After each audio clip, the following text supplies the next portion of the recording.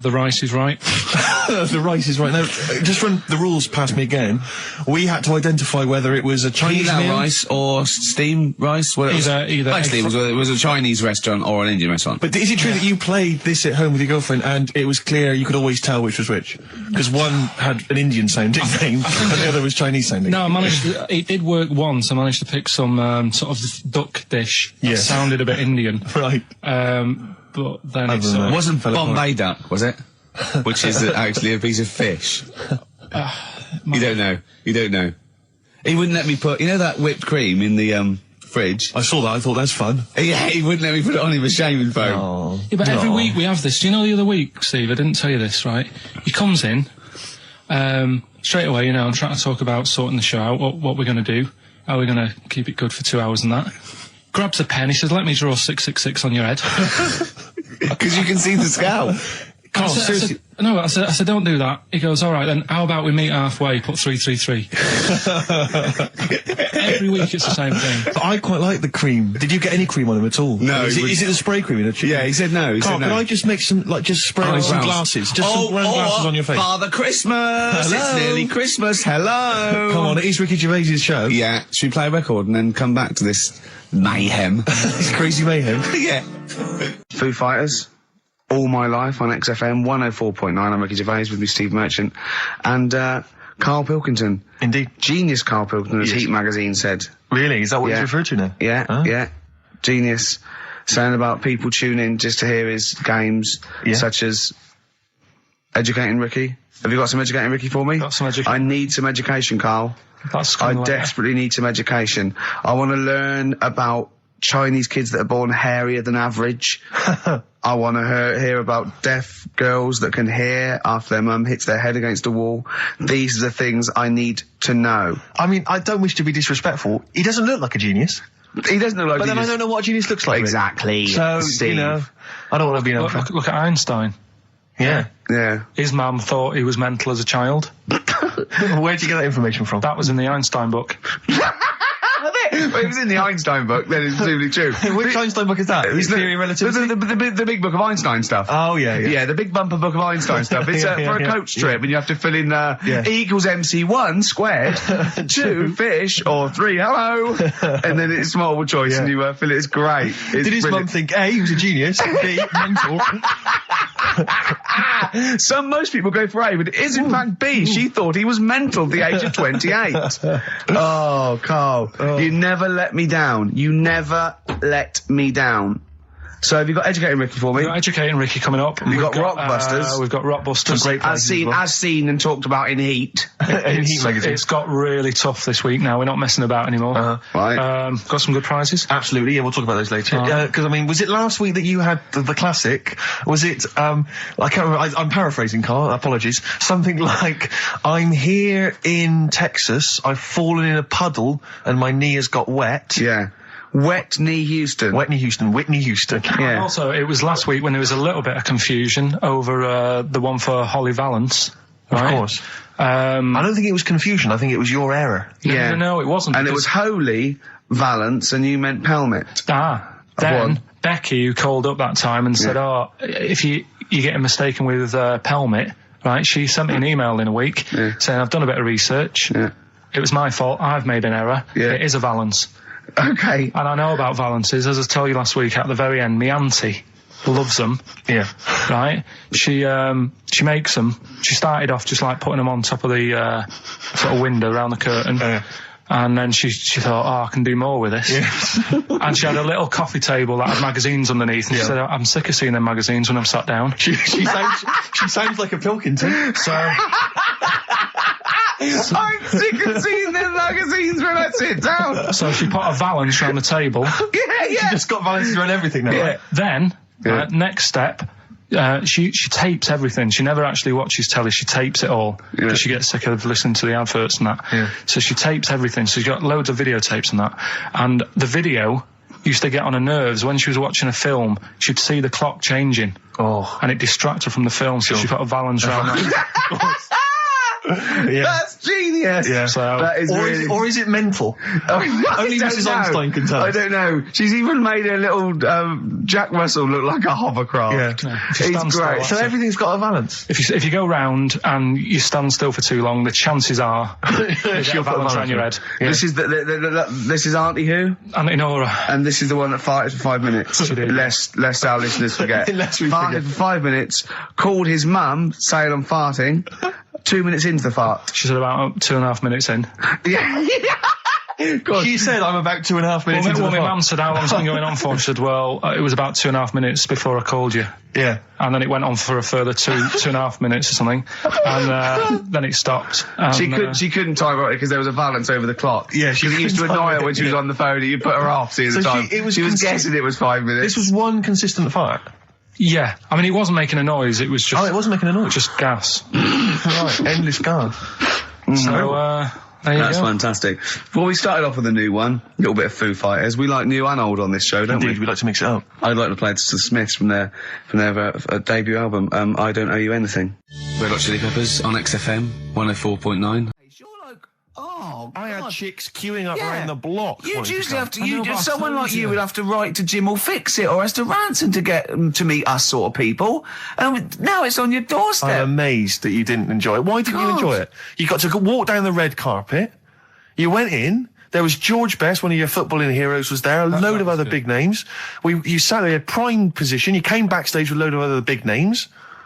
Hey, you had a lovely bit of You were grub. filming this thing for the DVD you were making. That's you, a cameraman on our DVD. And yet you think, now you look grumpy because you had a couple of pints and I can't believe So it. tell us why you didn't enjoy it, because the ceremony, what didn't you enjoy about that? It was interminable, wasn't it? Far too long. Wasn't it awful? 3 So boring. hours. I thought you were going to say something. Really? Sorry. 3 hours. Yeah. I mean, I suppose for you two, at least, you know, you were going to get something. Sure. Yeah. But with me, it's like, I mean, I've never graduated or anything, so Have you not? I'm trying to think of sort of a situation. Basically, I sat there for 3 hours knowing that I'm not going to get anything out of the night. Yeah. Right? Now... No one Did you? told Sorry, me. when we invited you and you said yes, did you think you were up for an award? No, but I thought we were going to be sat round tables having a nice bit of food, Yeah. whilst people are going up there winning awards. Yeah. But 3 hours of the same thing over and over again. I mean, if a film's 3 hours in the cinema, Yeah. you go, well, it's long, but you know, I wonder how it's going to end. Yeah. But this was just like the same thing over and over again. Some guy going up, thanks a lot, cheers for the bit of brass. And then going down, sitting down, the same thing over and over again. Honestly, right? I'd say it was one of the worst things I've ever had to do. No, I enjoyed the night afterwards when we did have a bit of lamb and a nice bit of veg and that. That was Yeah. all right, and I went home and I was happy, and I got the little freebie bag that you're talking about that we're giving away. Yeah. Which wasn't much good stuff in it. Oh, All right. right. No, 'cause What would Suzanne- you have done on that Saturday night? Suzanne What said- would you have done or the Sunday night rather, what would you have done had you been at home?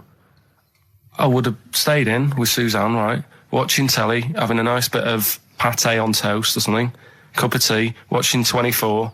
But instead, I had to buy an expensive suit, so I didn't show you up, right? Yeah. How much did you spend on your suit? Well, in total, right, because, you know, the shoes and the suit and the shirt and the tie, it was about 600 quid. That's the most expensive evening ever. And that's what I'm saying to you. And the daft thing is, it's dark in there. I don't know why you've got to wear a nice suit. You can't wear a tracksuit, for goodness sake. Dark in there. No, just the shirt and that. It doesn't make you a better person wearing a suit. No, doesn't You make you know a what I better mean? person. No. We're not claiming it made you a better person. No, but that annoyed me. Yeah.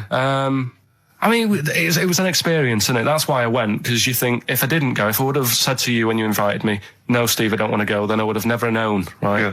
And that's my sort of thing in life, right? If Yeah. something comes up, you should take it, even if you're not going to like it. It's a bit of an experience. Right. Do you know what he said to me? I phoned him up because we had to meet up. And obviously he had to pose as my gay lover. Yeah. To get in, right? Yeah. He phoned me, what? You said something to me like, I bought a suit, I'm looking good. He said, I'm looking good. People will think, how on earth did he end up with that good looking guy? So he got into the role. That was what he said to me. He started getting into it. Such an insight. Fair record. I just must say that we've had an email from Daryl Foss. Lots of people have emailed in and say, well done on the BAFTAs and well done on your Room 101. They really liked that. Thank you. There's one guy, and it's Daryl says, Ricky, has your dad only got one D-Mob suit? Because I don't know if you noticed, but Ricky wears the same suit every single time he appears on TV because he spent a fortune on it getting it tailor-made. I've only got one. It's a good suit, and I he wears it know. all the time. And it's winter as well. It's like a pure wool, so I'm sweating everywhere I go. Anyway, usually it's too much cheese. I won't be buying another. Huh? I won't be buying another one. Ever. That's it. Yeah. Suzanne told me today, right, because I've handed it in today to have the trousers turned up a bit. Why? Because it was a bit of a bodge job for the night. Yeah. Right. It was just some pins sort of holding it up the other night, but you didn't notice, and I didn't tell you because I thought you'd be getting on the stage and saying, "Look at that freak over there with his pants hemmed up." But I took it to the place to get it done. Suzanne tells me that I'm going to start shrinking now and getting to that age where you start going small. I know that must have been a revelation to you and a worry. Like, how small do you get? How small do you get? Oh, Right, what are we playing now? I thought we'd have a bit of Marley music. Marley music. Oh, Okay, go on. well, Right. there's going to be a bit of a change, isn't there? Yes, that's absolutely right, Rick. Normally we would end the decided show, obviously, with just- a song for the ladies. But because it's sort of Carl's penultimate show, and we're going to play one of his favourite tracks, what are you going to... Yeah, I just thought we could play this. It is obviously the killing of Georgie. I just got to make the little outfit. You and your merry men. She's got me like 2 yards of green felt. Sure, yeah. And yeah. I've just got to find And a tailor. tree house. Someone who can make me a lovely little natty outfit. Yeah. Why has she bought you a banana? You live in central London, so where are you going to be using We've got a this? garden. I did it yesterday. I've got my finger though because I meant to put protector, so it's just it goes so fast, isn't it? I didn't understand that sentence. I'm here in the studio. I saw you point to your finger, so I'm guessing from that maybe you injured your finger. Yeah. For the listener, again, what exactly were you talking about then? No, because when you pull it back, it's Okay. so. And do you have a target? What do you use as a I've target? got a big cardboard box flat on it, down a tree. Right. I go, oh, it's brilliant. Sure. I'm getting a bit excited thinking about it. Yeah, no, indeed. Because when I make that outfit, I'm going to be running round. Yeah. Yeah. So, And do you have a picture, like a face maybe on the target, like Osama bin Laden, something like that? Yeah. Sure. No, it just says this way up, fragile. Right, okay. I forget what came in it. But, you know, it's good fun, isn't it, Carl? Bow and arrow, isn't it? Brilliant. Yeah? Would you like a little bow and arrow? Yeah, it's alright. Yeah. I had a rifle as a kid. Did you? Yeah, that's- A real one? yeah, just shooting cans and stuff. Yeah. It's alright. So, Well, a wonderful anecdote. Well, I went out with a drink with Carl in the week, and we went to a restaurant, didn't we, Carl? it's a good night. And we sat there, and next to me, when Carl came, next to me was, what's his name? Ross Kemp. And he was sitting there, and I saw Carl, and I tapped him on the shoulder, Ross Kemp on the shoulder, and I pointed to Carl and him, and I said, it's nice to see you two back together again. Nice. And Carl was horrified.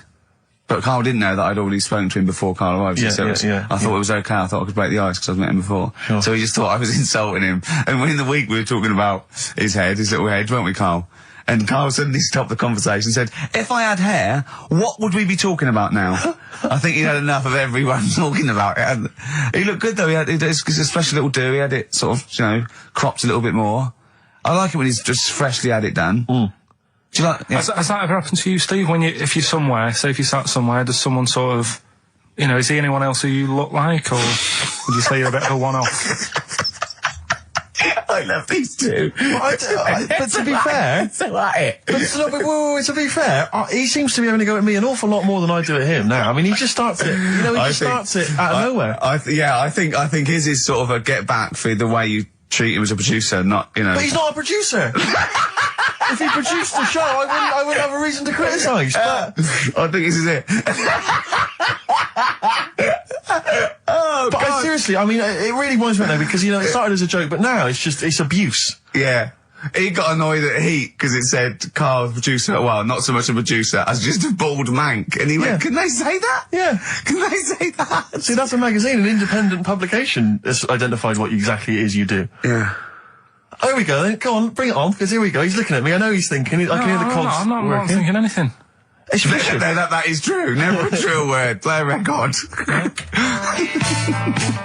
Now then, I heard this on VH1 in the week, and I have not been able to get it out of my head, and I really kind of want to I want to get it in everyone else's mind now so they understand the pain I've been going through. Miss You by the Rolling Stones. Yeah. I hope that's now embedded in your brain and you can ruin a week by having to sing that constantly, irritating people in shops and everywhere you go. Miss You by the Rolling Stones. Good track. Good track. Carl, Jonathan Ross came out with us last week, and we were talking about stuff, and Carl was mesmerised when Jonathan told a story that he was bored once in a hotel room and shaved his arse. He shaved his arse? Yeah. Sure. And Carl, you didn't stop questioning him, did you, about... I just wondered, at what point do you sort of say, oh, this is getting on my nerves? Do you know what I mean? Yeah. It's way too long, tucking it in his socks or whatever. Yeah. But it's not, I mean, it is boring in hotel rooms, because I told you before about when I was in Edinburgh and I had nothing to do, there was nothing on the telly, and you sort of, you've eaten the shortbread biscuits and that. Yeah. And, so that's when I read the phone book to see how many... That's when you read the phone book? Well, to see how many Macs were in Scotland, McAteer, Macintosh. Sure. Yeah. And there was 42 pages. Yeah. Jonathan, I don't know if he'd already done that. Yeah. And, he said he shaved his arse. Now, when we say shaved his arse, so Not his cheeks, his... Oh, all of it? Yeah, all of it. Did he say that? Well, I think that's... But other than the cheeks, But then, there's not much left, is But there? then we got to the fact that me and Jonathan, if we pulled our wealth, we could have shaved Carl's arse for £1,000. Right. And he said, yeah, for £1,000 you can shave my arse. Suzanne said, can I say this bit? Your girlfriend said what, Carl? She was annoyed. She says, well, I'm not allowed to go there. Why is anyone else? And of course, the whole table stopped and leant in and said, what? She went, he doesn't like me touching him there. I went, what do you mean? This is too much information. It was too much information.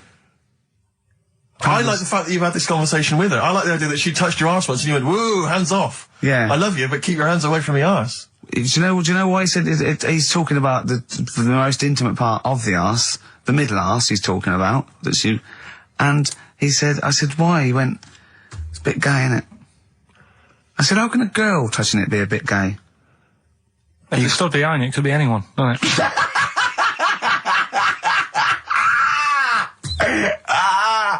Oh, God.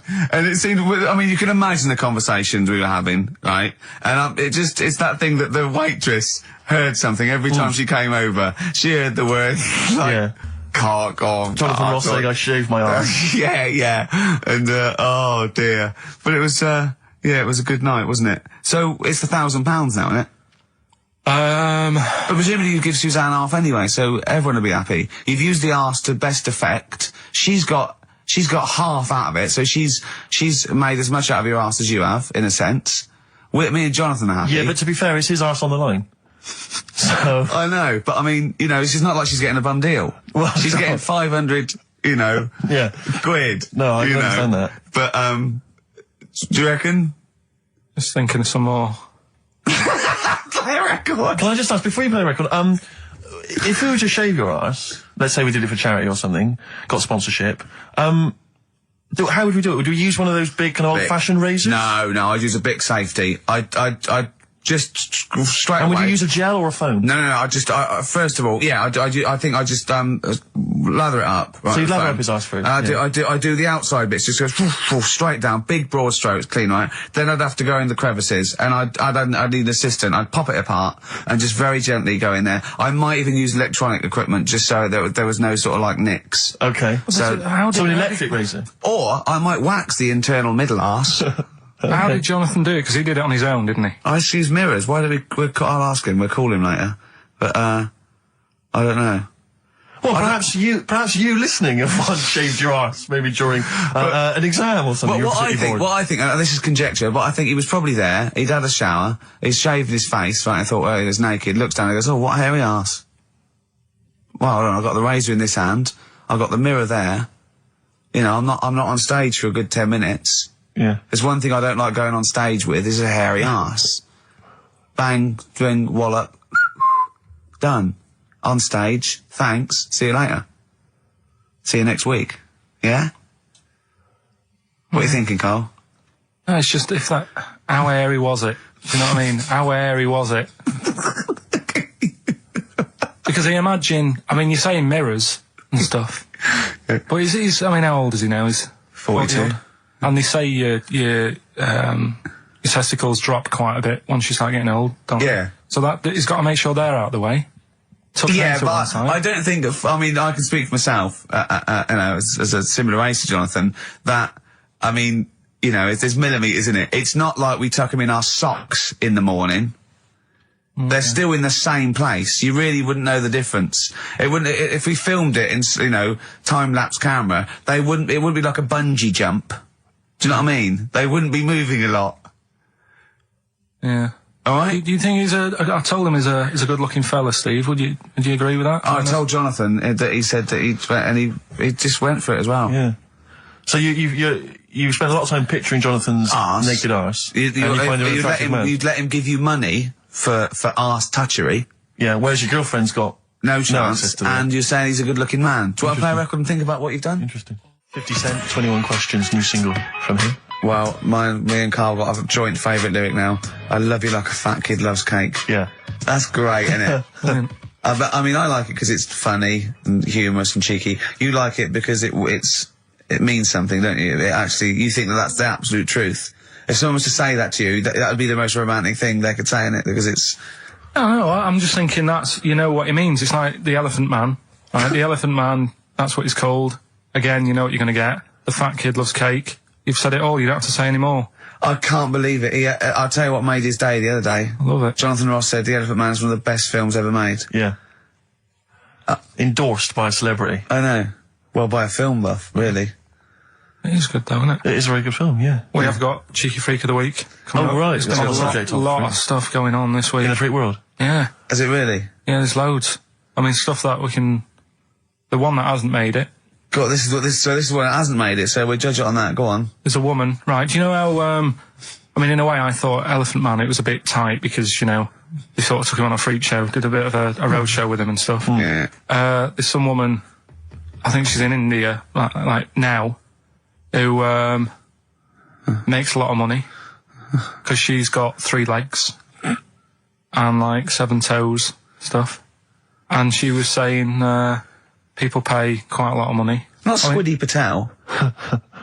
It's not that much money, like, compared to here, but over there, it's like loads of money. Sure. And all you do is, you go around to her house and you pay this lot of money, and people just go, oh, look at that. Extra leg. Extra leg. Right. It's quite a lot of money in that. So she hasn't even got to go out on the road anymore, like in the old days? No, that's what annoyed me. It's like, well, you could get to them faster. You go and see them if they're paying the money. Sure. But yeah, there's... What she could do is go in and buy a pair of shoes, right, and then nick one on the way out, because they only put one out, don't they? Good idea. So she could get, you know, 2, 3 for the price of 2. Just one of the many perks of having 3 legs. One of those having 3 legs. The other one is, I mean, keepy uppy. But she'd be good at that, wouldn't she? She just stays at home and puts the feet up. But anyway, that's not even Cheeky Freak of the Week. That's coming up later. Oh, brilliant. Now, Rockbusters, Dead in the Water, isn't it? We've killed that off, have we officially? We killed off Monkey News and Rockbusters. Didn't I tell you that there was some sort of petition for Monkey News? Was there? What was the story? A lot of, it's loads of emails and that. You mean you've done Monkey News? You mean you want to do Monkey News? No, but seriously, there's uproar. And people were like, you can't get rid of Monkey News. Yeah. Don't be doing that. Who sort of what? Loads of people. Was it monkeys trying to write the complete works of Shakespeare? Did Tony Blair get a whiff of it, and he's coming down like a ton of bricks? And Rockbusters, Steve, if you've got a better competition, then we'll do yours. That's fine. Do you know what I mean? If that's what you want to do, we'll do. What did you want to do? No, I was just wondering whether we should perhaps not do a quiz at all rather than do that piece of rubbish. Might be better to have nothing. Might be better just to have silence during that part of the show than have Rockbusters. I don't know. If I give you the clues and that, and if you think they sound rubbish, we're not doing it. He's not well long. Let's lose that. Let's get rid of that. Let's make it into a girl. Okay. I'm with you so far. Go on then.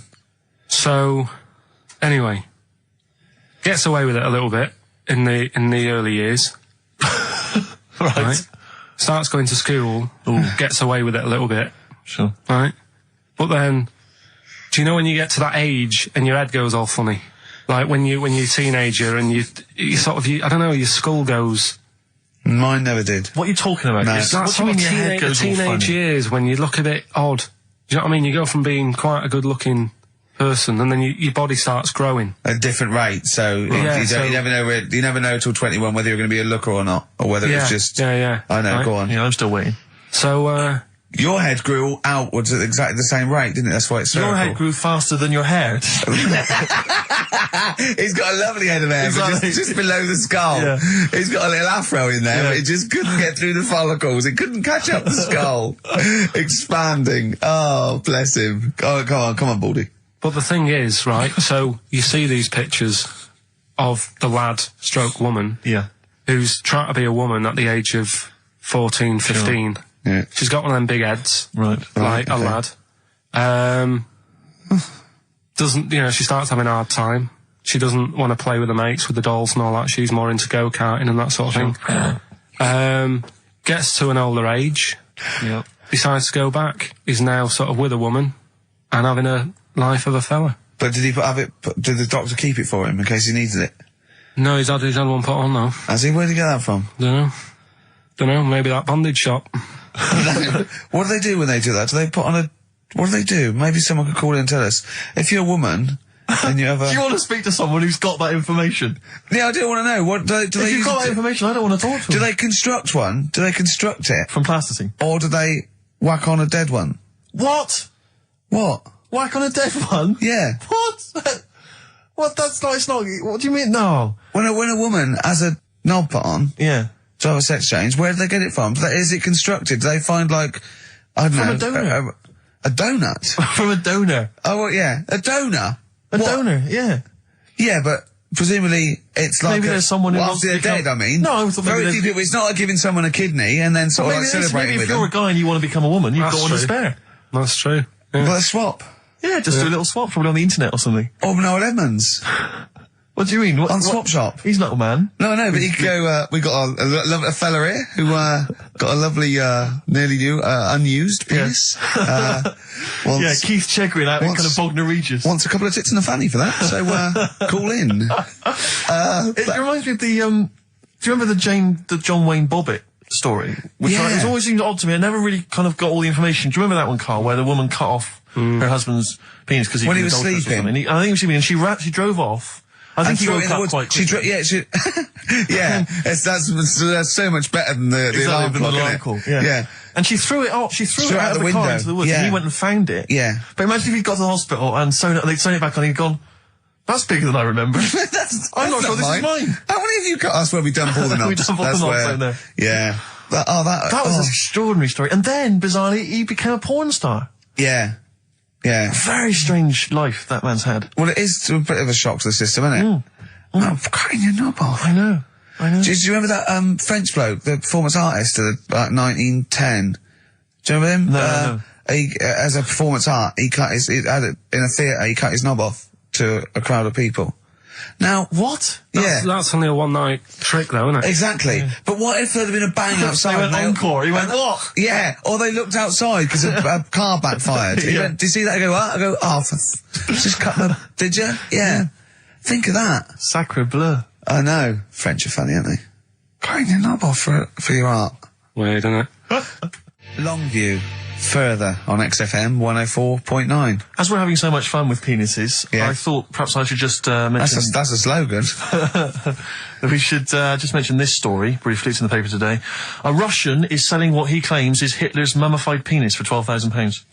Yeah. Ivan Zadurprov says his ex-Red Army soldier dad hacked it off as a souvenir after storming the tyrant's Berlin bunker after his suicide in 1945. Yeah. Why did he wait till now? He's found out that that might get a bit of £12,000. Which doesn't seem a great deal. Doesn't seem a great deal of money, really. Well, it's useless, isn't it? True. You're not going to be able to use it. It's not going to be able to. It's not going to be a donor. Imagine that if you walked round. You'll never. making love to a girl. You'll never believe who this is. Yeah. You never believe who's doing you, love. Exactly. This is going to freak you out.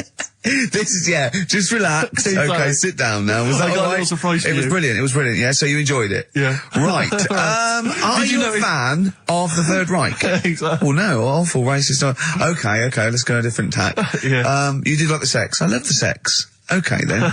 Yeah, it's not going to be Hitler's knob, is it? But I like the idea that, I mean, you're in the Red Army. Yeah. You've just stormed Berlin. Yeah. 1945. You crash into the bunker. You've gone through terrible. How you've lost 20 million comrades. Unbelievable. Oppression everywhere. It's been going on for years. You're in there, you see the man. Here he is, he's dead. He's dead, the figurehead and leader of one of the most despicable, You turn to your friends, there's a tear in your eye. Yeah.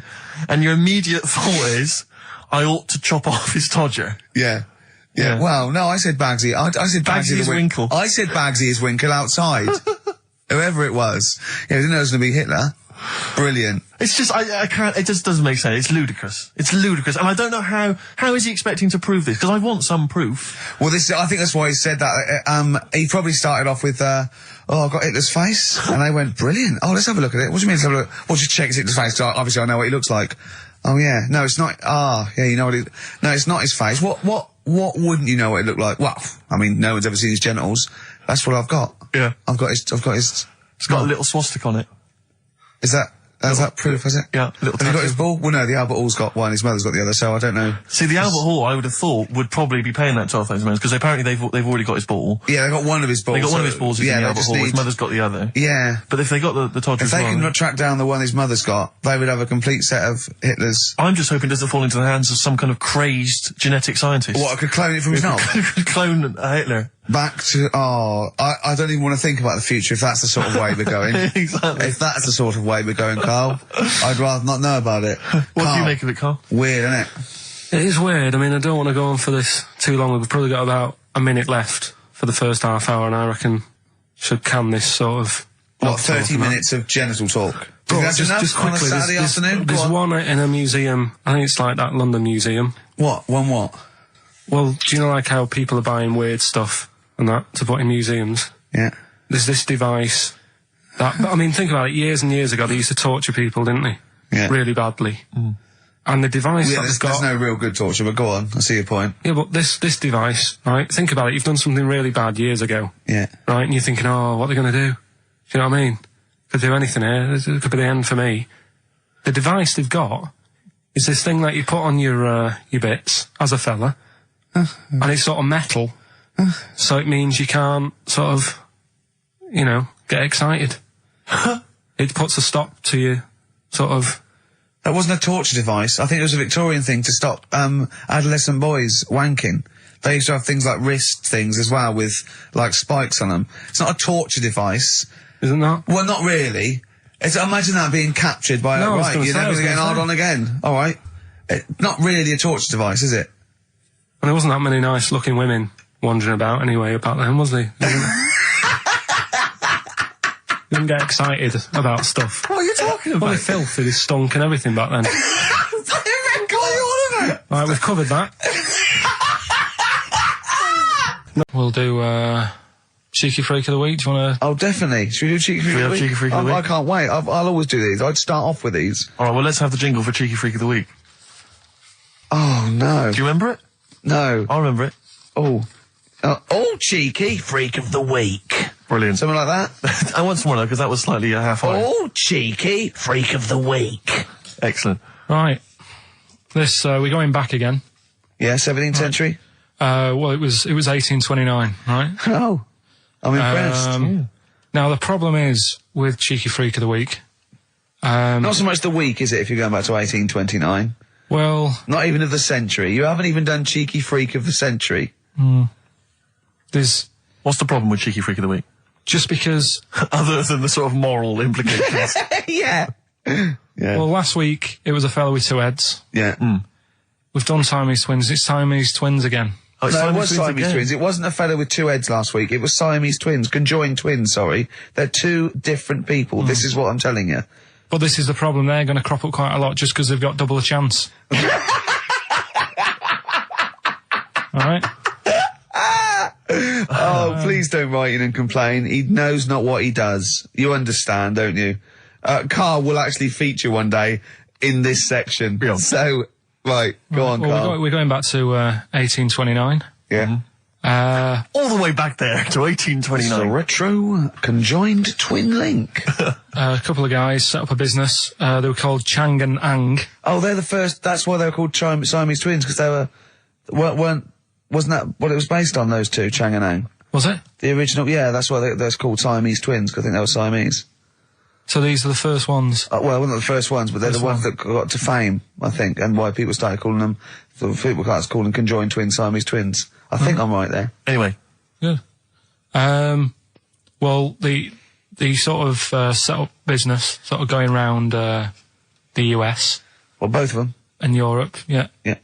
And what they used to do, people were amazed by it anyway. Yeah. People wanted to know how they get through life doing certain things that you think about. When you think about Siamese twins, you think about, you know, how do you get through a day like that? Yeah. Right? And the thing that cropped up the most with people was how they take a bath.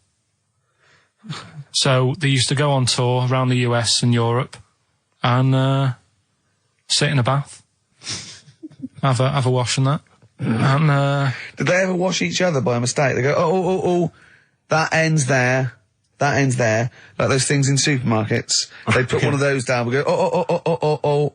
What do you mean? Put that there. What do you mean? You know the things on the conveyor belt, the little dividers. Yeah.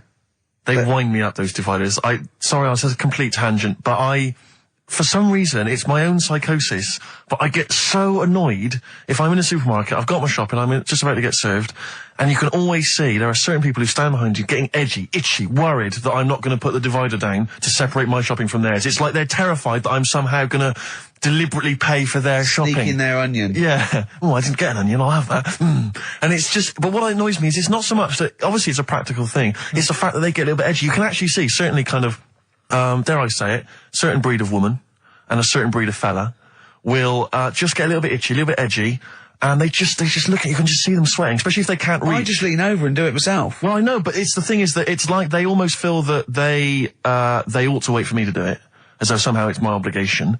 And it just for some reason, I know it's ludicrous, but it really annoys me, and I actually deliberately don't put the divider down just to see them sweat. I like the way that they're actually quite well made. There's some that are brass with like a felt bottom. Yeah. Like you really care. Like a twig would do, wouldn't it? Exactly. You know what I mean? But I just leave a slight gap. And then when it gets to when the woman's putting it through the till or the guy, I just say, that's my stuff. Do you ever look at other people shopping and go, oh, I should have got that? Often. Oh, yeah. That's annoying. I'll tell you what it is, it's the same thing, and again, it's my psychosis. When people, if you're on a bus or a train, and we're pulling into the stop, but there's a good, kind of 35 seconds before we're actually going to come to a halt, they leap up, and they're straight by the door. Yeah. But it's this fear that they're going to miss out. Oh my God, what if I fell over now and broke my ankle? I'd never get out. To be fair, I've never had that commuter's worry. I've never commuted, but every second counts, doesn't it? Because you miss a train, it can make a difference of half an hour. So that's why commuters literally run to get their connections. But the thing is that with a bus, there's often there'll be people who are sat right next to the exit will get up and stand up for a while, waiting to get out. It just, again, I'm not saying it's not, it makes perfect sense to them. It's my psychosis. They're going to be mowed down in the streets. They will just be a few of the people. You're going to be in a lovely Chrysler. Exactly. Yeah. Well, I will be going straight through a branch of Waitrose. Yeah. Taking people out in the So we do not condone going through Waitrose in a Chrysler. In a car. Now, as Chang and Ang, they're in the bath, they're washing their own bits, they've got one of those dividers, right? They go, well, that's definitely yours. I marked mine. That's definitely mine. What? Don't wash that, Chang. I wouldn't, Ang. I wouldn't wash that. Right? So what are they doing? They're in the bath. Carry on with the story. That's about it, really. I mean, that's the fact that people... So, two little Oriental fellas, joined in the hip, had a bath. No. That's your story. No, they didn't have a bath. They they must have done some sort of research, right? Who? Chang and Ang, right? And they said, well, what do people want to see? Isn't that basically Roller's song? But it's an idea that people have queued up. They've paid their money. They're in a tent. They're, well, I hear they're going to have a bath. They're going to have a bath. Two Siamese people have a bath. How would they possibly do it? Well, I've heard they get into a bath. But that's I don't know they wanted to see them nude and where the join was. No. More than how do you get in the bath? I don't know. They just that's what they picked. They said what would be good to see. What do you want to see him do? Having a bath. How'd you get into trousers? Was there exactly? This is all part of it, isn't it? That's why they picked having a bath. This is all part of it. Well, they want you to get dressed afterwards. Yeah. Who was the best out of Chang and Ang? Who was your favourite? They both look the same, to be honest. There's a surprise. One was a short ginger woman. Oh dear. Is there anything what would be better than having a bath for you when you're seeing them? What would sort of make you go, I wonder? One of them pulling and the other one going home alone. Yeah. I go like, look, she's definitely up for it. I'm taking her home and go, what am I going to do? Can I watch? Definitely not. Definitely not. Look, you go to bed. I want to wine and dine her. But if he's got back to their place and they're going at Hammer and Tongs, but only one of them. No, Hammer and Tongs were their cousins. Right. They lived miles away. Yeah. If one of them gets knackered, can the other one take over?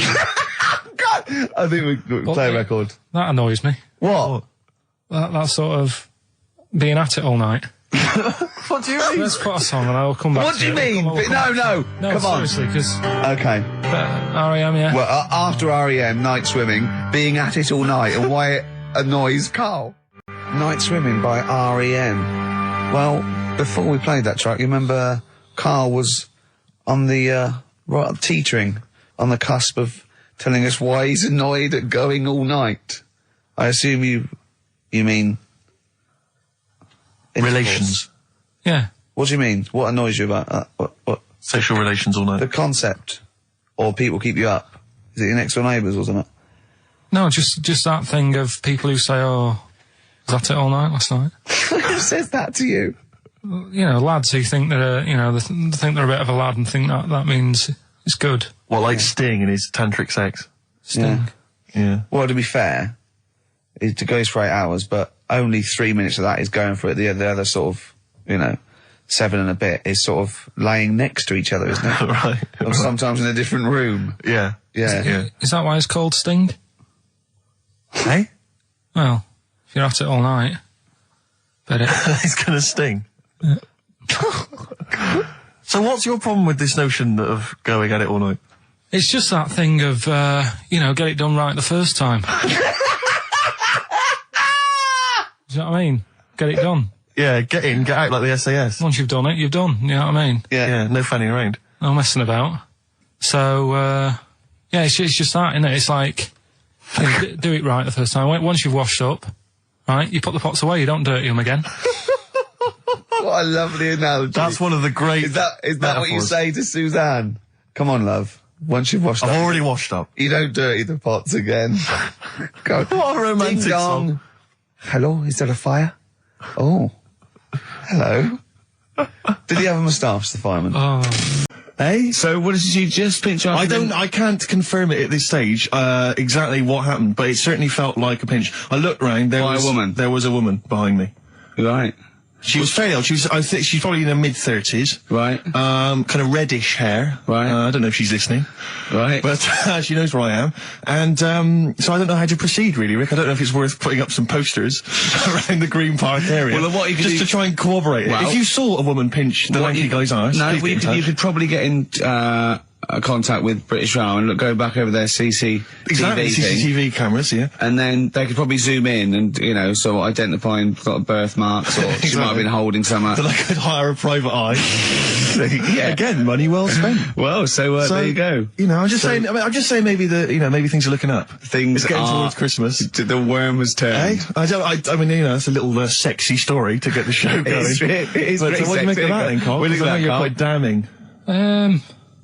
What's your answer? Well, I mean, you're quite a tall fella. Sure. So she must have really wanted to sort of reach up and have a pinch. Mm.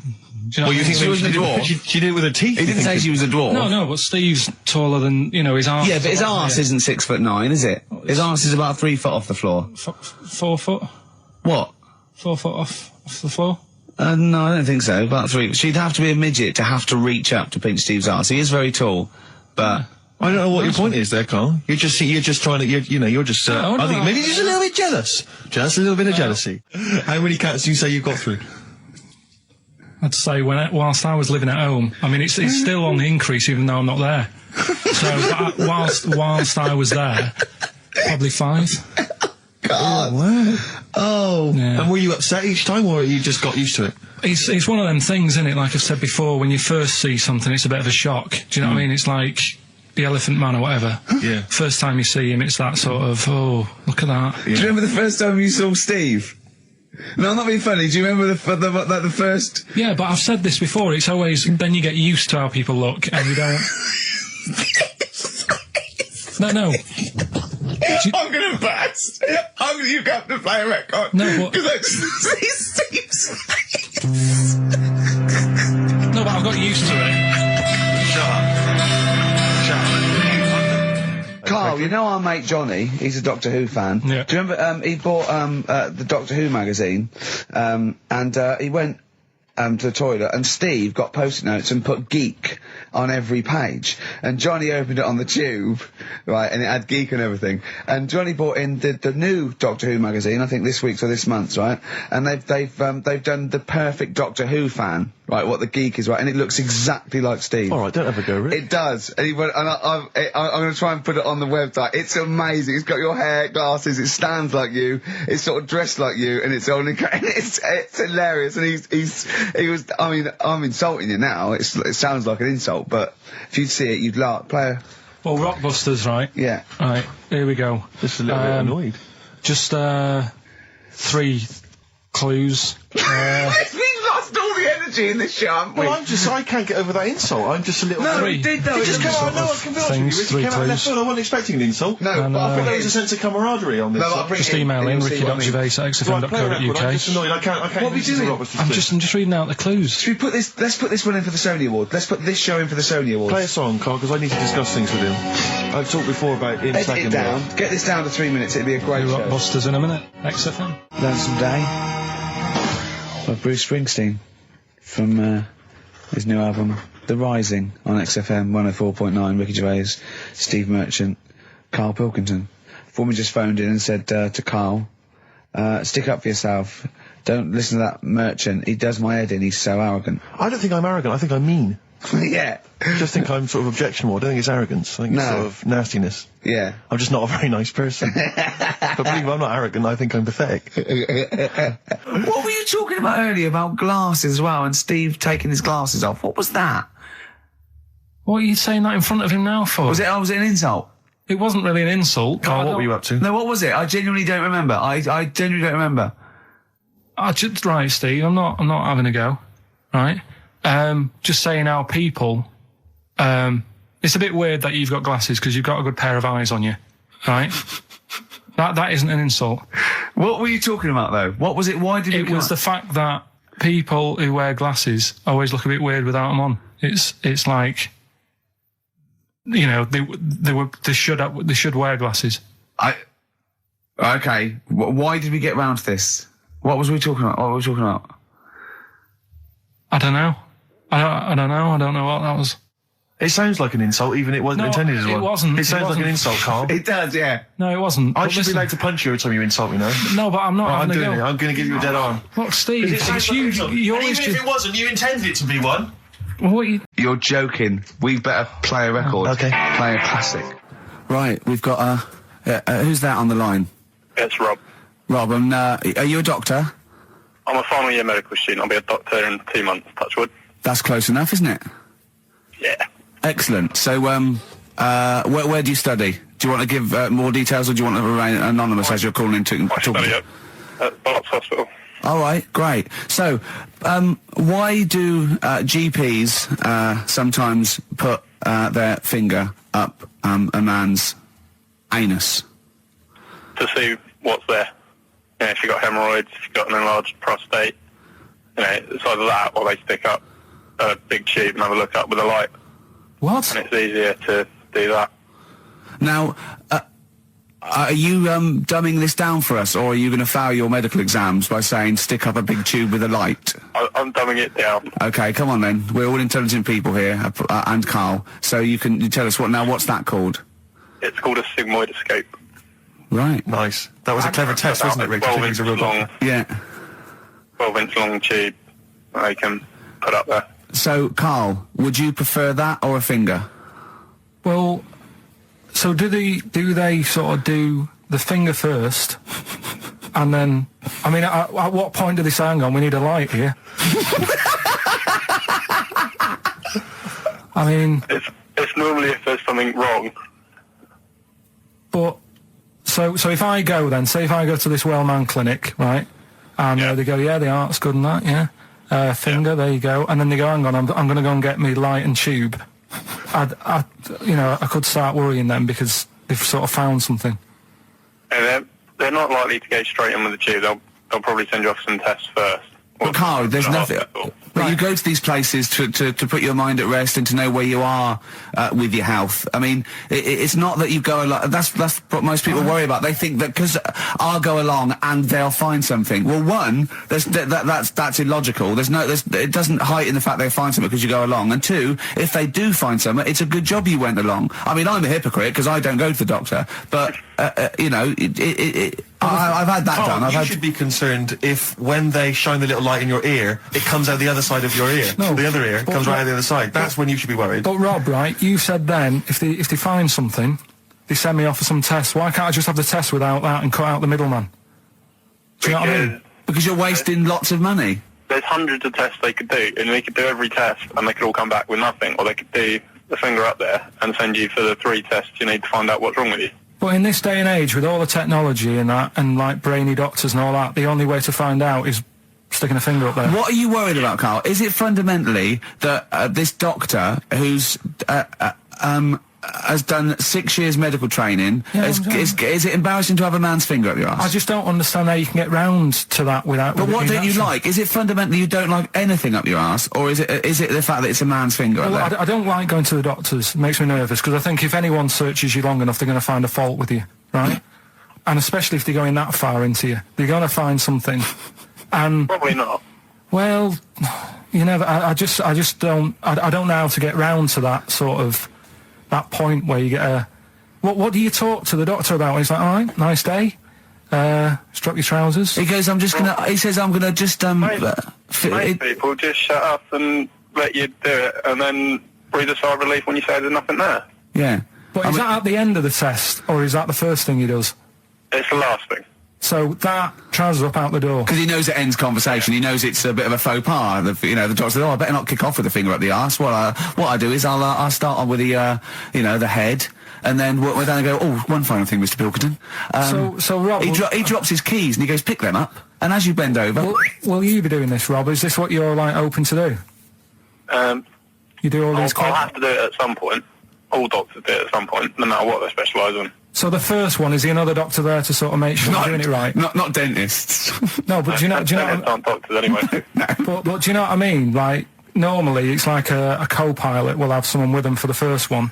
So when you put your first finger in, will someone be there going, right? You just want to move to the left of it. I've already done it. Have you? Yeah. So that's the thing with a student. You're learning. So you get people teaching and you learn on these things. Can I just point out, Rob, I think I'm right in assuming that you have a glove on. Yep. And there's lubrication. Yep. And it doesn't hurt. No. There you go. What are you worried about, Carl? Who's this person who everyone's testing on in your class? It's not one person. One person. There's like, when a patient comes in and they've got a problem, your boss, the consultant, he does his finger up, and if he finds something, he goes to the patient, is it alright if the student has a feel as well? Then the student puts on a glove, puts the leave on the glove, and sticks his finger up and sees what he comes out with. Rob, I wish you could see Carl's face. I mean, his face when you said, and he says, can this fella have a go as well? He looked horrified. That he thought it was a free-for-all, like there's a queue of people trying on gloves and going, let's have a go. That looks good up there. What have you found? No, I mean, how come you had to sort of... Is it not something you could test on yourself rather than waiting for other people to come in? Because then you know... It's an awkward position to get to, really, isn't it? Well, but you can have a good rummage then without feeling too awkward, but to sort of have a go on your first patient when you don't really know what you're looking for anyway. Do you know what I mean? Never really thought about it. Because you don't... If you've never done it before, you pop your finger in there, and you've got to sort of look, you've got to have an expression on your face like you know what you're finding. Well, they can't see what you look... They can't see your face. There. You got the big boss consultant man going, now move your finger there, and you'll probably feel this. But he's just done it. He knows what's there. Well, what? Oh, so he's already had a go. He's had a feel, and he's going, right, if you feel to the right, that's the conglomerate or whatever. The conglomerate, yeah. Its conglomerate is in perfect working order. Well, I'm still... Thank you, Rob. Thank you. I'm sorry you had to go through this. Carl is probably the worst patient you'll ever encounter in your medical career. Good luck with your finals, and thanks very much. And do you know any female doctors who do this? Or? Thank you. XFM 104.9. Thank you. All right. This is Carl, the producer of Ricky Gervais and Stephen Merchant on XFM 104.9. We're playing out some of the best bits. Hope you're enjoying it. Here's another one. Can't concentrate now. Oh, well, he's all stressed because the lady from MTV is here. She's going to film his little face. So the things he said in the week, he was so worried. He's got worried about the spot on his head. That won't come out. Just so you got your best side. It's on that side. That's all right. All right. Yeah. The camera's out. Look, he's getting nervous now. Okay, Carl. Ignore the camera. Okay, just ignore the camera. Okay. Now, me and Steve have done our research for you, and we've got two amazing things to tell you. What should I tell him first? About the baby or the... Well, they're both equally fascinating, so you choose. I'll tell you the crab thing first, right? Steve actually saw this thing in The Guardian in the week about our research thing, and then we looked it up, we looked into it on Friday, and it is incredible. Right, listen to this. There's a thing in a bay in New England, right, where it's like the biggest, they make silicon chips and stuff for computers, right? And because of the data protection thing, after they've done them, because they have to destroy the plates, right, where the information's sort of put onto them, but there's still flakes of silicon. They sort of grind it down straight away, and some of the flakes got into the bay, okay, but some of the information's still on even the slight granules of silicon. Anyway, gets in the water, and silicon is rather like a carbon derivative. They reckon if there had been life on another planet that wasn't carbon-based, it'd be silicon-based. Because that simple sugars and proteins, it's just COH and that, and it can work with silicon, right? Anyway, the crabs have been taken up, they're still in the water, and they looked out on the beach, and over years the crabs have started sort of putting themselves in formations, like geometric format, and they couldn't work out why they were doing this. And when they put them in the experiment, they sort of like chopped them up, and they found they'd taken on silicon, and it had sort of got into their brain, and they were downloading information. They picked up little things, because it's just chemical, like electrical impulses that got information off the silicon chip, and they were interfacing it. But this is the amazing thing. One bloke sort of thought of this, and he thought, well, if it's a simple computer, the brain, if it's just a simple sort of electrical thing, then maybe there's sort of, we could get it down. So what they did is they made a thing called a biointerface, and they put it into the crab's brain, just a really simple brain, so it's measured avant-garde, right? And it got impulses from it, and they were getting like computer, actually just flashes of like symbols and geometric things right on this screen to read the crab's brain, and it was stuff like fragments of a. What made them do this in the first place? Because they saw the crabs behaving differently. They were behaving differently to each other. They were just like intelligent, and they were sort of solving problems and all this sort of stuff. Anyway, when they downloaded the thing, it was like they found one of the secretary's names where it had been on the silicon chip, where it was just like a flash of a computer screen. But the most amazing thing is, they downloaded a memory, right? It was like a snapshot where it had been burnt onto the retina of the crab, just a snapshot of something, and it was like a picture of the beach, like a couple of years ago, right?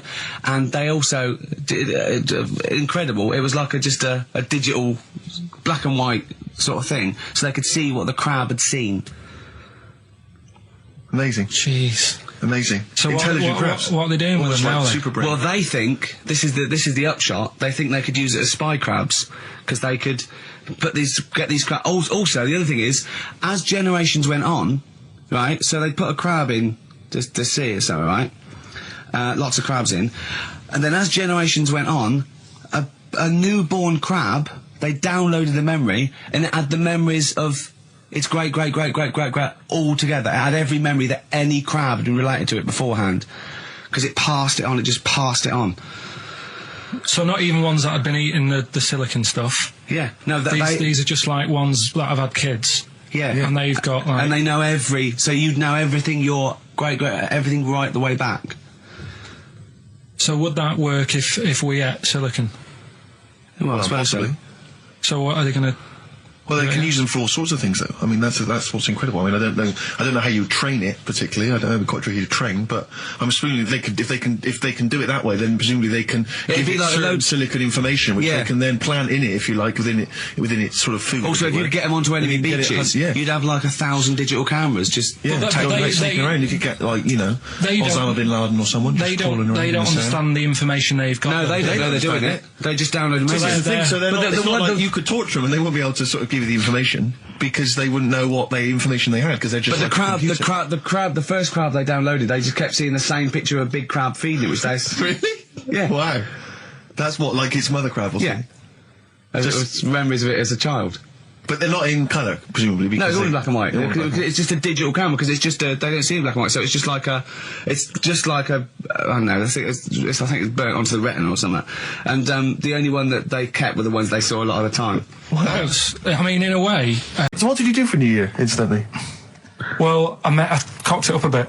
Right? You're joking. Go on, You're joking. You're joking, mate. Go on. I went and booked a table. You got the wrong day. No,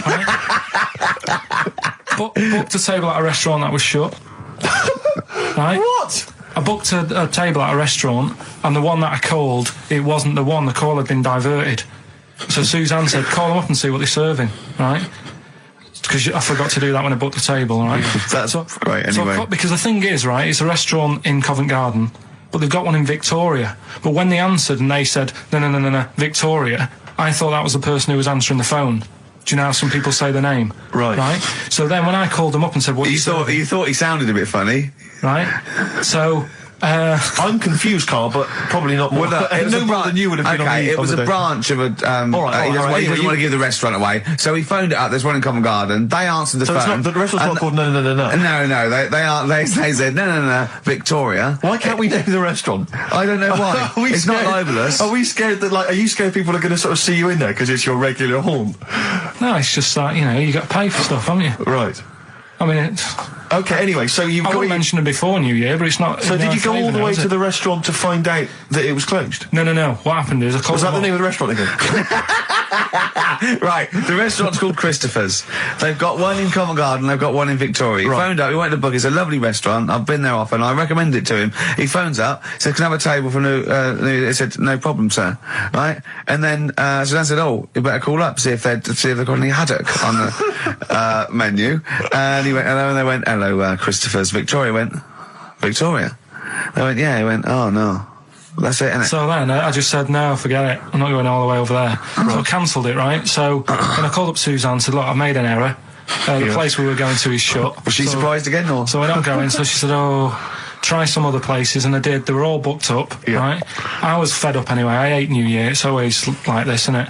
So I said, look. You know the common factor in all these stories? You hate Christmas, you hate birthdays, you hate New Year. It is you. Right. Yeah. So I said, I'll sort something out. Yeah. So I went to Tesco. Leave it with me. Went to Tesco's, boots were shut. Got a lovely plate of condoms. Did you just stay in and play with her Christmas gift? Blowing them up. I've done some balloons. Well, it was. I think we did stay in. And I watched that thing that, 100 Greatest Moments, which was annoying me. Did you see, there was a nudist on it? You know how I feel about them. Yeah. Right? Did you see him? Man with two knobs. There was a man with two knobs on it, and a nudist who just wanders about the house. But it said, and when he visits people, I was thinking, who lets him visit? I go, exactly, yeah. But he must go there with trousers on and go, hello, lovely to see you. Go, just pop all these off. Or not really, no. And I tell you what annoyed me the most, they had a white sofa. If you were a nudist, you'd get a darker one. Right? So anyway, right, so we ended up watching that, that annoyed me. And then I was tired by about 11, and I said, "Oh, let's go to bed." And she said, "You can't." And that annoys me, the fact that because it's New Year, you got to stay up, and it's like, well, why can't we just? They should bring it forward, so in case you want to quarter to 10. Well, you stay up, and it's like my eyes were dead heavy, and I was like, I want to go to sleep. So just stay up, and then it's midnight, and you go Happy New Year, then you go to bed. Yeah. Well, not everyone, Carl. Some people have a little party. So it's over with anyway. Yeah. Sorry, are you 86 years old? 86 on my nerves. Do you ever enjoy it? You never seem to have any fun, Carl. This is what disappoints, this is what worries me. I feel like you're going to die. You're here, you're here, Carl, with us two. We've got three, as I was just saying to Steve, three of the greatest comedy minds ever in one room, and Steve pointed out, since the goodies. True. Do you know what I mean? Yeah. Well, I mean, it should be party central. Yeah. So anyway, right, so this is when I spent time thinking of new ideas. Right. We've got Rockbusters, that's rolling. There's people coming in, they're getting them right. I don't understand it myself. As ever, Rick, you'll be amazed and confounded. So I don't know the answer, and I haven't looked at the answers. I just like that moment. It's like when you go down Christmas and you're excited about a present, and it's like some condoms. You know what I mean? Well, I love that. that moment. Yeah. I don't know how he's going to top that next year. I don't know how he's going to top that. All I can think of is some corn plasters. Right. It's all right, love. The batteries are included. Got you a pumice stone. Right, now, and then we went on to a whole thing about homeless. He wants to do a game show with celebrities being homeless for a week. What do you think? Actually, I've got to say, that's not bad at all. It's not bad, is it? No. Right, do you know how, like, Lenny Henry went to the jungle? Yeah. Right, and you've got who else did it? John Lovely made slippers out of a bra. Right? So I'm thinking, like, get a celebrity and say to him, no, just because, I'll tell you why, right? I'll tell you why all this came about. When I was walking back from that Christmas meal that I bought my girlfriend for 150 quid. Right? Lest we forget. Right? I was walking down Mortimer Street, and there was a homeless fella there, and it was like, it's really, really bad. But the weird thing is, it was about, I don't know, probably about 8 o'clock. Yeah. No, about 9. Right? And he was asleep. And I just thought... I mean, for me, you know, a lightweight, frothy entertainment show on XFM on a Saturday afternoon is exactly the place where I want to discuss the desperate, lonely future that's inevitably coming my way. Oh, God. I'll tell you what will cheer you up and forget all that. A bit of Embrace. Oh, one of the most hated bands. What are these fellas doing? There's a couple It's quite noisy, it's just distracting. Yeah, there's a couple of fellas behind us, taking pictures. I don't know why it takes two of them. I think one of them just got, a couple of hours out of the office. Yeah. They're from the, what are you from, X-Mag? X-Ray. X-Ray. What's X-Ray? It's the XFM magazine, Steve. The XFM what? Magazine? And where's that where, is this available in shops? Is it just a giveaway thing? It's kind of giveaway, bit of information on bands. Right. Gigs are coming up. How is it available? Who gets it? It's in top magazines. You're really selling it, Carl. You're obviously a fan of the magazine. It's all right. Yeah. I don't want to make it... This seems now like you've said, let's pretend we don't know what it is. You sell it on air, make it sound... I don't know what it is. Well, I'll show you later. Okay, cool. And if people want a copy of it, they can go to the website and subscribe, and you get it for free. That's all right. Yeah. Cool. And you're going to be in it. And we're going to be in it. Centre pages. I don't look my best. I don't dress for radio. And, Well, it's okay, because I'm photogenic, so I'll make up for whatever you I'll push you forward. White Stripes and their version of Jolene. What did you make of it, Rick? I loved it. Good. I want to ask Carl a question, though, because Carl sometimes in awe of this newfangled world that we live in. What do you think of the scenario? What do you think is going on there? Because it's a bloke singing to a woman, begging her not to take his man. What do you think's going on there? Say again. Well, that's a bloke there singing. Yeah, to his wife Jolene. Right. Were you listening to the lyrics, or? You see, I got mixed up anyway. I thought it was about that one about the person who chucks himself off a bridge. So I was thinking more about that than listening to that one. So right, listen. Well, go on it. Right. Jolene, I'm begging of you, please don't take my man. You flaming locks of auburn hair, even though you can, don't. He's all I've got. You're a beautiful woman. Don't take my man, because I can't compete with you, right? Yeah. What do you think's going on there, though? Because, it's Dolly Parton singing it. We know what's going on. They're fighting over the same man, aren't we? Yeah. What do you think's going on when a bloke singing it to Jolene? What do you think of the scenario there? That's one of them names, isn't it? That could be a bloke's name. It's like Leslie. Oh, Christ. Okay, sorry, it was a... I wish you'd not asked him that question. so exhausting. I love him. Do ants sleep, Carl? Which bird's got a cock? Swan. Swan. Okay, nice one. Listen, I want to play that song for various people who've emailed and phoned in saying they want requests. We don't really play requests on the show. We'd like to mention them anyway. Matt Barr, Magic Thighs. That's not Matt Barr's Magic Thighs. No. That's Matt Barr and Magic Thighs. Yeah. Kieran in Dublin, Stuart in Hackney, Lisa and Alison in Crouch End, and Glenn in Crystal Palace, who was phoning up with a nice message earlier. All of you, thanks for listening and thanks for enjoying it. Sorry we didn't play your requests, but tune in next time. It'll be fun. Anyway, I just all I wanted to say, really. Here's tragic. What's tragic? What did you want me to say about that song? Just your opinion. Your own opinion was fine. In fact, your own opinion is better than anything I could really hope for. Without doubt. Whenever I ask you a question, you constantly surprise us. Yeah, it's wonderful. So only ever carry on telling the truth, carry on saying exactly what's on your mind, and I think this could become a great... You're like a man who was frozen in Victorian era and has been reawoken and he's kind of discovering the world. Some things make sense, other things don't. It's beautiful. As opposed to one that was made in a castle in Victorian times, like Steve. Oh, that's just... Oh, I've joined in with Carl. I can't believe you're sorry. on my side. Yeah, no, it was irresistible though, wasn't it? I'm really sorry. Yeah. It was Carl, it was you that worked out the maths and worked out I was 28. Because they just worked out I'm 27. You are 27. No way. Yeah, I asked you, didn't I? And I said... But what I sort of questioned was, I said, well, if you're 27 today, that means last week you were 26. Well done, yeah. That's irrelevant. So therefore you assumed that I must be 28 then? Yeah. Whereas I assumed you were using, your knowledge of maths, such as it is. I wouldn't do that. No, sure. Wow. I actually got lost in that conversation because I genuinely didn't know what he meant would mean last week you were 26. I don't know what that meant. I don't know what it meant. Wow. Well, it is Steve's birthday. But he would have been 26 last week. Sometimes you genuinely frighten me because it's those staring eyes. There's nothing behind him. It's this little bald head. Looks like Davros looking at me. Genuine fear on his face when he enters into a conversation with another human being. What bit don't you understand? If he's 27 today, he would have been 26 last week, and he doesn't look 26. He didn't look 26 last week. He looks older than 28 today. You've started on his birthday. You're still having a go at him. Carl, I don't look like the kind of hot stud that I actually am, but face facts, that's the truth, mate. Yeah, live with it. Get with the programme, jeez. Well, let's have a little bit of cake.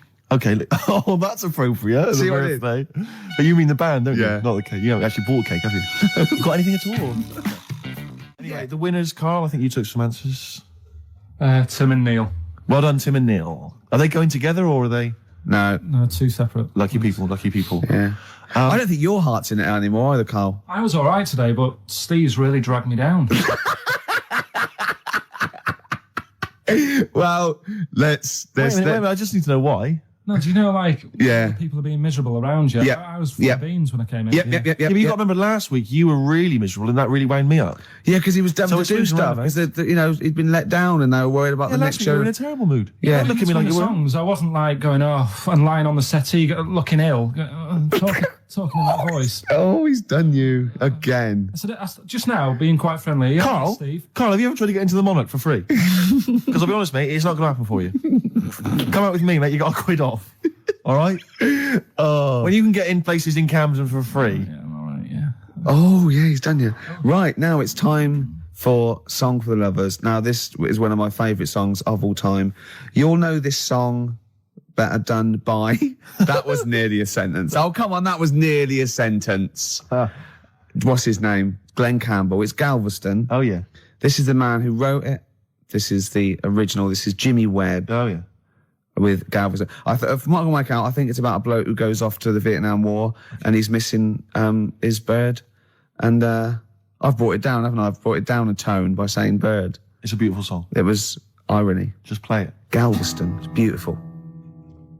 Yeah. This is the reason, because actors are often quite handsome people, but yet they're always quite obnoxious. We are. No, I mean, they're normally quite obnoxious, Rick. Again, you're a good example of that. And yet, I think it must be the small man complex. That's what makes them so obnoxious and so kind of desperate for attention. Didn't realise it before. Steady on. Because of course I tower above everyone. You do, don't you? I'm, for people who don't know, who are listening, I'm 6'7" tall. That's high. Yeah. And for people who've never seen him, he doesn't hold it well. It's not like he's a sort of handsome athlete, is it, Carl? He's a bit of a, what do you call him? Carl, don't answer. No. Don't get drawn into that. You know the game he's playing. No. Do you know yesterday when you were in the office? Yeah. You did a little move, and it reminded me of Blakey. I hate you, Gervais. I hate you, Pilkington. That's his stance. Yeah, but even he held it a little bit better, didn't he? Because he was a man, you know, he had a big coat and everything, and a peak cap. But, yeah. I can't believe you. Like, I've not suffered enough from being freakishly tall. Now, till my best buddies, live on radio, are just... It's not just height, though, is it? It's the posture and the face and everything. But it's got your places, hasn't it? No? What do you mean it's got me places? I think people give you a bit more of a chance in your career and stuff. It's like... What, yeah, stacking shelves? Because I can reach to a high level. Muse, Plug-in Baby on XFM 104.9.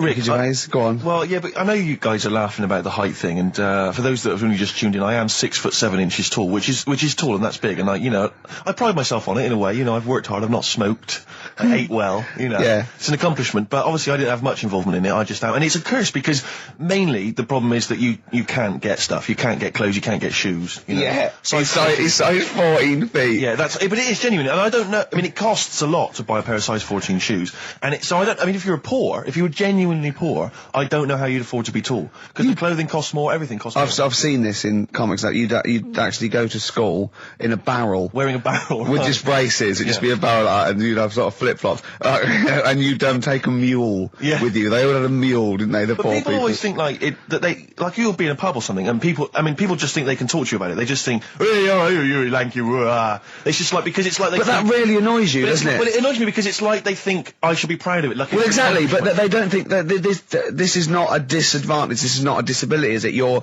taller than most people. It might get a disability. No. If you were 8'3", it'd be slightly debilitating. You would, but disabilitating. What? Disabilitating? Yeah. No, you're a medical man, aren't you?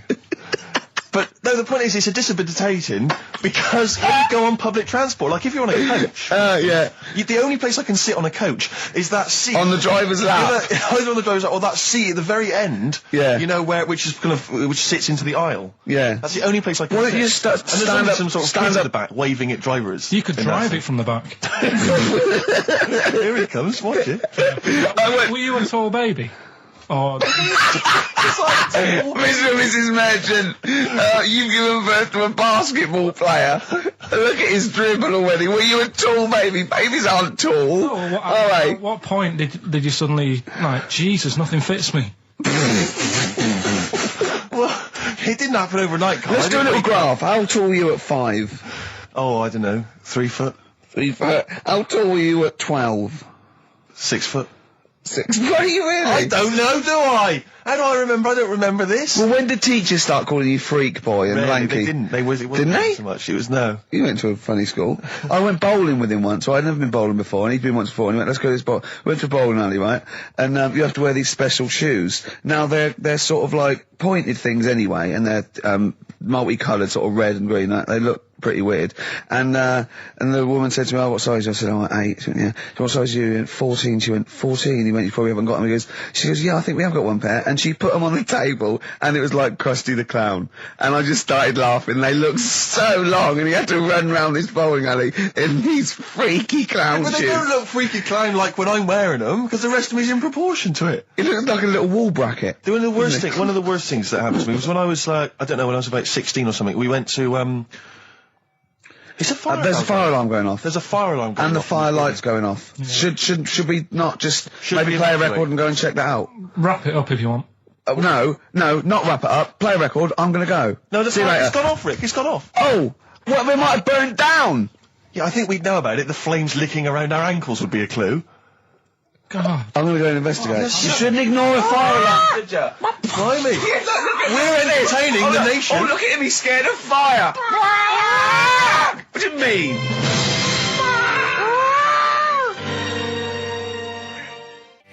Lars, and there she goes. What a great start to a show. We've had 20 minutes of some of the best banter, chatter and music and anecdote anywhere on the dial. You're damn right. High five. Yeah. Sweet, man, sweet. Oh, what are we talking about? Now, well, I love that track. It's lovely. They've got a bit of the Liverpool gene pool, haven't they? That sort of doddy.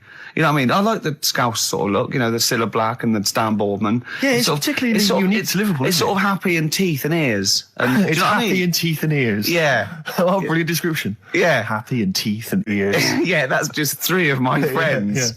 Yeah. Now, we've got a great track lined up, haven't we, Carl, that I've brought in? So I'm going to go off. Now, I'm not ashamed. As you know, me and Steve aren't worried about being part of a trend or you know, being trendy or jumping on about it. Steve particularly doesn't worry about, like, looking good or, well, you know. No, I'm saying, as a compliment, he doesn't worry about walking along like that or, you know. Well, I'm looking good. No. But I'm saying you don't mind the insults freak boy or goggle eye or. Swore off a duck's back, mate. Do you know what I mean? Or a new phrase that's been coined because of Steve's phrase, walk off a frog's back. Who's saying that? Just a lot of you, a lot of friends and that. But I mean. My friends? Yeah, a lot of the people you. See, like I say, I was looking around and there's stuff that is interesting. Right, I was looking on the web, but there's no point. Well, it's just that I found one about. What's the point? About a lad who 8 years old, yeah, but he's still breastfed. Now, I don't know if you can get anything out of that. Is that what his mum said? What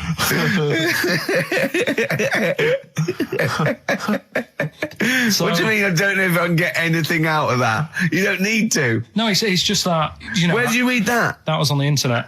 Oh, well, yeah. You're always unspecific when you mention it. It's just it was on the internet. Well, I'm trying to think what I put in. I think I put in Y to see if I'd confuse a computer. And then, go! You are... No, honestly. I did a search, put in why, and it came up with funny things that, like, why is this person doing that? Why is that? And it had a picture of this 8-year-old lad, sort of, you know, on his mum's nipple. And it was saying, you know, is this healthy? You sure that wasn't asking you that question? What? I put in why? Just to confuse the computer. Like, we go, what do you mean? Yeah. Stop it. Yeah. Oh, look, yeah. Last week, I was walking home with him, and I went, he was saying something stupid, and I went, I've got a competition for next week. Let's do a phone-in, and it's called Karl Pilkington, Genius or Fool. Yeah. Right? And he went, No. I went, why not? He went, well, it'd be confusing because they say there's no difference between genius and being a fool. They do though, don't they? No, but it's rubbish, and people say there's a fine line between madness and genius, and you know, it's a ridiculous soundbite. They don't say there's a fine line between a genius and an idiot. Well, the people who do are idiots. Yeah. So what would you do there though, just to sort of wrap that little thing up? What would you do? That lad loves his mum's milk. What are you asking me to come up with? No, I'm just... A title for the dyer. Someone emailed in actually and said, Carl, some years ago, did you die? And they took your face and transplanted it onto that of a chimpanzee. It would make a lot of sense. I've never seen you. He always has t-shirts right done up and long sleeve. I bet he's hairy under there. Yeah. I bet you are hairy because you have to shave right up to your eyes. You're one of them, aren't you? And I can see the growth, and it comes out the top there. Are you really hairy underneath? I'm pretty hairy. Are you really? Well, what's wrong with that? You're a humanzee, aren't you? That's why you're fascinated with them, and why your IQ is sort of about 80. I think you might be. You might. I don't mean there was any. I think it was a genetic sort of throwback. Well, you're pretty hairy. Look at your arms. What? Just look, give me that banana and shut up. Better monkey news that's been sent in. Right. Gareth in Catford. Right. Good work, Gareth. Basically, it's about this monkey. Oh yeah. In the jungle. Yeah. It's got a gig at an hairdresser's. What are you talking about? What are you talking about? It's got itself a nice little job going in an hairdresser's. As what? It gets people sitting down, and what it does before the people have their hair cut, that it sort of sits there, and it goes through people's hair, makes sure it's clean, and people are loving it. Right. So it's a pet monkey. It's nothing to do with it getting a gig in an hairdresser's. It's a pet monkey. It's not working at Monkey and Guy. Yeah. No, seriously, it's in there, I think it might have started off as a job and then... So what does it say? It says junior £15, stylist £35, monkey £63. So I didn't quite follow. It's in the jungle. It was wandering about. Right. Maybe it did start But it looks good, its hair looks good. Someone thought, hang on. But never, ever, you see, people make that mistake with hairdressers anyway. I always say, well, if the hairdresser's got a good haircut, go to where he's going. So, Can we just go back to Monkey News for a second? So anyway, that's why, yeah. I didn't quite follow why he's still his salon is in the jungle, or where is it? No, he was doing what he does in the jungle, right? Right. He's walking about, he wanders into the hairdressers. Yeah. Maybe they didn't have him on, like, as a job straight away. He was just there. People said, this is nice. He's sat there picking the knits. Carl, I don't know where to start. Then it's just it's the embellishment. You don't walk in. He walks from a jungle to an hairdresser's. I mean, you're an idiot. You really are. I'd love to see you try and get a job in an hairdresser. If there was another monkey up for it, you'd never get a job. So he was good at that. People said this is relaxing. Apparently, he had really nice hands, soothing, right, on people's heads. They said, let's put him on the payroll. Let's put him on the payroll. What do you mean? No, I'll give you that. Okay, this is the news item, is it? Customers are queuing up to have their hair done at a salon in the jungle by a monkey. Judy, a pigtailed macaque, has a reputation as the best exterminator of head lice in Con Cane. She is so good, some customers fall asleep under her gentle touch. Regular Amporon Chekema said, Judy's hands are so soft and gentle, I really feel I can relax. But you know that is doing what it does naturally. It's looking for, like, salt and stuff in the hair. Yeah. And knits.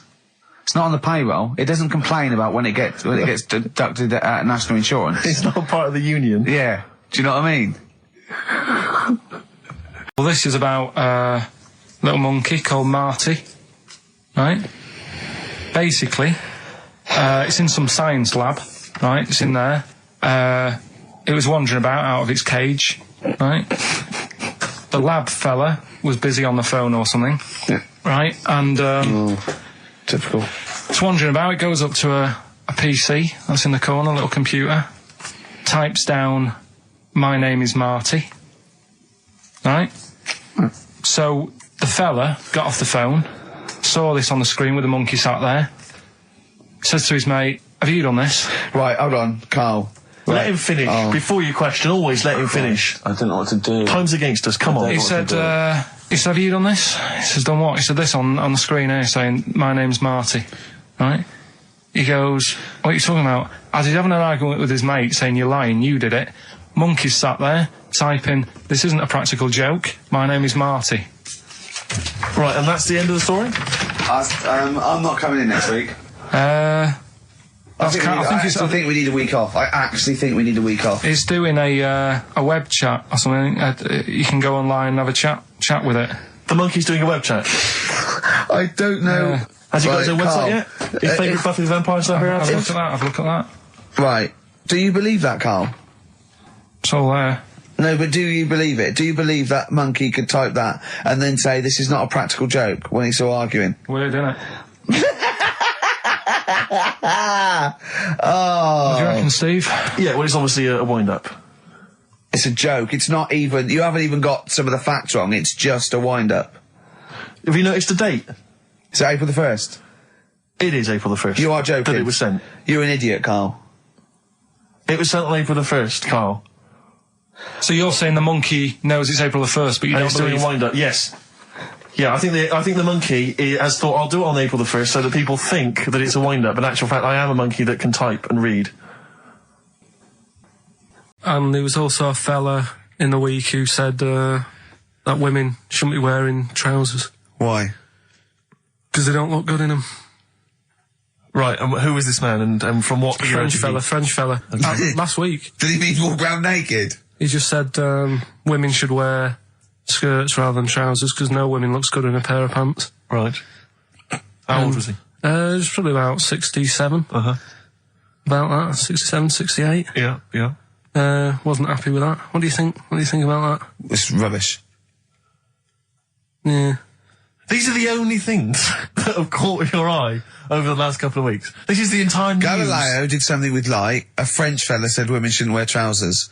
See, that to me wouldn't pass as education. But it's not education. I don't know where you could ever use that. I don't know when that would ever be applicable to life. I just like reading stuff that sort of reminds me of, do you know what I mean? If I read it and it gets me thinking, I think that's a good little piece. But, right. I mean, but surely can't you just sort of like sit near something that vibrates to keep your brain going? Or shake your head every now and again? I mean, what does this do? You mean it makes you start using your brain? But what aspect of a Frenchman said women shouldn't wear trousers got your mind working? What questions were you asking? Because I thought that's a bit daft, isn't it? Right? Yeah. Okay, it ends there with me. There's nothing else. There's nowhere else for me to go on that. He closes your mind's the still whirring. Yeah, go on. What did you think? Let's go through this. Oh, I wish we could download his thoughts. I know. Just watch it. Yeah. Wouldn't it be great, like a DVD? Cartoon. Imagine that extra footage on the Office DVD. Yeah, Carl's brain. That would be with amazing. With a commentary. Go on. Women wearing trousers and that, right? On the estate that I grew up in. Yeah. On, right? There was a woman about 4 houses down. Right. Rough. She's the one She was, or the estate? She was, right? Yeah. She's the one whose kid took a horse into her house. Yes. Right.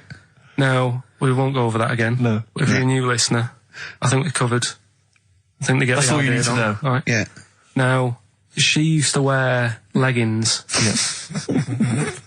Now, they're a bad idea. They are a terrible idea. I agree with you there, Carl. If you're a lady of What the colour? normo persuasion... Were they pink? No, they were sort of black, but with all bits on them. Oh, right. Do you know what I mean? What, toast and Just horse bits. droppings? Yeah, go on, yeah. And she used to, she's quite a big woman. Sure. Pauline Quirk, I think Yeah, you described her as. Looked like a light bulb when It she was is those bending kind over of in women that are leggings. attracted to leggings. Yeah, I know, yeah. They are drawn to them like a moth. Sort of flame. Yeah. She used to wear them, and that's what I remember when I read this piece. She used to work on one of those sex line things. Right. Right, she used to do that. But What, was she, an engineer? the weird thing with her was, she had big eyelids. Right. Go on. That were too big, and this is what I was thinking. What right? do you mean she had big eyelids? How big do eyelids have to be for you to go, they're big eyelids? What was she shoplifting with them? Would she come out of Dixon's with, like, radio stored in them? What do you mean she had big eyelids? It was another one of them popular things around our way. Do you know? Like, What do you mean popular things? I think They people have go, oh, I'll tell you what, they're all the rage. Can I get some big eyelids, please? No. It was just like one of them things that people suffered with. Just big eyelids. They could hardly open their eyes. What do you mean? What do you mean? That's one of them popular things around where I grew up. People had big eyelids. They could hardly open their eyes. What does that mean? What sort of freak town were you born in? You had webbed feet people with big heads. You got women with big eyelids. What does big eyelids mean? Are you confusing her with the horse? Yeah. Did she have hooves? Look, what? Just too much skin. It was like the neck of a chicken. But on the eyes. Well, what's your point? Anyway, so there's this big eyelided woman with the And leggings. that's what I'm saying to you, though. That's when I read that story with people with trousers. Yeah. I went from that. Yeah. To into a that. woman who used to have big eyelids. I still know the point. But then, and also the other bloke who had the eyelid problem was a mate of mine. Right. His dad had it, and same problem, massive eyelids. I don't know what that means. I don't know what that means. I used to say to my mum, I'm going round to Dave's house. Yeah. And Or Drew say, Pig, well, as you call him. that's all right, but make sure his dad doesn't take you out in the car, because he could hardly see. He had to have his head. He gets to tilt his head back to keep his eyes Make open. sure! Did he have a couple of matches with him at all times? Oh. What a load of gobbledygook. I know. But this began as educating Ricky. I know, So it's what, like he was people thinking, with eyelids. But it's like you're supposed to make that leap as well. Yeah. If I mentioned the trousers, Ricky will probably be thinking about people with big eyelids and women wearing leggings. Play a record, Carl. Got nonsense. Adverts. No. Oh, all right. There's this thing. I don't know the full story. I don't know how it happened, right? But little Russian fella. Yeah. He was sort of having sort of emptying his bladder, right? And Yeah. somehow electrocuted himself. Right. And sort of did a bit of damage. How did he smashed I don't onto know. some I don't live know. wires or something? Something like that. So Did anyway, it damage to himself or to an electric fire or something? no, to himself. To himself. Yeah. And so the doctor Didn't slip and curling tongs went up his arse when he was pissed, because that's happened a lot. In Yeah, we've all been hospitals. We've all shoved the old curling tongs up the arse when having a piss. right. So I can't even be bothered. No, go on, we're interested. We're interested. Come on, we're interested. Don't You give can't up. be bothered. You get Mondays off. Do some work. Right. So anyway, so the doctor says, "Oh, it's not looking good. We'll have to take that off." What? And he's like, A novectomy? Yeah. Really? But the funny thing is, right? Nothing funny about that. They've done. You're doing me head in. Just tell the story. Just doing me head in. Oh, you can chill out on Monday. I've only got 15 minutes, but I'm going to talk to you every Saturday. I'm going to get the money's worth out of this, because you get Mondays off, and I can't bear the fact someone getting away with something like that, because it's terrible. So you're going to stick this out, or you're going to have to work Mondays. So take it on the chin, right? Okay. Just finish the story. Yes. I command you. Just do it. Anyway, so they said, he said, you know, will you be able to sort me a little knob out? A prosthetic cock, yeah. Yeah. But they put him out for the operation. Yeah. He woke up. Yeah. Right, and he's thinking, oh, thank God that's over and done with. Yeah. They've only grown it on his arm. What are you talking about? You twat. Shut the you're an idiot. What do you mean they've grown it on his arm? Apparently, like, that's the way they do it. Oh, yeah, but to then put it on, that wasn't a mistake. It wasn't doctor going, does it go there? Some bloke I didn't do a degree. Are you a real doctor? Yeah, yeah. No, but why put it there? Because it's got to grow, it's got a graft there, so they can control it. To skin tissue. But on your arm. Well, But they're going to your remove it back from the arm itself. What do you mean on the back? on your back. Somewhere, well, we can't wear a t-shirt. Yeah, but you could ridiculous. have a He's in hospital. but this way you can still have a little tug, can't he? But they'll leave it there for quite a bit. It's not, do you know what I mean? It's not going to be like, oh, it's just there for a few days. Yeah. It's there for a bit. That's not good, is it? So he's got a cock on his arm. Yeah, what's up with that? What do you mean, what's up with that? Well, I mean, he could say it's a thumb or something, couldn't he? Yeah. But they remove it. Be good And for attach hitching. it down wouldn't below later. If you had a knob instead of a thumb and you went hitchhiking, just tickle it, and they can see it like a mile down the road, couldn't they? Boasting. Yeah. If I'd lost my knob, I'd go, oh, I'm not going to have all that stuff. Just whack a pair of tits on me. Do you know what I mean? I think, oh, just forget it. But why not just put it where it should be straight away instead of messing about? Where should it be straight away? You know. On the forehead. I think it was, might have been Wednesday night. I was in the pub. Phone goes. Carl goes, you watching that thing about parasites? Right. I went, no, I'm out. He went, oh, fella with a maggot in his head. Fellow with a maggot in his head. Yeah.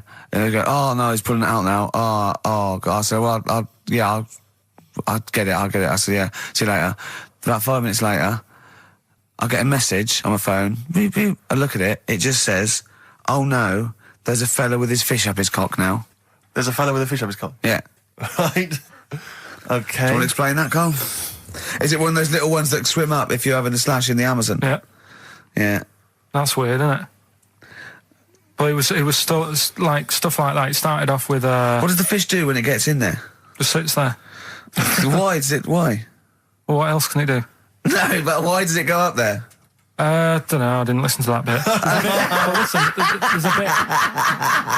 There's a bit out, he started off with a fella who, had a bit of meat and got a tapeworm inside him. Yeah. And he grew it for however long, and then it came out at the end, it was about 7 foot long. On purpose? Yeah, he did it on purpose, yeah, for the programme, right? I think yeah. Probably slimming, isn't it? Well, I was thinking that, could, you know, I mean, you're a fan of Waller, could he purposely have about 8 of them? What, Rick Waller? Yeah. It's a good idea. Because they were saying how they eat, you know, a lot of stuff when they're in you, they just eat all Well, of it. they take enough so you don't die, and nor do they, yeah. But I mean, you've got to keep taking them out, haven't you? Because you'll still have the same weight, because it's got to go somewhere. So you'll have them in you. What you got to do is, like, let them eat your meal and then take them out. Do you think worm watchers will catch on? Yeah. So anyway, so that happened, right? And then, yeah, there was a woman with a maggot in her head. A woman with a maggot in her Yeah, head? she went on holiday, it got in there somehow. And, Stowaway. it it was massive. And the thing is, she had a hole in her head, and she's there being interviewed with the doctor, like, and you can see it just sort of sticking its head out. Like, do you know when you see a cartoon with a maggot in an apple? Yeah. And it looks around like that. Yeah. Why didn't they just take it out there and then? I think they could have done, but the doctor's messing about. It's like, well, it's good for the show, isn't it? And they left it in there. Right, that's libelous. Well, that is libelous. But I found it weird. Why not just grab it? Wait. Because there must be a reason. There must be one of those medical reasons that you don't really know about, Carl. Right. And another bit. This was the best one, right? Grab it. Right. There's this fella, and he was on his bike, right, cycling to work or whatever, and he sort of sees this thing in the corner of his eye. Right? Literally in the corner of his eye. Or you mean he saw? He just said he saw in his peripheral vision. Okay, yeah. Thought, what's that? Yeah. So he thought, oh, doesn't matter, whatever. And he stops off at a cafe, right? Get a little scone, a tea or whatever. And he goes in there and he's sat down, and the waiter comes over. He says, "Yeah, what do you want?" He said, "I'll have a scone and a tea." He goes, "All right then." So he goes to get it, comes back. As he puts the tea and the scone down, his face is like, "What is that?" Right, like a look of frightenedness on his face, right? Drops the tea and legs it. So the fella's going, what? So he legs it after the bloke and goes, "What?" And he says, oh, "Something came out of your nose. That was massive." Sorry, something came out of the guy's This is all true because people would have watched it, so don't start saying it didn't hang happen. on, I just need to clarify. The guy on the bike... I don't believe he ran away. I don't believe he legged it. I don't believe he had a look of frightenedness on his face, and I don't believe he said something massive came out your nose. And I don't even believe he had a cup of tea in the scone. These are the things that I think are embellished. But who had something coming out of his nose? Was it the guy serving the scone? The one who was on the bike who ordered the scone. Yeah, but what was came it? out of his nose. Yeah, what was it? Came out of his nose. Right. So he goes home and he thinks, I've got to sort this out because it's not good and that. So he But what? No, it was out of his nose. So you mean it poked out of his nose? It didn't come out. It just said hello and then it was like the maggot in the head. Yeah, he yeah. popped his head out, had a look around and went back in. Why did the bloke drop the tea and run? Well, it's weird, isn't it? All right, so he goes home. He goes home and he goes, oh, God, you know. So he sits in front of the mirror and he's sat there waiting. This thing comes out. Again, sort of looks round, goes back in again. So he goes, oh. No scones. Right? Not interested. So he goes, I've got to sort this out. He goes to the doctors, says to the doctor, I've got something up my nose. It just keeps coming out and having a look round, going back in. Didn't say that. The doctor's like, oh, I haven't heard of that before. Right? Didn't say that. So sat there. It does it again. The doctor looks, frightened again. Runs away? Yeah. Well, he's got a look of frightenedness on his face. He had a look of medical frightenedness. He dropped his stethoscope and legged it. No, he said, I know what it was. So what? So you got a leech up your nose. He had a leech about that long. What's radio? Well, how long's that? 4 inches. 4 inches coming out of his nose. Next time it stuck its head out, he grabbed it, pulled it out. That's horrible, though, isn't it? Isn't it? You're like this. Peter the Great. You ever heard of Peter the Great? No. Okay, well, anyway, Peter the Great had his wife's lover executed. You'll love this, Carl. Right, so his wife had a lover, he had him executed, and he put his head into a jar of alcohol, and his wife had to keep it in her bedroom. Do you understand? That's every time she saw, every morning she'd wake up, and there was her lover's head in a jar. He took his head off. He took his own head off. Play a record. Play a record. She had a lover, and never mind. Never mind. It couldn't be any more concise. Mad World on XFM. We just had a text, Rick, from Andrew Barnes. He says he watched the same documentary, it would appear, as Carl did in the week. And he says here, just to clarify, the leech nose man got it up there when drinking from a muddy stream. And he goes on, one can only imagine the frightenedness he experienced. Carl. Explain to him once more what happened with Peter the Great. All right, so we've got Peter the Great. Yeah. Okay. And his wife had a lover. That's another man. Another man. Not Peter the Great. She was having an affair with someone else. Right. And Peter the Great, he found out about that. Okay. Yeah. So he sliced off this bloke's head. He killed him. He executed him. Right. You with me so far? The fella who she was seeing for a bit. Yeah, there's only two fellas involved. There's two people involved. Yeah. One's Peter the Great, the other one's not. Right. The guy that's not Peter the Great, Derek the terrible. Derek the rubbish. Yeah. Right. he's having an affair with Peter the Great's missus. So Peter the Great slices off his head, puts it inside a jar of alcohol to preserve it, and puts it in his wife's bedroom. So every morning she wakes up, she sees her dead lover's head. You'd have thought he wouldn't have wanted to remember, wouldn't you? Oh. Best bury the head so she don't remember. Well, it was a reminder so as not to put it about. And did it work? Oh, I don't know. I love that. Again, that to me is an amazing thing to do. And you go, did it work? I mean, you've got quite an interesting mind, actually. I mean, you are, in some ways, really, really bright and intelligent. I love the way you think. You're one of the cleverest blokes in some ways that I know. Dad always says I've got common sense. Well, yeah. And that's more important than knowing about, you know... But it's what you really it's like you follow the subplot, which is quite an interesting thing. Do you know what I mean? It's like you tell you a story, you'll always pick up on something that I didn't even think was an important bit. It's like you're looking out of the window all the time. So what's important about that head thing?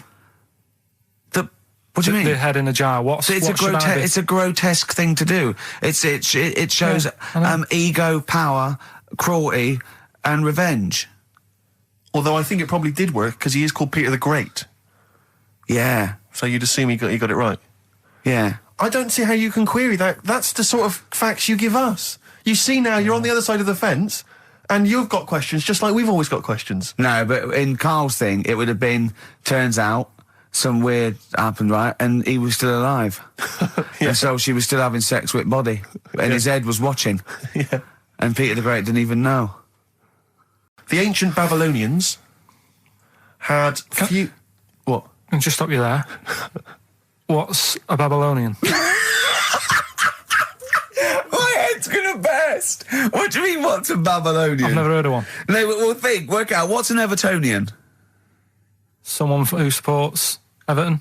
Well, or from? From Liverpool. Yeah, so what's a Babylonian? He's from Baba. Yeah, well, anyway, some people from Baba, ancient Baba, they didn't have very many doctors in those days, all right? Because they felt that illnesses should be left to the wisdom of the public, right? So if you were sick, okay, you were placed in the city centre, right? And then a passerby... Outside Baba. Outside Baba.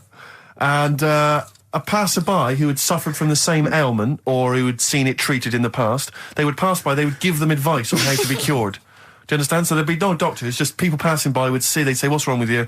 And they'd say, well, blah, blah, blah, I've had the same thing, here's some advice. And pedestrians were forbidden to pass such an individual without inquiring about the complaint and prescribing for it if they knew how to. So hang on, so there's someone ill. Yeah. It's outside the town hall. Yeah. People walk past, go, what's up with you? They go, oh, my foot hurts. And they go, you've got to do this to get rid of that. Yeah. And were they ever right?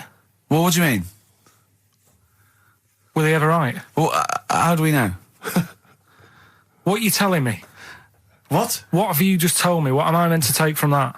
You just said strangers sort of say, you've got that wrong with you.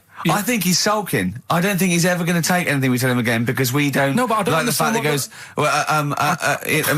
goes, monkeys can do armed robberies, and we go, no, they can't. I don't understand what the problem is. But how is that different from telling me that a Chinese woman ate dirt?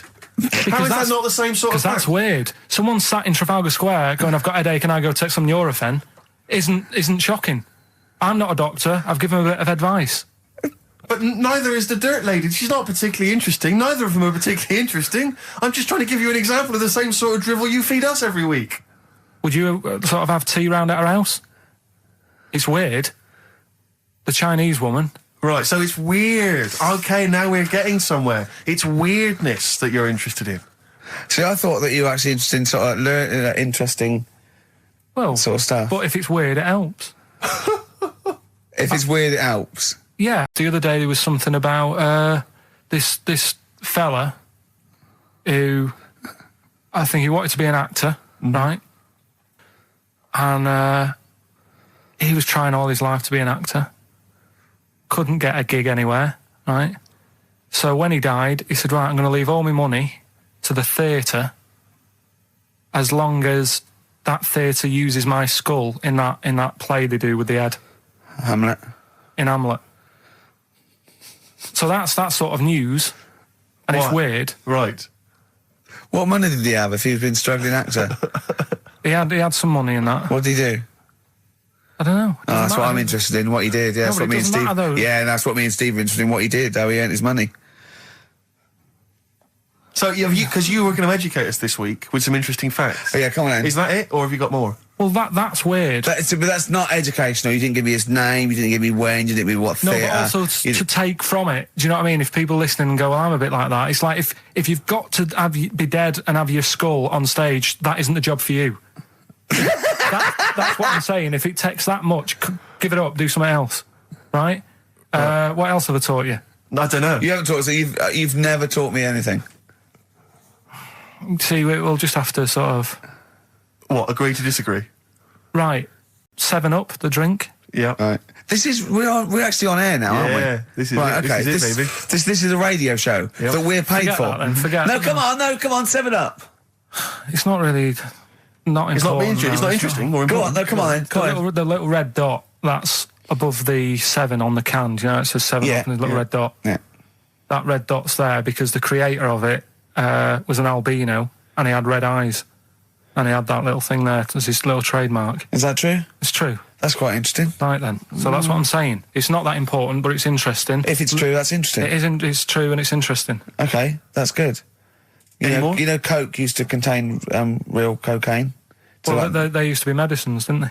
tonics, yeah. No, they were medicines. I read that tomato ketchup and Coca-Cola started off as medicines. Probably not a medicine, probably more of a tonic, because it probably a pick-me-up, wasn't it? If I had Coke in it and caffeine and sugar, and same as ketchup, probably lots of vitamin C and lots of sugar, it was probably more of a tonic. It wasn't really a medicine.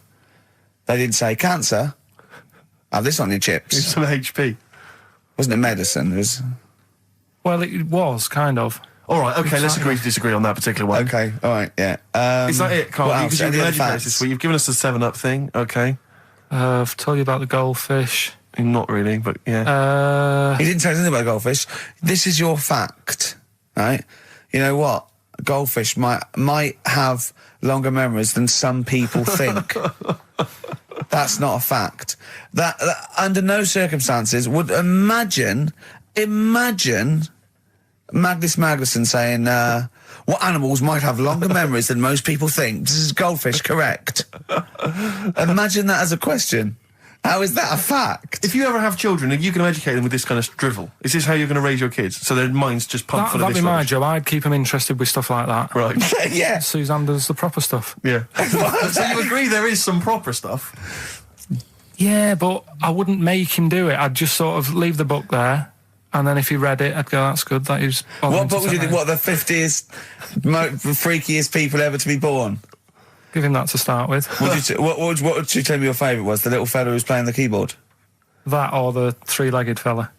Yeah, okay. So he's learnt that. That's the first day at school. What would you teach him the second day at school?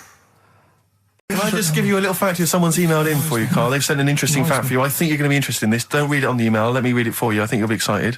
An interesting fact from Carl. That's from Toby. He says, Attila the Hun punished some fella who annoyed him by cutting off his arms and legs. You'll love this. And stitching his arms back where his legs should be. And vice versa. Look at his face. Look at a little smile that's just cracked on his lips. That is the kind of fact you've been waiting for all day, isn't it? So go on, again, so... Attila the Hun, right? Some guy he didn't like. He cut off his arms and his legs, and he stitched his legs on where his arms should be, and his arms where his legs should be. Look at him looking at his body, trying to picture it. Yeah. I'll let it sink in for a little while, then I'll ruin it for him. Carl, what are you thinking? I'm just picturing it. Right, he would have died. It would have been tokenistic. There's no way that person could have lived through it. So it was just for Attila the Hun's fun. He probably put him on a stick outside his gate or something. There's no way in those days that he could have gone through complete limb amputation and... So would he have wore a jumper for pants? Yeah, yeah, this is a question. I was discussing this yesterday. This is not a bit of shit. This is not a joke. I genuinely have always been slightly perplexed, and we were discussing it last night. The notion of the birds and the bees. Yeah. I don't mean, you know, the birds and the bees. I understand how, you know. Why they use the birds and the bees? Yeah, because, well, you see, I always, as a child, I never, no, I assumed the bees were having some kind of relations with the birds. No. So what is there anything to do with the birds and the bees, or is it literally, you know, just like a euphemism? It's just, the birds and the bees. No, but they... Do the birds do anything with the bees? No, not at all. It was where they just take them out, it was where parents used to sidestep the issue by saying things like, you know, when a lady blackbird and a man blackbird, they meet, right? They make a little nest. And then because they're in love, they have an egg. Yeah. And that was it. I understand that. That makes sense. But why the bees? Why the birds and the bees? Well... Probably, I don't know. I don't know. You see, within nature, forgive my ignorance, within nature there is no relationship between bees and birds, is there? No, not at all. No, not at all. Nothing's going on. But probably what it was, if the parent found it hard to say, you know, Daddy puts his penis at Mummy's vagina, it was much easier to say, like, in the insect world, billions of them queue up and just fill the queen with spunk for about a day. Sure. You know, thus avoiding the embarrassing intercourse. Exactly. That's what I think, Carl. What do you think? Were you talking about the birds and the bees? Did anyone bring that up with you? No, it was just in that class, wasn't it? When they put a video on. That's what we had. No, we had a film. And they just said, I watched that. And then... what film, though? Basic Instinct? It was just like, you know, two people. And all sat round the telly and watched it. One girl fainted.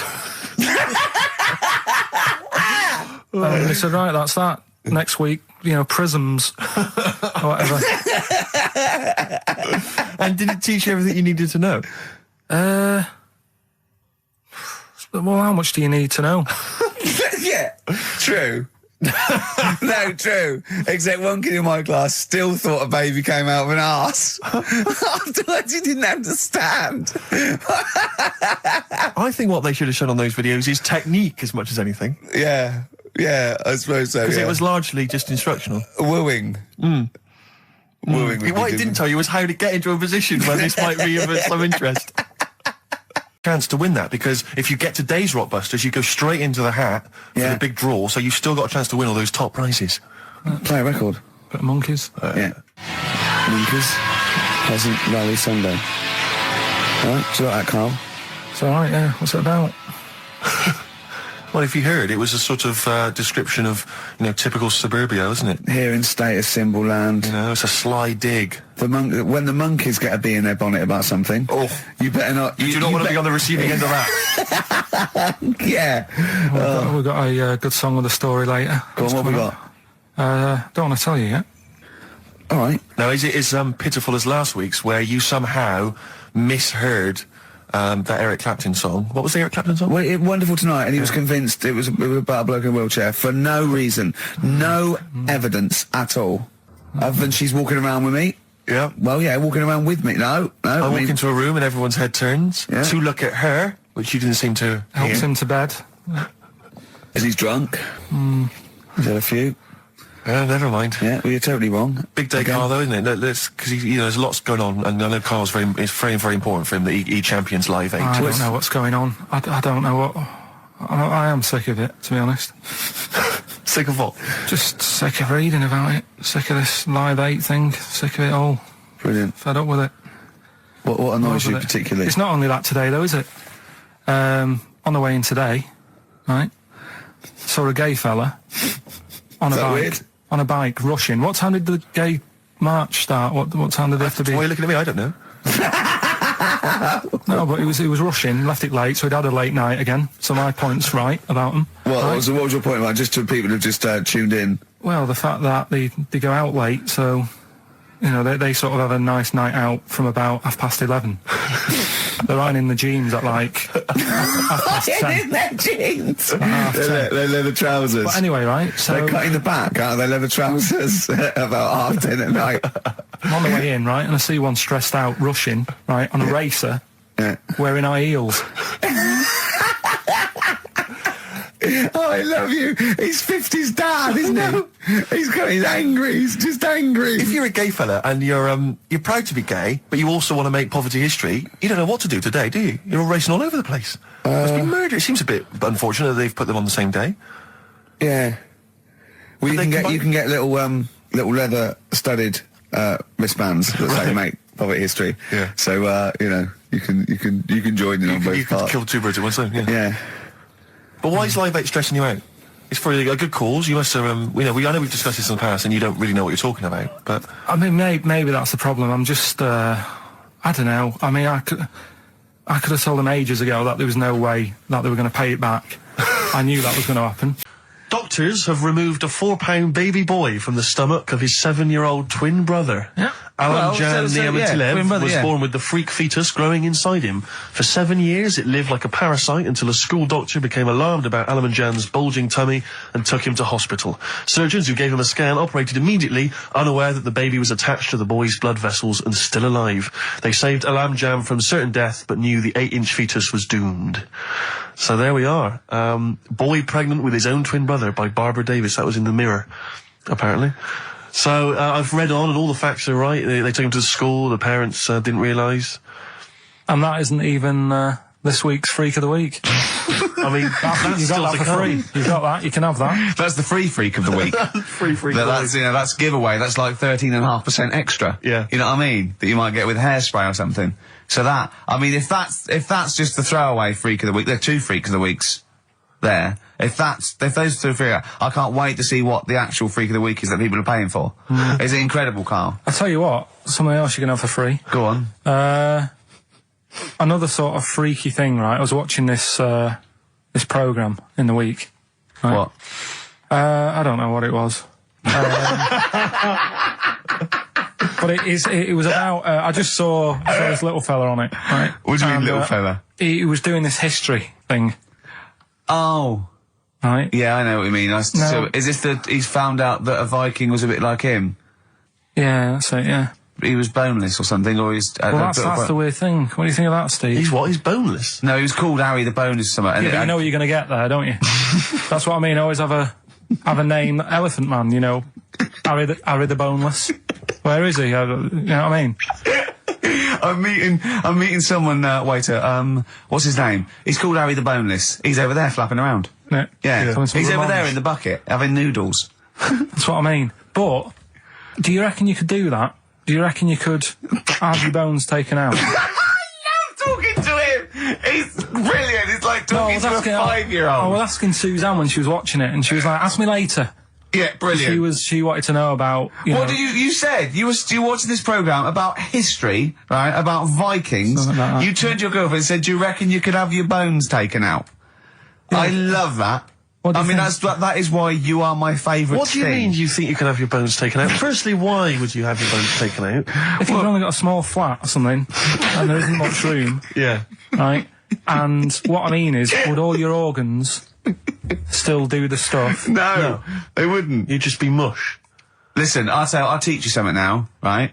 The skeleton, right? Spam. Yeah? Support, movement, anchorage. No, support, protection, anchorage, movement. Spam. That's what the bones do. Yeah? You couldn't stand up.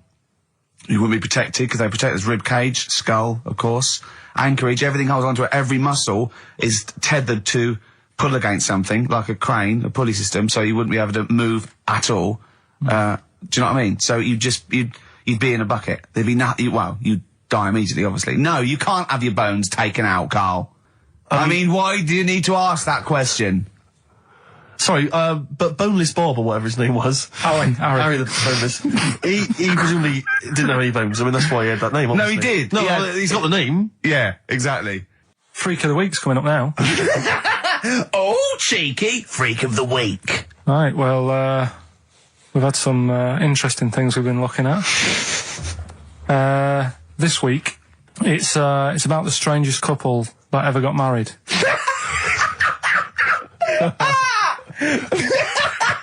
and we've had 2 sets of chimps, so it's stranger than that.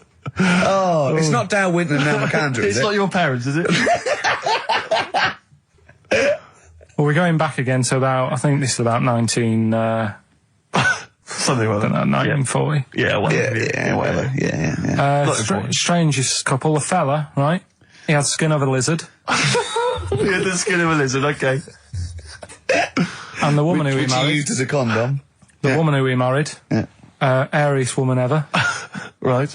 And that was their act. They used to tour the world, and they'd say, it's like, a couple who've met, they're having a great life. Let's get them out on stage, here they are. And they'd What do you mean out. he had the skin of a lizard, first of all?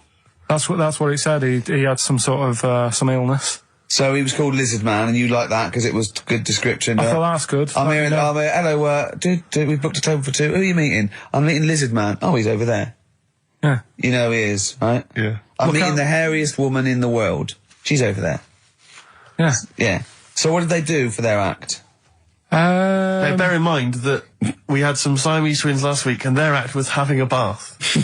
yeah. So I hope it's an improvement on that. What did Lizard Man? He came out and ate some flies, did he? I don't really know. I just think they stood there on that. Yeah, when you read this and it goes the most interesting fact ever, Lizard Man, and you go, that's enough. That's enough. I can extrapolate from that. Well, straight away I start thinking. I'm thinking, right. I wonder if they got the wedding photos. Right? And then, like you said, that they had a kid. Oh, what would that be like? Exactly. It'd be like an ostrich, wouldn't it? It would sort of like. That's what I was thinking. What did you think it would come out like, the baby? I didn't think what that looked like. I just was thinking, parents' evening. Do you know what I mean? You wouldn't want them coming up to the school, would you? So little Johnny, who starts off relatively normal, he's quite good at, he's good at nature, isn't he? And his mum and dad come into the room and they'd be looking around, wouldn't they? Well, it's always like that thing at school when, like, you find out your mate's mum and dad are really old. Right, Have you ever seen that? Yeah. When you go, your gran and granddad bought you? Yeah. For mum and dad. Yeah. And you go, oh. It is weird. What's that we're talking about?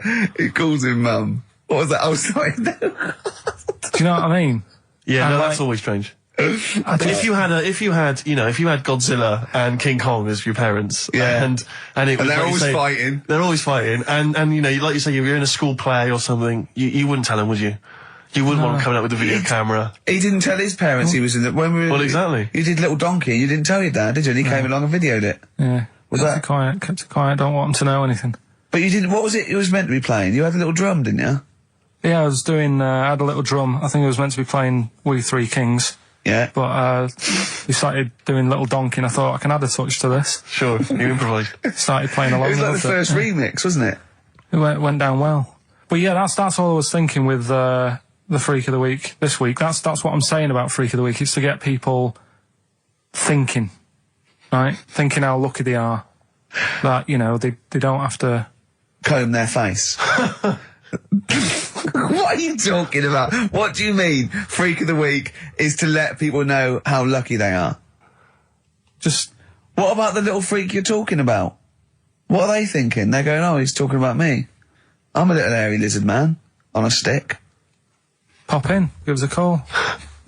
That's what I'd like to do on a TV programme. That's what I want to do. I want to go and, meet these people and say, right, let's just go shopping. Let's, we'll film what your normal day's like. Yeah. Let's pop out. Nip into Sainsbury's or whatever. Yeah. Buy a comb. Park right up close to it. You know what I mean? Yeah. So what you're saying is you just want to get a little message out there, which is that there's always someone worse off than you. Well, there's proof of that in this room. You know what I mean? Oh, Carl, when's your train? In a minute, I'm going to get going now. I'll see you later. Thanks, Carl. Brilliant. What are you playing? You can play a song? Kirsten McCall. Yeah. I'll see you later. Here's a bit of science for you. Go on. Right. Read the other day. Yeah. If you dug a big hole, right? Oh, God. Started digging, say in, wherever, Trafalgar Square, right? Yeah. You dig a big hole and you keep digging. Yeah. And you go right through the earth. Right. Out to the other side. Yeah. So you're somewhere in Australia or something, right? Yeah. And then you come back to London. Right. Stand next to the hole, jump in it. Apparently, you can jump through the world in 42 minutes. It's interesting. But then I was thinking, will you fall? And then when you come out the other end, would you fall back again? Well, yeah, you would, wouldn't you? What would happen is you'd accelerate, 10 meters per second to the center of the Earth, but you'd have such inertia, you'd nearly go as far out the other end before it was like a bungee jump. So you'd nearly get as far as the other end, and then you'd go back again, and you'd keep going until back and forth, getting further and further away from making it until you went sort of back and forth in the center, and then you'd stay still in the center. Have you drilled a hole through the earth? Get in touch. Email xfm.co.uk and just let us know how you got on. Did you get to the other side? Did you get to Australia? Did you buy... I'm a little bit concerned about your toilet discussion. What exactly is your point again? I was just a bit bemused. See, it's a tricky one. All I'm saying is, right, there I was at the pub quiz. I go to the toilet, not thinking about anything. I try to go, right? There's a little gay fella next to me. I love this little gay fella. Now, the weird thing is, there's nothing stopping him having a little glance, right? Because he's allowed in the fella's toilet. Yeah. Now, I'm not allowed to go into the woman's toilet and have a little look round. Right. So all I'm saying is, should they have another toilet area? What, for gay people? Yeah. And so this would be gay men and lesbians? Is that going to complicate things? Well, I mean, I can only assume. I mean, to what point? I'll ask you a question, right? If you're intimidated, that's a shame. But you know, most gay men aren't looking at your knob. You know that. What do you mean? I can only say that 99.9% of gay men who use a urinal standing next to what they assume is a heterosexual man aren't looking at his knob. And what they're doing then? They're emptying their bladder. No, but the thing is, I can't talk. You're saying like, you know, about would you have one toilet for lesbian women and gay fellas, right? Well, does that mean? Yeah, would it be mixed? Would it just be? Would it have a man on one? That's heterosexual man. One little picture of a woman, other, and then what? What would the little icon be? A man and a woman. A man and a woman. Just having a chat. Yeah.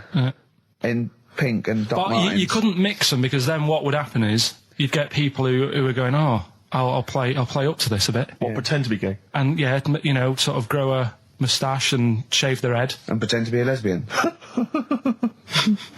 Right. Yeah.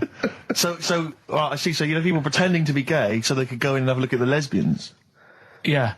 Right. So that would mean that we need 4 cubicles now, would we? Yeah, no, this is fine. 4 cubicles. So every pub now... How many toilets do we need at Every the moment? pub's now got 4 toilets. Oh, Carl, bisexuals. Yeah. Now, interesting. Bisexuals. How many toilets do we need now? Call the council. Do you use any? Huh? No. No, because they're interested in everything, aren't they? Because the little bisexual fella will be looking at your knob. Right. With them, what you just have a door... You open it, and there's one urinal there, so you can't get a queue. They have to sort of wait. I just thought that. Well, why can't there just be a thing between the urinals, so no one can look at anyone else's knob? Wait a minute. Just to go back to Ricky's point, what stops, even if we've got the toilet for gay men, what stops the gay men who want to have a look at your willy going in the regular toilet and pretending that they're straight? Most men don't wear gay across their head. Exactly. They don't have a tattoo. There's no branding yet in the British House where they have to declare. So we're going to have to expand this. So we've all got to carry identity. Do you know you can see a gay, can you? Coming a mile off. No? No, I'll just hold it in next time. No. Can you tell gay men? Do you know a gay man? I'd say probably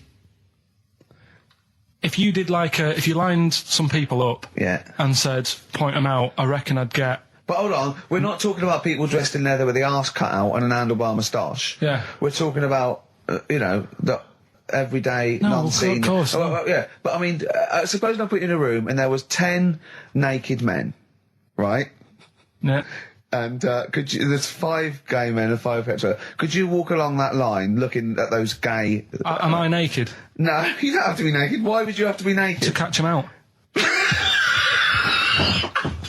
a record! How would you catch them out? No, don't go into it. Don't go into it. Don't go into it. Play a record. I was telling you about the woman over the road where I live. The one that walked around naked? There's a woman who walks about the flat naked, This is when Carl was watching a woman naked, then she looked at... saw him looking, so what he did, this is the genius he did to get out of this, he pulled his pants down so he was naked too. His girlfriend comes in and goes, Carl, what are you doing? He went, I can't tell you now, but don't look out of the window. Yeah, go on, sorry. That woman, she's bought some blinds.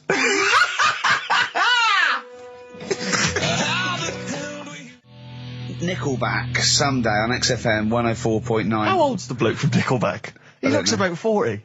It reminds me of, you know when a kid's made up at a fete to look like a lion? Yeah. Do you know what I mean? It's like with the Wizard of Oz lion. Yeah. But, you know, good tune. I'll be controversial. I think rock rules the world again, Steve. Well, I would hope so, mate. Do you know what I mean? Are we going to hear some rock later in the show? We're going to hear lots of rock. In fact, I might even play a little bit of Rainbow. Blimey. Just to, you know, rewind. We've got the darkness, but Sure. I want to remind them where it all came from. Yeah. You've heard the Liz. Yeah, yeah. You're going to hear the bow. Cheers, mate. Thanks for that. No, just high five. Yeah. So, Carl. Yeah, keep it real. Here we are then. Oh, Back. incidentally, before we carry on, I just thought, it's weird, I was reading some of the fan emails and stuff we've got, and one of the things a lot of people like, it divides the listeners, is your laugh.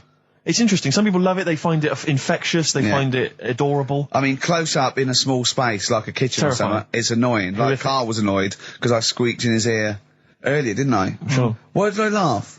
You on the toilet? I think I squeezed his head again, didn't I? And he said, no, it's not 1 o'clock He doesn't yet. like the squozing. The squozing head. But it's the squozing one. The funny thing is, right, we were out a few weeks ago with a mate of mine, right, and he went to squeeze me head, right, give it a squoze. Sure. And I was like, don't do that. You know I don't like it, right? And Ricky said to me, mate, yeah, he doesn't like having his head squoze. As if it's like Marmite. As if some people love it. Yeah. And some people hate it. Sure. Yeah, okay. Well, anyway, there was a little taster of the laugh. That was more the kind of deep, throaty laugh, the belly laugh. But there's that kind of high-pitched squeak that you do. When I've got to get air out quickly. Because I'm going to burst. Sometimes I laugh so much that my liver and all, they try and get out to it. So I have to get it out really fast, like a siren. Right. Do you know what I mean? Is that how you explain the fact that you're quite fat? Yeah, that's just laughter waiting to come out. Every time you laugh, you become a svelte young thing, like Brett Anderson. Oh dear. Well, anyway, it reminded me of the game that you and I used to play in our very early days of XFM, when it was literally Make Ricky Gervais laugh. Make Ricky Gervais laugh, which was a great game. I remember the first one. It was that fella drinking a pint of beer. Yeah. I remember the very first time. I tell you what, it's not great. Though? Ant and Dec do it now. They actually, it's very similar to Make Ricky Laugh. It's called Make Ant Laugh. Interesting. So many of our great ideas have been stolen. Yeah. Or stoled. Stoled, yeah. And anyway, I was looking through the paper in the week, and there was a picture which which I think might be a Ricky Gervais, Make Ricky Gervais laugh. I don't know. Again, obviously it doesn't really work for the listeners at home, but I'll try and do my best to describe it. Can we stop saying my name, because it's like a Dave Gorman project? Can we just stop? Let's say a word often enough, it doesn't mean anything. Yeah. Let's stop saying Ricky Gervais. Well, what we're going to refer to you as. Alright, well, Make Fatty Laugh is a new game. I'm trying to get one of those squeaks of a laugh. I'm concerned because I know. I'm not a monkey. I'm not sure, you're not a performing monkey. No, okay. I know that. Right. But anyway, let me just briefly summarise the story for those at home. Okay. The headline was Mum 48, a mother of 48 seduced boy of 14. Well, that's not funny. Not her own boy, obviously, but a neighbourhood child. I don't think it's a funny story so far. He said Grand Lana Allen, 48, led him upstairs and undressed to her waist, then took his trousers off. Okay, bear that in mind. This is a quote from him, right? Bear in mind, he's a 14-year-old boy, he's quite excited about this. He says, then we had sex, it was every boy's fantasy. Alright? You're going to show me the picture of her now, aren't you? So it's a picture of her. Oh, this is not... Bear in mind... This is... Okay. In his own words, Rick. Right. In his own words, this was every boy's fantasy. Okay. Here's the picture. It's a silent laugh.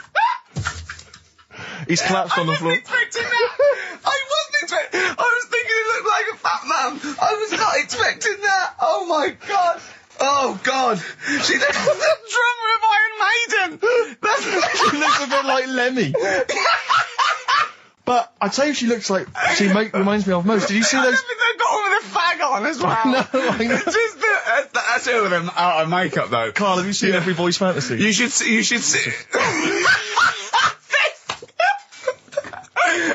Oh, God! Oh. Have a look, Carl. Oh, God. How old is she? 48. Oh, God. Oh, 48. That's lovely. Nothing wrong with that. I'd say if you don't know if you weren't lucky enough to see the picture, she looks just like the oldest man in the world. His photos on in newspapers and on the web for a while. He was about 135 or something. Carl. Look. It's, Carl's got a theory that Chinese people don't age well. This man was a Chinaman, right? And he was 120 or something. Yeah. Did you see a picture of him? Yeah, he's still alive. No, he's not. No, he's not. He's died at 120. So he said 120 or something, but makes you wonder. What makes you wonder? Well, because they don't age well. I think he's using that. He's probably about 37. Oh, God! Honestly, we walk down the street, right, and we see an elderly Chinese person. Yeah. Right? And, kind of go, I just think he is. Yeah. Like, it's not... I don't understand. This notion that Chinese people don't age well. I don't know where this has come from. No, I mean, I'm not having a go. No, right? I never want anyone to think I'm like having a go at them. But they are really good looking and they're healthy and that. Till they're about... I've never seen one, right? Can you tell me if you've seen a Chinese person who's about 30? It's either 20 or 50. There's no middle ground. This is what I came back for. This is 2 hours of absolute drivel from the brain of Karl Pilkington. Let me just check something. So the Chinese gentleman who died recently was 130. Your theory is... Sure. Your theory is that he's maybe in his late 30s, early 40s. Yeah. This is an elaborate conspiracy on his part, because obviously whenever they talk about the oldest people in the world, it is always a Chinese person. Yeah. Invariably. They do, yeah. I mean, they seem to win that every year. Go on. So your theory is that in those small backwater villages in China... Ross McWhirter comes to a little village. They go, the Guinness guy's on the way. He goes, well, until recently, the oldest person in the world, how old are you? And they're so embarrassed, because they think they look about 120, they go, 120, they go, really? Yeah, can I have his birth certificate now? In fact, I think this Chinese bloke it wasn't verifiable, the conspiracy, because he didn't have his paper. I said, listen, I used to run the desk in the old days when I was like, I used to press the buttons and run the desk and everything. And now I said, listen, I've been on the telly, I do not press my own buttons. And Karl said, well, I don't really work weekends. And they went, well, you do if you want to keep your job. Absolutely. And we were lumbered with him. And then we discovered that he's not just a little dork, a little manky sort of idiot. Sure. He's got nice shirt. He's got, you know what I mean? He's got something else. Absolutely. He's got He brings another dimension, yeah. Yeah, and he started having a little chat, and we discovered that he had quite a lot to say. Well, I think you're absolutely right, and I think I was wondering we should maybe play another tune, but after that, I just think we should re-familiarise our radio audience with Karl, and any new listeners, just somehow going to let them get to know the real Karl again. Well, if you are new, you'll find that we like some old songs, some new songs, some chitter-chat. We get serious sometimes, there's some tears and some laughter. Yeah. We kicked off with Oasis' new one, Little by Little. We're going to go back in time now to Iggy Pop and his Stooges with I'm Bored. Coldplay and In My Place on XFM 104.9. I'm Ricky Gervais. With me, Steve Merchant. Hello Steve, there. Lovely to be here. Yeah. Karl Pilkington there, pressing the buttons. Great to be here. Yeah. How long can you maintain it?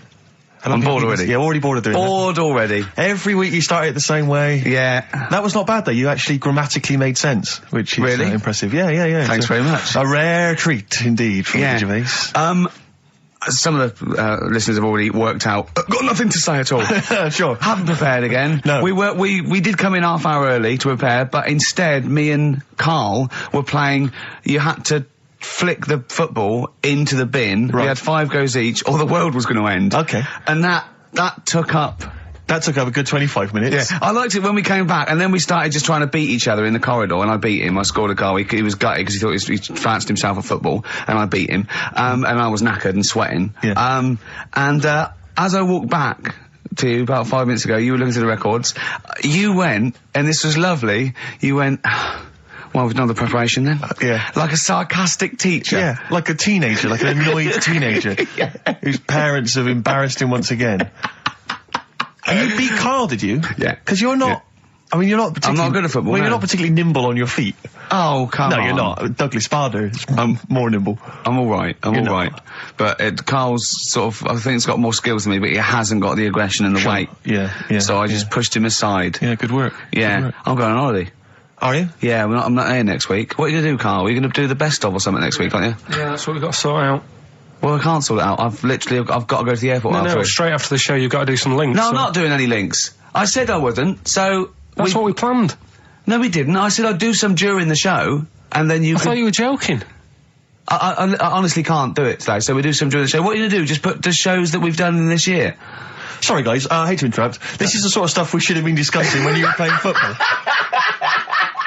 I know. Play what are you going to play? Let's have a bit of Foo Fighters. Okay. Let's just discuss this off there. Okay. 104.9 XFM. You alright? This is Carl, producer of Ricky Gervais and Steve Merchant. They're not about today. Ricky's on holiday. Steve couldn't be bothered. So I'm left here with all the DATs. That's a digital audio tape of all the shows they've done since they've been here over the last, I don't know, year and a half or something. So we'll play you some of the best bits. Alright, so here's the first bit. I just wish we could maybe tape the bits we're not on air, just because that's when Carl comes into his own. Yeah. He just said to me, I don't know what I was doing, I was sort of like pottering around, dancing around, doing something annoying probably, and he just looked at me, and he was looking at me, and I looked back, and he went, have you ever used a Y-front properly?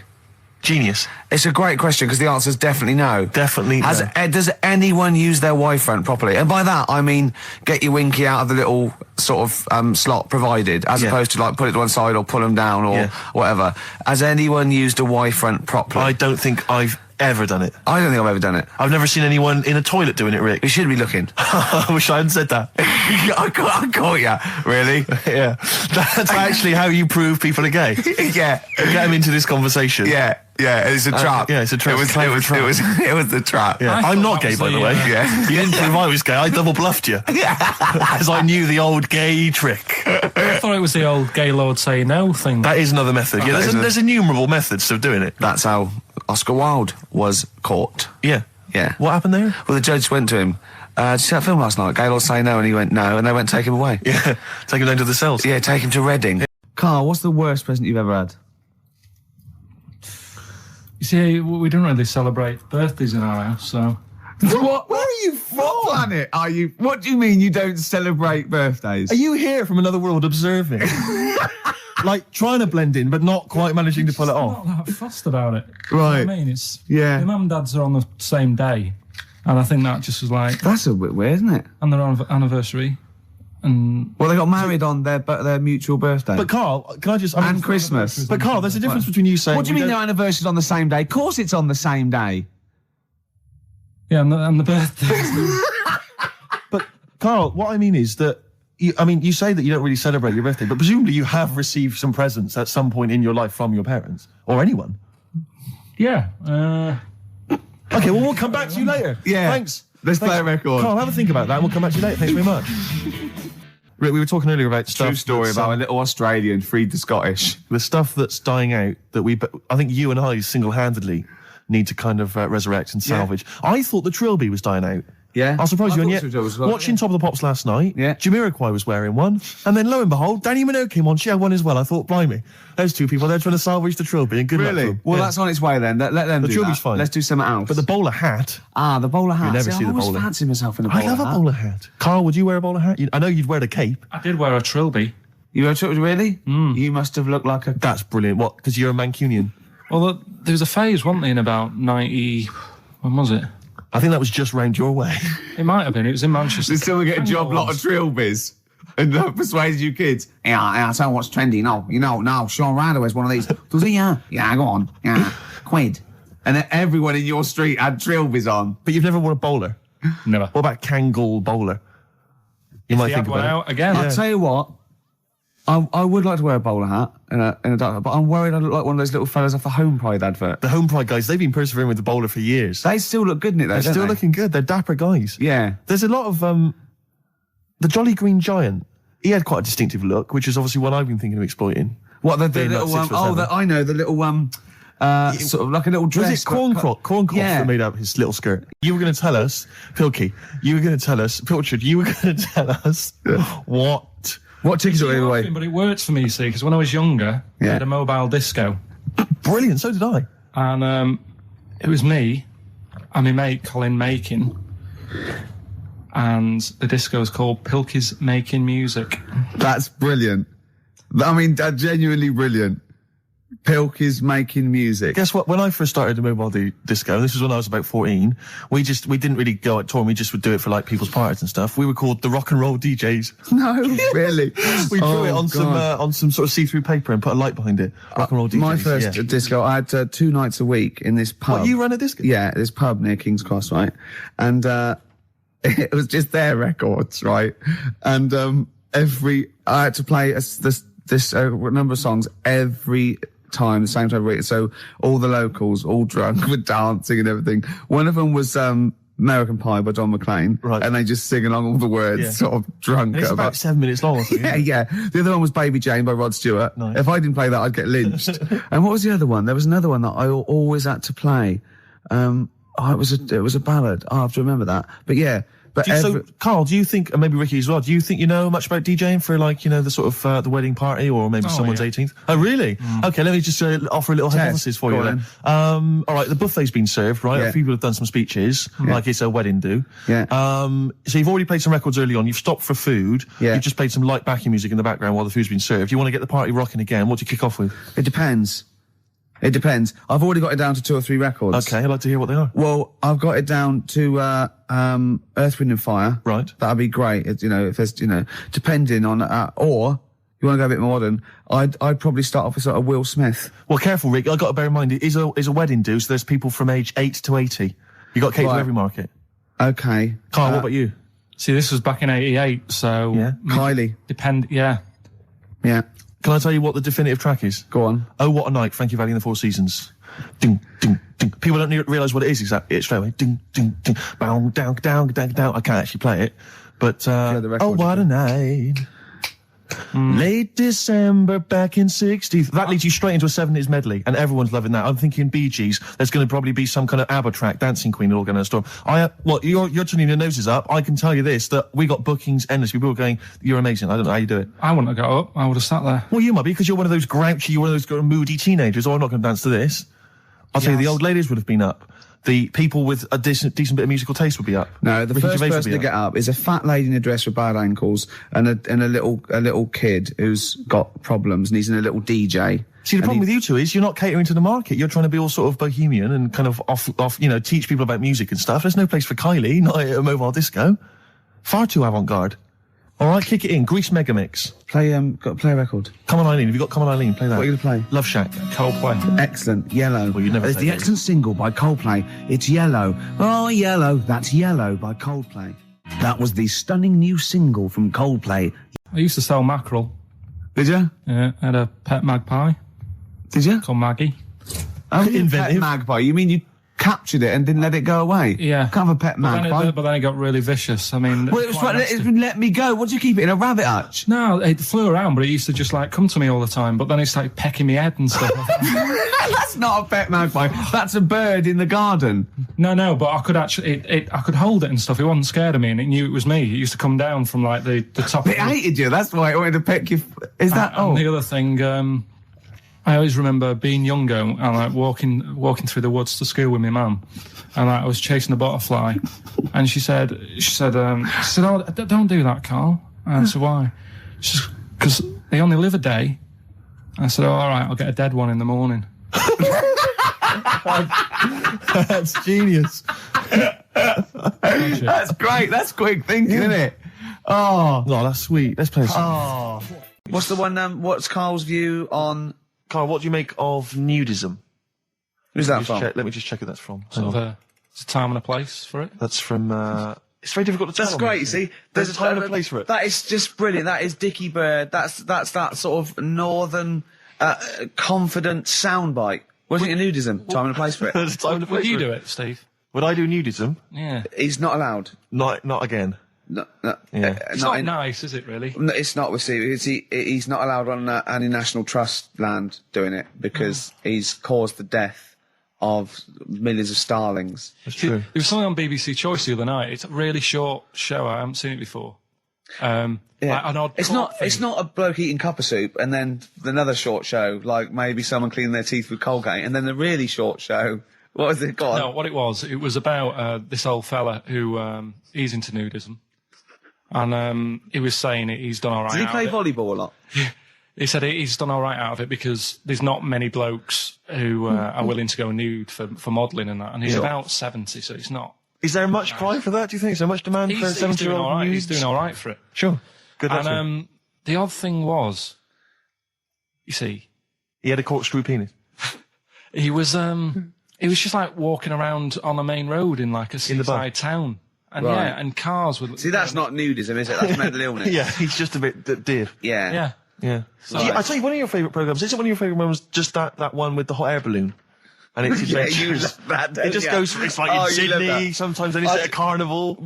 His favourite programme when he was little, he used to watch it for hours, was that little girl by a blackboard with 2 toys. Yeah. He used to love You that, didn't enjoyed that, didn't you? You weren't raised as an experiment and you escaped from a laboratory. You had regular upbringing in Manchester and that. Yeah, I didn't go to school much because my mum and dad had a caravan. Right. And No need, is there? No need when you've got that sort of fun at home. I used to just go away for weeks. Really? Yeah. Is that true? Yeah, honestly. Where'd you used to go? Port Maddock. But And so you didn't go to school much? No, I did, but not as much as everyone else. no. How many holidays were your parents having? What was their income that they could... No, my dad used to work nights, and he used to travel back, because to Manchester from Wales, it wasn't that far. And Manchester to Wales? He used to do 4 on and 4 off, so me and my mum were like loving it. But what Port Meredith? Port Maddock. Port Just Maddock, down the road from Port Merion, where they filmed The Prisoner. right? Oh, so that's cleared up for me. Location-wise. So what did you do then? You were in this little 2-berth caravan on the back of a Cortina estate. Right. Well, what was it? What was the car? I want the. What was Granada, Full Granada. Full Granada. What we talking? 1980. Yeah, 82, 83, 80, right? 84, 85. Okay. And you in the car down there, park up. Yeah. What was it? What was Port Meredith? Port Maddock. Port Maddock. Remember Ruth? It's just, Oh, yeah. it's just a holiday camp. Yeah. And had an arcade and a beach. I was loving it. Yeah. But, so of the 52 weeks of the year, let's assume, I don't know how many weeks you take off normally for holidays anyway. Let's just say, I don't know, you go to school 45 weeks of the year maybe? Generally, most kids? Nah. Bit less. Bit less than About that? 42. How many weeks would you say you actually spent in school? Well, how many weeks do you have off for summer? Well, we'll work that out. That's what About I mean. 6 off for summer, about 3 for Easter, about 3 for Christmas. Put it this way, I'm surprised I'm not Welsh, to be honest. Right. So there was there more than was in Manchester. Did the school authority not come and check you out? No, they didn't. Didn't get Manchester, I suppose they didn't care, do they? Not really. Yeah. They're lucky you turned up at all. Why did you just turn up for the last day when you could take in your best toy? Did you know that when you could take in any game? Just play with everyone else's. Why, I break my stuff. Sure. Yeah. Yeah. No, that's a good Well, this point. answers a lot. This does answer a lot. The fact that you spent most of your time on the beach as a kid. Teachers were no good at my school. We were talking about it yesterday. About So you were teaching them a lesson by going off in the summer. Yeah. Anyway. And did you go to university? No. No. Did you go to sixth form or college? No. When did you leave school? When I was about 15. Right. What, you just went on holiday and didn't come back? I just got a job early, didn't I? Cause Where was it? Port Maddock? Getting there. No, I was a printer. BM Print in Trafford Park. Well, that's great. That's a little interview there. Yeah, little next, I'll be interviewing Steve Merchant. What are we playing next? Bit of elbow. Oh, this is fantastic. This is Elbow. Elbow, Asleep in the Back. I think that is absolutely beautiful. I think Elbow are my favourite new group. We've sang their praises many times and they never phoned to thank us. Should they? Yes. Do they? Annoying. Really? Annoying. No, they're doing a good job there. I wonder if they found their lyrics. Because I also wanted to write a song from them, didn't I? They didn't take me up on that either, Steve. I'm not sure I'm so keen on them now. Carl, can I have a Jaffa cake? Because I've just found a lump. I think. You don't mean me, do you? No. All right, good. Thanks. Steve. Now we interviewed Carl there. I think we've learned a little bit more about Carl there. You did, yeah. And I'm going to interview Steve now, Carl, because I used to be. You concentrating? Don't put it all in at once. Carl, chew. Chew before you swallow. Careful. All right. I used to suffer with that a lot. What? Not chewing. The amount of times I nearly died as a kid. What? Forgetting to chew. Choking. Sure. Mint Imperials. My mum stopped Drinking them with water. She'd have to hide them. He's coming out of his shower, isn't he? He's happy Saturdays. He's miserable all week, and he's happy Saturdays, isn't he? Oh, look at him. It's like we get him weekends. Yeah. And he's just happy because we sort of spoil him, don't we? And he has Jaffa cakes and everything. We let him on the radio. He has to go and live with his stepmum again in the week. Oh, no. They're the ones who listen. Oh, really? Yeah. Your girlfriend does, doesn't she? I imagine. She's been away for ages. I know. I imagine she just switches off after a while. But we love you, don't you? We're excited. We talk about you in the week, and we think you're great. So don't just think we're using you as cheap comedy material. I hate you to think that, Carl. Right. Carl, what? Don't you like us arguing? Is it like mum and dad arguing? Do you get all... It's a bit like that. In the caravan? There was nowhere to escape to. Oh no, rattling round. Did you make any friends when you were down on the caravan site? Yeah, a lot of people from Birmingham were there. What kind of pals did you have? What were their names? I can't remember, it was years ago, but they all had rich parents. Right. Like, they had, their own car to drive around the campsite on and all that. Right. Yeah. So their own fence. So I'd have a go. And, but they were mates, and you saw them every year, did you? Or every 3 weeks when you went down there? Yeah. Oh. You didn't keep in touch with any of them? No. I'll admit now, I went to the same place in the caravan for about 6 years running. I went to a place called Riverside in Bognor, because someone round the corner from us had a caravan, two-berth caravan. Me, my mum, and my nan. I think I'm really lucky to have had it, really.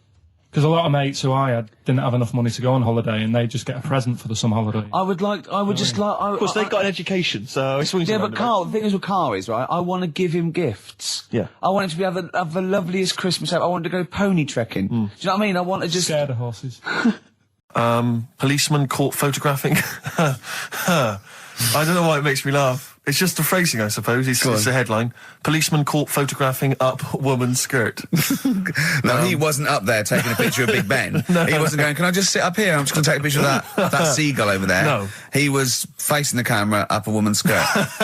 He was indeed. Right. A policeman in Japan is facing disciplinary measures after he was caught photographing up a woman's skirt with a hidden camera while on duty. The 42-year-old sergeant, who's not been named, used a digital camera to secretly snap the shots when the woman was reporting a stolen bicycle. So he was actually doing his proper job. He'd obviously thought to himself, I'll bring him a digital camera today. On the off chance a beautiful woman comes in to report a crime or robbery, I'll have it ready, I'll have it positioned, in such a way. But this is interesting. This is how he got caught. Okay? The woman became suspicious after she saw a flash go off. brilliant. I mean, this not a secret at all. Sorry, did I just see your shoe? Your shoe just seemed to just spring into life there. It was light. There was light. Yeah, I think I'd had someone set fire to some magnesium that was on the end of it. It won't happen again. But it's only you and I in here, and your shoe was just suddenly lit. Why are you standing like that? Why is your shoe just sort of like between my feet? There's no reason. This is how I always stand. What did the bike look like? Flash? So, are you taking pictures of my family? No. And no, I'm not. And you should be wearing knickers anyway. Well, how do you know that? What? How did you know I'm not? How did I know what? I'm not wearing any... I didn't know you. I don't know what you've got up there. Well, I don't know what it looks like, and there's no way I could. Of course, it would be roughly that conversation in Japanese. I know, yeah. Can I just ask Carl how he got on over Christmas? Because the last time I spoke to him, you hadn't bought a present for your girlfriend. Yeah. I have to say, I was on tenterhooks all Christmas. Well, you changed it. After that show, I felt bad, even though I shouldn't have done, because...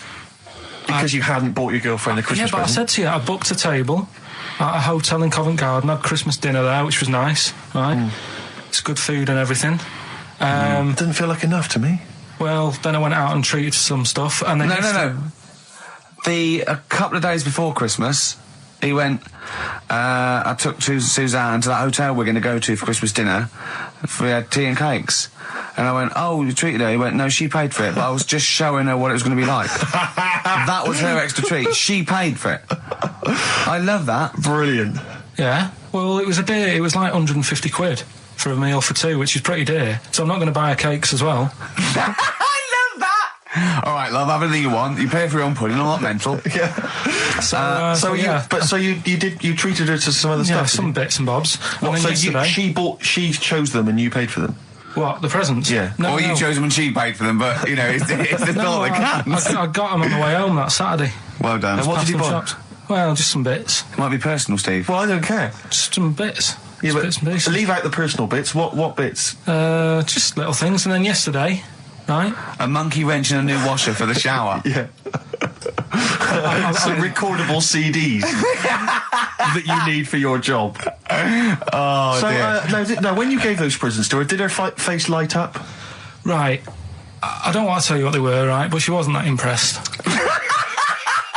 You're going to tell us what they were now, Tell us what they are. You even know what they are. She told you on Christmas Day. Hold on, wait a minute. But it doesn't matter what they are. It does matter what they are. It doesn't. It doesn't. does, Carl. It's you, mate. Of course it doesn't matter. Oh, God! Have you just remembered? Yeah! Right, but there's no need. I've got to tell him, Carl. I really want your permission because I don't want to be I know it's not, but we know it's not that embarrassing. It's really quite sweet. Yeah, but in a way, right, the way I look at it is, right, Christmas, even when I was a little kid, right, is not... Please let me tell him, Carl. Well, let me just tell you first, though. Let me tell you why I didn't go all out on the old present front. All right.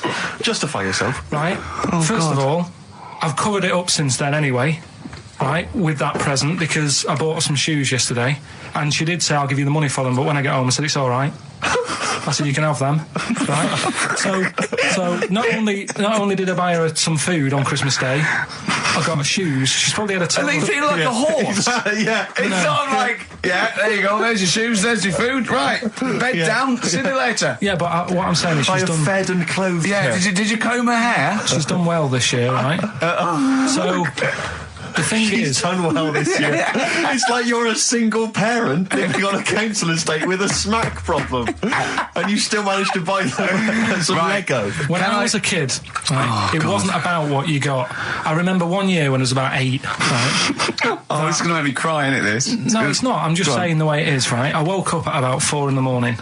And I was like, oh, what have I got? And I couldn't sleep. I was that on edge. It's the excitement of Christmas, isn't it? It's like, oh, what's wrapped up? I need to know. Sure. Yeah. And it's the fact that people are saying, no, you won't know until tomorrow. Yes, sure. That annoys you and winds you up. Okay. So I got up at 4 in the morning, opened my presents, and then went, right, I know now, went back to bed, had a great sleep. Yes. Right? So it's nothing to do with the excitement of what you get. It's the excitement of not knowing what you've got. And then what happened when you got up to go down with the presents? What you're saying to me is that you could wrap up a brick because the thrill of Christmas is in hoping and being excited about what it is, not the actual gift itself. Yeah. Is that what you did? Did she get a brick? No, let me tell him now what he got. He got her a present, right? And she said, she came. I said, yeah, he got me. It was an industrial-sized packet of condoms. It was a joke gift. No, it wasn't a joke. It wasn't even a joke. I went home that Saturday after the year, past Boots, thought, might have something in here. They were on, like, some value. Right, you passed the Were makeup. they used? Right, but The makeup, you passed all the other... Past the makeup, stuff. past the lovely vanity cases. Yeah. The foot spas. Exactly. Yeah, The bathroom hold on. How much are these, love, for 100? Yeah. $4.99. Yeah. Do I get them reduced if I buy in bulk? So how many did you buy? What was it? I don't know, probably about 100. Right, okay. And is she allowed to use those with anyone? Did you wrap them? Can she just go out and have a wild time? Well, you don't need to wrap. They're already wrapped, aren't they? Oh. And then what did she say when she opened them? No, wait, Carl, what did she say? Right, play a record and we'll come back to this. Go on. This fella goes to the doctors, right? Oh, right, okay. Right, if this is in any way apocryphal, stupid, illogical, impossible, right, you are never, ever speaking again on radio. So make sure this is at least possible. I'll tell you what, I'll even give you improbable but possible. So if anything that breaks the laws of the universe or logic, okay, that's all you have to avoid. On you go. Right, so this fella, right, he goes to the doctors because he's got earache. Right, okay, if a chimp's living in his brain... Go on. So he's got earache, he's sat in the waiting room and his ear's all bunged up and it's hurting a lot and what have you. So the doctor comes out and he goes, right? And because his ear's all bunged up, he doesn't hear it that well, right? So he thinks it must have been me, right? So he wanders in. Keep going. Anyway, I'm going to hate this. I can just feel it in my bones. Steve, I'm going to let you take over. Okay, let's hear it. So the doctor says, sit yourself down there, right? So he sits himself down and goes, right, take your pants off, right? So he's thinking, that's a bit odd. Anyway, he heard that, though. He apparently he took his tackle off. The doctor, did some operation, What, there in the waiting room? No, in his office. In his office, yeah. What? Wait, so he removed what? His genitals? Yeah. In his office. Why, Carl? Because he hadn't called him in. Oh, he'd called in the bloke who wanted his testicles taken off, and he didn't do it. What? So the doctor went out and said, Mr. Jones, who's here to whip off your cock and balls, just here and now, right? Bloke comes in, didn't it? It must have been me. So the bloke who wanted his balls taken off didn't say, oh, I think he said me. So he didn't interrupt then. So the bloke goes in, he starts taking his testicles off, and he doesn't say, I'm here for me ears. What are you doing with that? I found these, things, do you know? Yeah. So explain this again? Right, so I got back off holiday. The first job I found out I've got to do is work with Ricky for a voiceover. I do a regular thing, I do X-Ray magazine, but I'm allowed to make the script up, and they said I could, so I did.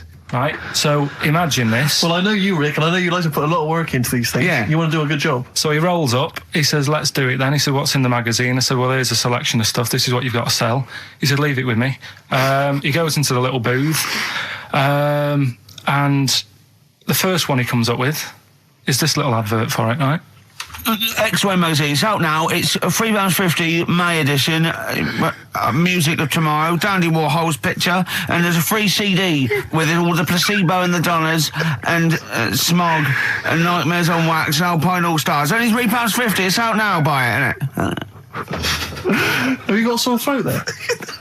Well, that's all right, isn't it? And he was going, you can't. I said, we are doing that. I've done one. That is it. That's it. So I persuaded him. He went, right, okay, we can possibly put that on XFM, right? I'll have to see, right? I wouldn't do it again. And he went, but you need one for Capital. He said, Capital will know what I went, right, I'll do one more for Capital. Because all the stations advertise the XFM magazine, right? So this is the one that he thought would be all right for them. Hello, you loonies in Radioland. Dr. Frog here to tell you about the new edition of X-Ray magazine. It's out now and it's only £3.50. You've not heard of it? It's a great music magazine. And you get a free CD featuring bands like Placebo, They Wear Makeup But Leave Them Alone, Gold Chain, Smog, OK Go, The Donners, and all great bands that you'll love. To Froggy here. Hello. Bye. Ribbit, Froggy says bye it. Oh, well. So then, he says, that's it. You had your money's worth. Dr. Frog still on there? He's still on Classic. I said, that isn't going to go out. They're not going to be happy with that. He said, you've had your money's worth. I'm going. Yeah. So I'm left with that. I then have to get the bosses in. And because I've let him go, in a way, it's my responsibility. Yeah. So I've obviously thought I've got what I need. I had to play them to the MD. What did he say? And justify. Well, I was sort of thinking if I laugh, he might go, well, I don't get it, but he finds it funny. Oh, brilliant. Well done. So I was laughing, he was sort of thinking, you know. Excellent. Is that it? Brilliant. When do they go out then? I think one of them's going out at the moment. You were going to tell us a little story about just past my test. Yeah. My parents had a big Volvo estate, and there's quite a big car to drive. My parents didn't have a car. But I know you don't drive cars, Rick, but it's got a big car to drive if you've just passed your test. It's safe though, isn't it? It is very safe, that was the thing. Yeah. And I come from the West Country, obviously. There's quite a lot of windy lanes. No, you're joking, do you? They have cars there. Oh, here he comes. Blimey, Carl. Learned on a tractor, automatic it was. Do you want me to tell it or not? Oh! Don't give up the accent! Oh no, I'm not worried. Oh, go on. Oh. Go on. So I went to this party. You never got him being from the north. Not when he's telling an anecdote. He's never telling an anecdote. Oh yeah, fair point. Yeah, go on. So I went to a party and I was quite excited because I had the car, the motor, and there was a chick heading down to the party that I was like, I had my eye on. And I thought, now I've got a car and going to the party, it's going to be amazing, right? And various friends had said, like, can we get a lift? I thought, yeah, groovy. Yeah, I'll pick up the chick as well, who's a friend of a friend. Yeah. So cruising down to the party in the motor, the Volvo estate, and there's nothing sexier than that. Slipping a little bit of Billy Joel on the stereo or whatever. Something classic. Exactly. And maybe it was Billy Ocean. I think maybe it was quite a Billy. Maybe it was Get Out of My Dreams, Get Into My Car. Ideally. Yeah. So I get to the party, and inevitably it was one of those house parties where the chick that I had my eye on, she kind of was chatting to other guys, and she wasn't really paying attention to me, and I was sort of... Trying hard to get, was she again? Same old story. Oh, they make me They laugh. know how to tease, don't they, the ladies? Laugh. Who are they kidding? So I'd follow her like a dog, you know, from room to room. Yeah. And watch her Quite while... literally, sometimes he was barking. Yeah. And while, you know, just watch her while she talked to other blokes. And then, obviously because I was driving, I wasn't drinking, so I was not really enjoying myself. And then somebody said, should we go and pick up Vera? And I thought, right, okay. And they went, Steve's got a car, let's all leap in there, we'll go pick up Vera. And this girl was like up for it as well, so I thought, brilliant, you know, I'll be back in the car with her, you know, away from all these lads. Yeah. One guy she had her eye on, he came as well, I was a little bit annoyed. Yeah. But anyway, he was in the car, so I'm driving down these country lanes, just driving along, and they're directing me, they're saying, go left here, go right. And then suddenly we stop, and one of them goes, just drive into that field, this pitch black field, right? And I'm sort of, well, it is my parents' car. Just drive in the field, Steve. I'm thinking, well, I don't want to, like, not seem like I'm a hard, cool, crazy kind of guy, because the chick's in the car. So drove the car into the field. They all leapt out, started running off into the darkness, shouting, Vera, Vera, Vera, where are you? So I'm just sort of sat there in the car waiting. Wasn't Vera Lynn, was it? Because she likes to hide in fields. Bizarrely, it wasn't. Right. It was just, I was just left in the car on my own with Billy Ocean. And suddenly, at the darkness, they come back holding a Vietnamese pot-bellied pig that they had stole from a nearby farm. And they knew that the pig was called Vera, because someone knew the farmer or something. Anyway, so they got this pig, so now they're going, I'll put the pig in the back of the car, we'll take it back to the party, it'll be hilarious. I'm thinking, well, you know, I'm not sure I want a pig and all its, you know, piggy crap in the car, right, crammed in there. But they say, yeah, so obviously I'm thinking again, I don't want to look like I'm, you know, a nerd. You know, I'm terrified of that, Rick, ever happens. Yeah. So, So you go, hey, bring the pig into the car. Exactly. I'm no nerd. Exactly. Yeah, go on. So now we drive off again. I got this pig kind of screeching in the back of the car. And, they say, stop again. Let's do some cow tipping. And they do that old thing, you know, about the fact because cows sleep standing up, don't they? So you can push a cow over and stuff. Yeah. So they're having a wild time, hilarious. So this time, now we get to a sort of dead end in the road. And, they say, well, turn around, let's go back to the party. And I'm thinking, fine. Try and do a 3-point turn in this very narrow country lane, right? Get the Volvo estate wedged horizontally across the road. Can't get it out, just can't seem to sort it out. I don't know what, I'm panicking because there's a pig in the car, right? And, local disgruntled farmers, right? People drunk, partying, probably off their head on some kind of weed, Rick. Well, was it loads of blokes with, like, pitchforks and flaming torches Exactly. going, burn him. He's playing with our pig. Exactly that. And so that, do you know, I was so terrified that all I could think was they're gonna have to send a helicopter to lower a magnet onto the top of the car to lift the car up and put it the right way around. You used to read a lot of comics, didn't you? Yeah. So, do you know what I started doing? What? Crying. Did you really? Yeah. Why? So started crying, just very slightly, started getting upset. And the other guy that the girl fancied, he had to get into the driving seat and sort it out for me by slowly edging forward and that's backwards. the worst bit of the whole story. Yeah, edging slowly back and forwards. He just sorted it out, just slowly worked the car back round, and then we were off. You were just gently weeping. Just gently weeping in the back. The bloke had just taken the bird that you saw from a distance. Exactly. That was basically your wife in your head by then. Oh, yes. Was it? I can't We believe were happily married with a pig for a child. Don't joke, that could happen. I know. The pigs come, if you like. Sorry? What did you say? What did you say? What did you say? When you do what, Carl? What? What did you say? No, what did you say? Because I don't want to have to go to the radio authority again. What did you say then? Just remember. We are going out live, Carl. Yeah, remember Tom Binns, right? What did you say? What I'm saying is, why were they shouting Vera? Because pigs don't come to the name, do they? Hey? I don't know the ins and outs of pig, you know, how to lure a pig into your trap. Can I just tell you some very, very interesting things about pigs? Please do. Right. One, everyone knows they have a corkscrew-shaped penis, right? A corkscrew-shaped penis. That's the tail, isn't it? Two, they can't look up. They can't put their head back and look up, right? Three, they can have a 30-minute orgasm.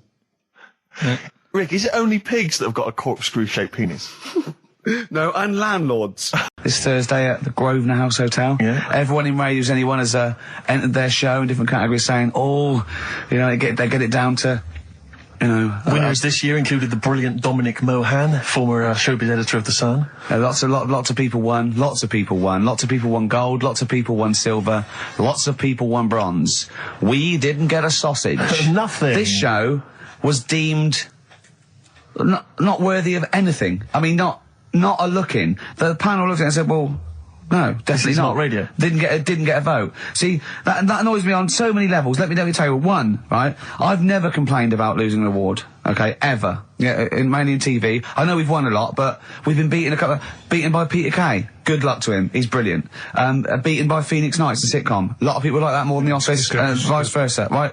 No qualms. But the shoddy shite that I heard that night beating us, I was furious. I don't understand.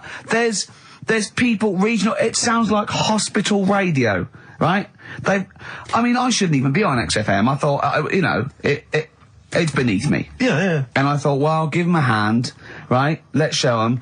And I want to know who the panel was as well. I do not believe it. How can they I was looking back over some of the shows, right, before I go, Carl, and I've just done a little excerpt of, a trailer of what we do, what we're about, and I don't know how the panel could overlook this. Play a bit, Carl, please. Shaking her muff, minge and tits around does not make her a hoe, then what does? These kids at school with big heads. Carl, what are you talking about? Shut! Oh, my name is Holy Fuck. Right, Yeah. it's this monkey that was on a train station. Right. What if you mean cock to mean penis? It was my Down syndrome son. Oh, chimpanzee, that monkey news. So we've still got monkey news coming up. You're an idiot! You know what I mean? That's, to me, quality broadcasting. I don't know how they can say that isn't worthy. That's what we sent in to the Sony people. They listened to that. How they didn't think that was dynamite stuff. It doesn't make sense. Actually, I've been thinking about this since Thursday because I've been a little bit down in the dumps. Yeah. What I think it is that with the TV show, the TV stuff we've done, Rick, we put a lot of work into that. Yeah. We get the script, we got the script, we spend a lot of time on it. What this show is about, it's very much about spontaneity, it's about our personalities, and I don't think we're ever going to win an award for our personalities. I think that's where we're going Do you know wrong. what I think? I think that when we're together, we're the auteurs of The Office and, and we're strong on it, and we're just two, we write it, we direct it, we cast it, we even worry about the font and stuff on the, we do everything. There's a weak link in our midst, I think. On the radio show? Yeah. Right, well, I'm just trying to think what the common factor is, because on the award-winning TV show, it's Bliss, you and I. Yeah, I don't know. Well, I'll tell you what, can we play a record and let me think about this, because there must be something. There's got to be a factor. That isn't in The Office that's in this, that means that The Office is award-winning, and this is a pile of shite. It's interesting. I mean, I don't think our number one fan, Dickie Anderson, Richard Anders, was on the panel, although he here has emailed in. He's got a couple of thoughts as to maybe why we... What is Dickers doing, man? Dickers says, commiserations on not winning a Sony. I can't believe you didn't win, naturally. I mean, apart from your show's obvious lack of quality and effort, having a monkey for a producer, offering the biggest load of tat as competition prizes, saying hairy Chinese kid 48 times every show, Rockbusters, not bothering to turn up for weeks on end, only having 3 listeners, introducing the comedy characters Camp David, Harry Fook, which I think he spelt wrong there, Stephen Merchant. I'm not a character. Apart from insulting every race, religion and sexual orientation, bickering like schoolgirls... We haven't done everyone yet. We have not insulted everyone yet. There's loads to go. Despite the fact you generally bring misery into the lives of anyone who listens, I thought you were surefire winners. Better luck next year. Well... I mean, a couple of constructive, criticisms there, but generally, I still can't nail it. Was he on the panel? Well, I don't think so. Well, he's a fan, so... Yeah. Well, no, he's clearly a fan. I mean, he obviously loves the show. Because he has hit the nail on the head. Oh. Which... Yeah. But, what should we do? Should we give up or should we try harder? That's always my dilemma in life. Sure, yeah. I mean, I've always gone for the first one. Give up? Yeah, why bother? Yeah. If they can't see, just give us the award. Yeah. And then worry about it later, and we won't let them down. Yeah. Now they've got blood on their hands. We're gonna. Yeah. What should we do? Give a couple of months notice? I think so. Okay. Well, there you go. I mean, seriously. I mean, I think. I'm being serious. I'm not being wacky now. We haven't told Andrew, but I think we've won our course with this show. Yeah. So let's. Okay, we'll give it a month, and it's because the Sonys didn't give us anything. Play a record. Yeah. There you go. You got to do a bit longer than that. No, we haven't. Got to give a month's notice. No, you got to work till about September if you're gonna. No, we haven't. No, we give a month's notice. We're, whatever they give the money back, something like that. Well, you give your money back. Yeah, I know. What are you going to spend your 80 quid on? True. You two, the sweetest thing on XFM. Ricky Gervais, Steve Merchant, Karl Pilkington. So, we're with Carl in the week. So, what can we do this week? I was saying, well, don't do Rockbusters. That's dead in the water. I hope the listening public agree with me. He's going, well, you know, why don't I teach stuff again? Remember what I taught you last week? I went, no, no idea. Were you joking? I went, no.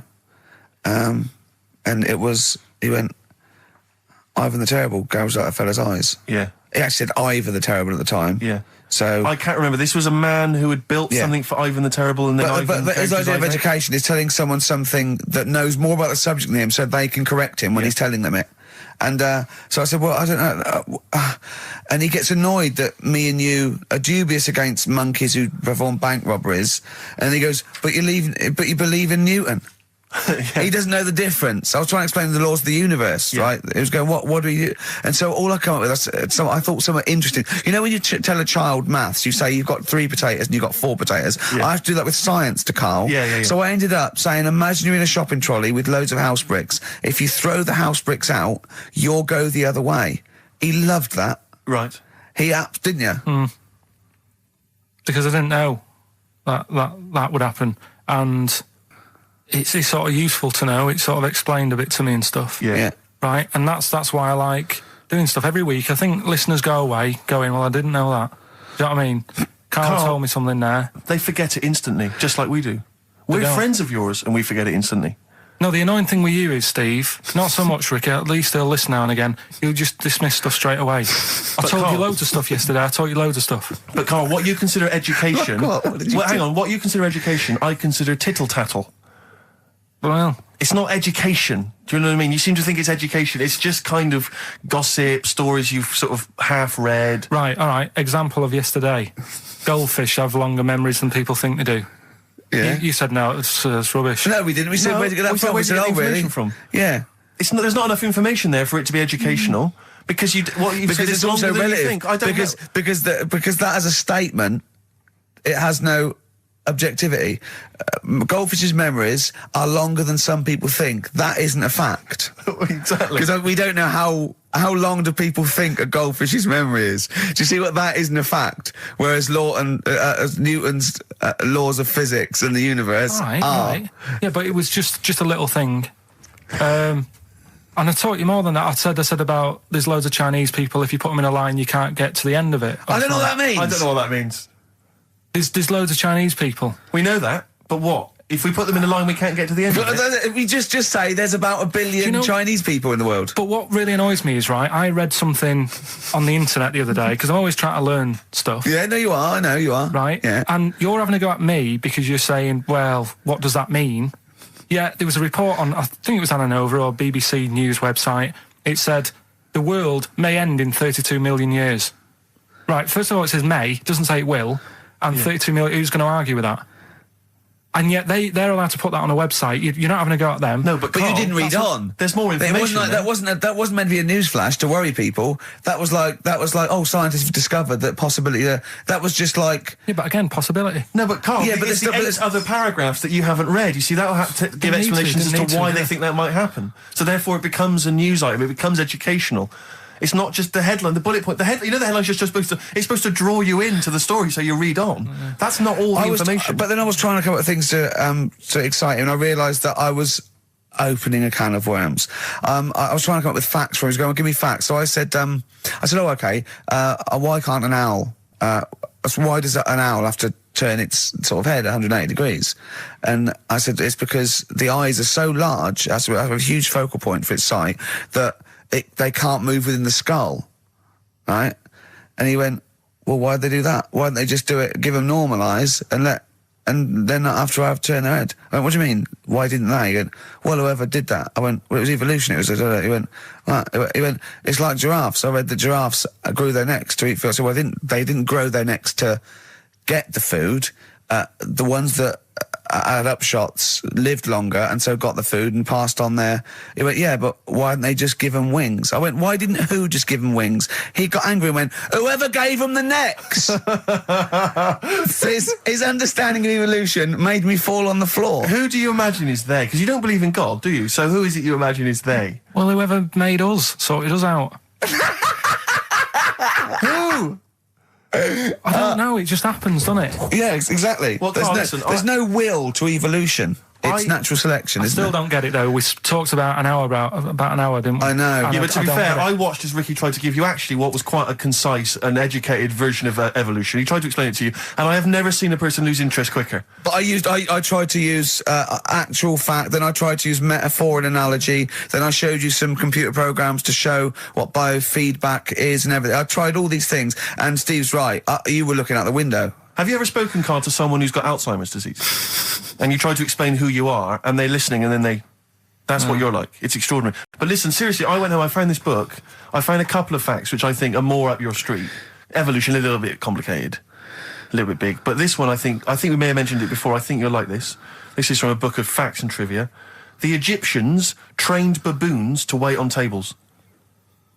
That's interesting to you, isn't it? Yeah, that's pretty good. Yeah. Have you got any more there? I'll see if I can find He's interested. Yeah. Can get the staff. That did happen, You yeah? pay peanuts, definitely happened, you get yeah. monkeys. And then what did they go off and do after that? Well, it doesn't say. So I this is love it. the fact that he thinks, right, okay, so in his mind, it's now the monkey going, it's 5:30, I'm off, you know I was going early today, and they go off maybe dancing or something, or they come in late. No, I assumed what you meant there is that was their first career move. And Yeah, then they well, went on. It's like actors waiting to be discovered. Play a record. Just one more before you play a record. Go on, then. You'll like this. Peter the Great. You ever heard of Peter the Great? No. Okay, well anyway, Peter the Great had his wife's lover executed. You'll love this, Carl. Right, so his wife had a lover, he had him executed, and he put his head into a jar of alcohol, and his wife had to keep it in her bedroom. Do you understand? That's every time every morning she'd wake up, and there was her lover's head in a jar. Who took his head off? He took his own head off. Play a record. Play a record. She had a lover, and never mind. Never mind. It couldn't be any more concise. Mad World on XFM. We just had a text, Rick, from Andrew Barnes. He says he watched the same documentary, it would appear, as Carl did in the week. And he says here, just to clarify, the leech nose man got it up there when drinking from a muddy stream. And he goes on, one can only imagine the frightenedness he experienced. Carl. Explain to him once more what happened with Peter the Great. All right, so we've got Peter the Great. Yeah. Okay. And his wife had a lover. That's another man. Another man. Not Peter the Great. She was having an affair with someone else. Right. And Peter the Great, he found out about that. Okay. Yeah. So he sliced off this bloke's head. He killed him. He executed him. Right. Are you with me so far? The fella who Jesus. she was seeing for a bit. Yeah, there's only two fellas involved. There's two people here, involved. One's Peter the Great, the other one's not. Right. The guy that's not Peter the Great... Derek the Terrible. Derek the Rubbish. Yeah. Right? He's having an affair with Peter the Great's missus. So Peter the Great slices off his head, puts it inside a jar of alcohol to preserve it, and puts it in his wife's bedroom. So every morning she wakes up, she sees her dead lover's head. You'd have thought he wouldn't have wanted to remember, wouldn't you? Oh. Best bury the head so she don't remember. Well, it was a reminder so as not to put it about. And did it work? Oh, I don't know. I love that. Again, that to me is an amazing thing to do. And you go, did it work? I mean, you've got quite an interesting mind, actually. I mean, you are, in some ways, really, really bright and intelligent. I love the way you think. You're one of the cleverest blokes in some ways that I know. Dad always says I've got common sense. Well, yeah. And that's more important than knowing about, But it's like you follow the subplot, which is quite an interesting thing. Do you know what I mean? It's like, you tell you a story, you'll always pick up on something that I didn't even think was an important bit. It's like you're looking out of the window all the time. So what's important about that head thing? What do you mean? The head in a jar. It's a grotesque thing to do. It shows ego, power, cruelty, and revenge. Although I think it probably did work because he is called Peter the Great. Yeah. So you'd assume he got it right.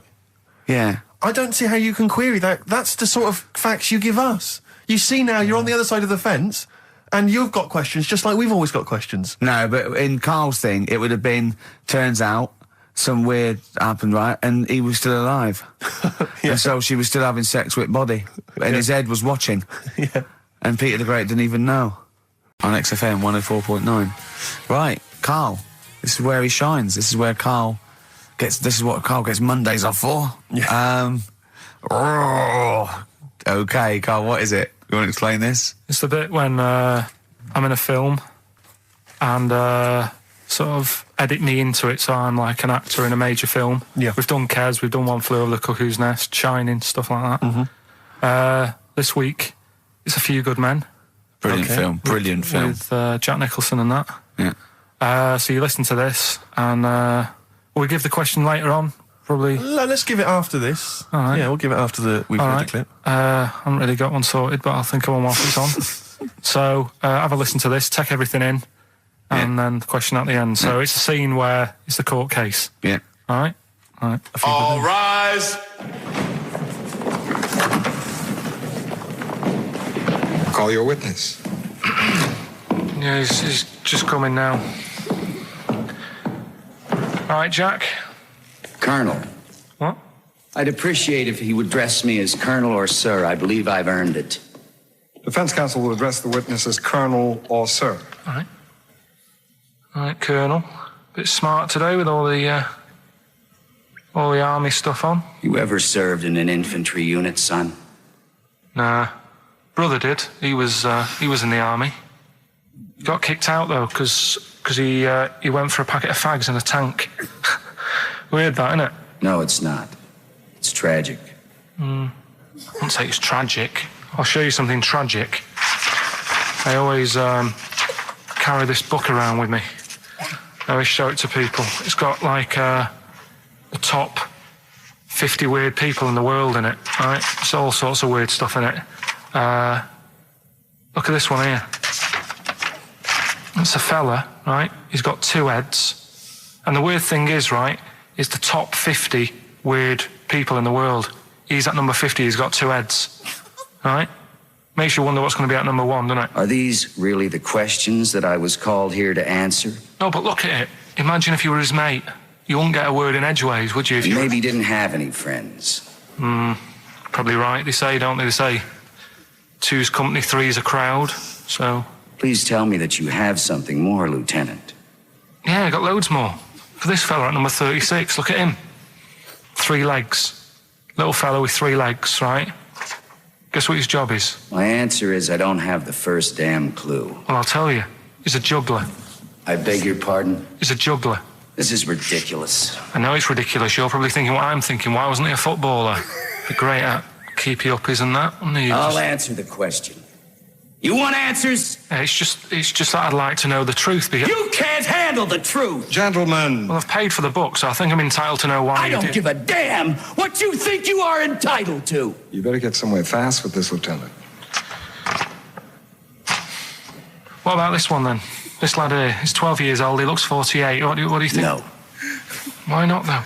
You said you didn't want to know any more about the juggler. You didn't say you didn't want to know I know what I about said. I don't have to have it read back to me like All right. Lieutenant, do you have anything further for this witness? Well, just wanted to know if you thought Mr. Webfoot at number 42 should have took up swimming, but... Absolutely. Yeah, you'd say that now, wouldn't you? Forget it. Well, I don't know what to say, really. That's Karl Pilkington in the film A Few Good Men with Jack Nicholson, acting alongside Jack, and I have to say, giving him a run for his money. I think Karl is a really good actor. I genuinely think that. Should we put him in something? Yeah, definitely. Okay. Right, what's the question? What's his forte, do you think? Just sort of playing that sort of stuff. Okay. Deep stuff. Yeah, okay. Yeah, so we can sort that out. Think of a question there out of that little lot. You've not got one? Well, what I've got, it was at number 36, whatever it was. What was it? Don't know. Let's. It was number 50. It was at number 50. Yeah, all right then. Okay. Yeah, what? Yeah. Well, yeah, what was odd about the guy who was at number 50 in the 50 weirdest people list? And just text in 83 XFM and put your address on there as well and that. What prizes are there, Carl? Loads of stuff. Yeah, let me just have a quick look. Oh, that's actually not bad. There's Lord of the Rings on there. Michael Palin's Around the World in 80 Days. If you've not had a chance to see that yet, it's been repeated about 80 times. Look Around You, which is an excellent show. That's really funny if you've seen that. There's some other good stuff. That's not too bad. And also the relatively poor stand-up DVD, Ricky Gervais's live Animals show, which is mediocre. Can't give him away. Yeah. All right. And you can win all those prizes if you can answer which question again? Who was the fella who was at number 50 in my book? What was up with him? Excellent. Right, so let's got to play Thorns. some Thorns. Yeah? That's the most beautiful track. I can't get enough of this. You'll love it. You'll love this. Carl, come on, what's the matter with you? Oh, Thorns. that's No Blue Sky. Beautiful, isn't it? And that great track. it's all right. Yeah. Just had an email. Yeah. That woman who opened the Office script could have her head cut off. Apparently, when a letter is posted, it becomes the property of the Queen until it reaches the person it was meant for. By opening it, she's committed treason and could be killed. I don't know if you're familiar with this story, Carl, are you? Go on. Apparently, some copies of the Office Christmas specials scripts got sent to the wrong address. Some woman. And, I don't know what you do in that situation. Normally, if I get mail that's not addressed to me, I just give it to the postman or put it back in the postbox. Radio 1 tried to speak to her, but apparently she's got a gagging order, which makes us think that she sold it to the Sunday. So we'll read it. We'll read the plot of The Office tomorrow in the Sunday papers, which ruin it for some people. Ruin it for a lot of people, yeah. But the other thing is, I mean, if it was sent to her, obviously her name wasn't on it. Oh. If that's true, in which case, I think that's quite a serious offence, isn't it? I would hope so. I mean, I would hope that, if I sent something in an envelope, it was... But the BBC, the BBC thinks that because the person they said it was meant to be sent to got his, he thinks maybe that's an excuse. Maybe someone gave her the script and said, don't say it came from me. Yeah. So... I don't know, maybe she's protected someone, I don't know. Yeah, well, if that is... Well, either way, don't sell it to a newspaper. Well, It's just the kind of mercenary nature of it that I loathe, you know? It's the fact that it's only just now makes me wonder if she had it there lying around in her house and someone said to her, well, why don't you go to the papers? Yeah. Try and flog it. But I just don't think she's going to get a lot for it, because people are going to see it soon. It's not like it's the Hitler Diaries. Well, they're not very well written. But, I mean... I don't know. I tell you what I'm frustrated by is just the fact that it's like we've worked hard to give people some kind of pleasure for this Christmas, you know, because a lot of people are very depressed, Rick, very low at this time of year. They've not got what they wanted. But we're trying to cheer them up, give them a bit of happiness. Yeah, but I think she'll be happy if she gets a lot of money. True. I don't know. I think it's just tacky, really. It's like, well, I just say, if you're a fan of the show and you don't want to know what happens, then don't read the Sundays tomorrow, or at least avoid it when it says we tell you what happened. But the papers might not ruin it. The papers might go... We've got them, but we're not going to ruin it for people. That'd be a nice gesture. But I don't know. All I can say is it's a good job that I send out the prizes. Because that Michael Palin Around the World in 80 Days will be going to the person who won it. Yeah. And if someone else receives it, they better not try and, do you know what I mean, keep it. It should go to the winner. Yeah, exactly. Right? That is a very good point. So, be warned. Don't open things that weren't addressed to you.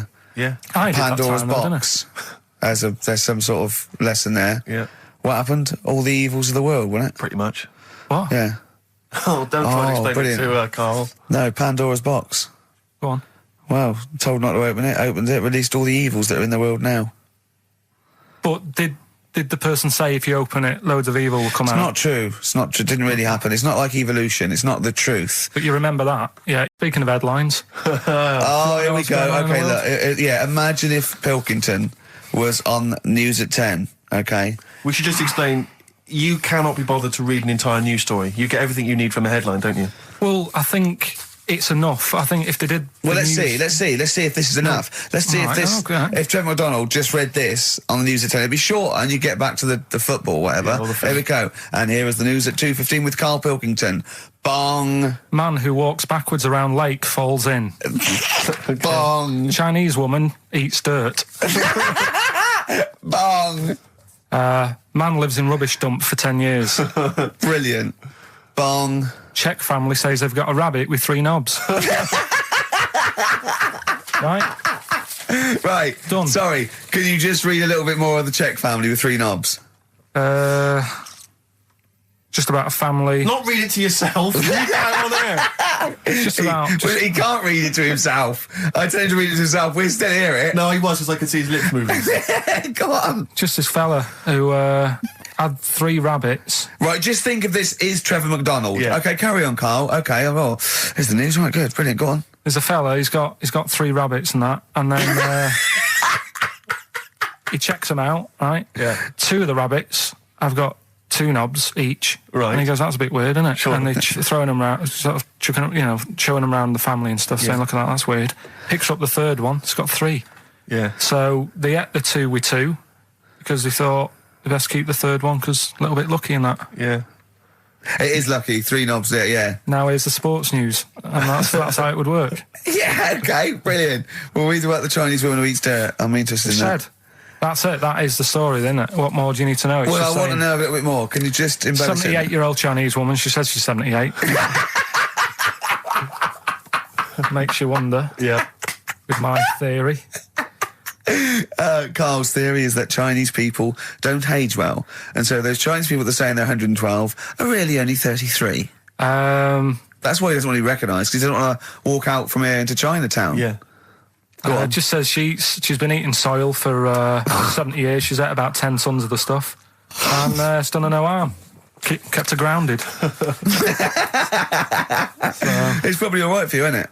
Because it passes through, doesn't it? Yeah. Well, they say, don't they, if you're having a kid, let it play in soil and that, because... well, that's to get it immune, yeah, to get... Yeah. But lots of, like, things with sort of birds and reptiles sometimes swallow soil and stones, because it grinds up stuff, breaks down cellulose for them. Doesn't do you any harm. All right, then. One more fact from this book for you, Carl. Apparently, officially, the Second World War is not over. It's not actually over because there's never been an official treaty signed between Germany and Russia. So it's still going on.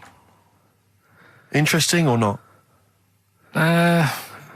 Not as good as the monkey one and the woman who eats dirt. And the Pete the Great and that. Sure.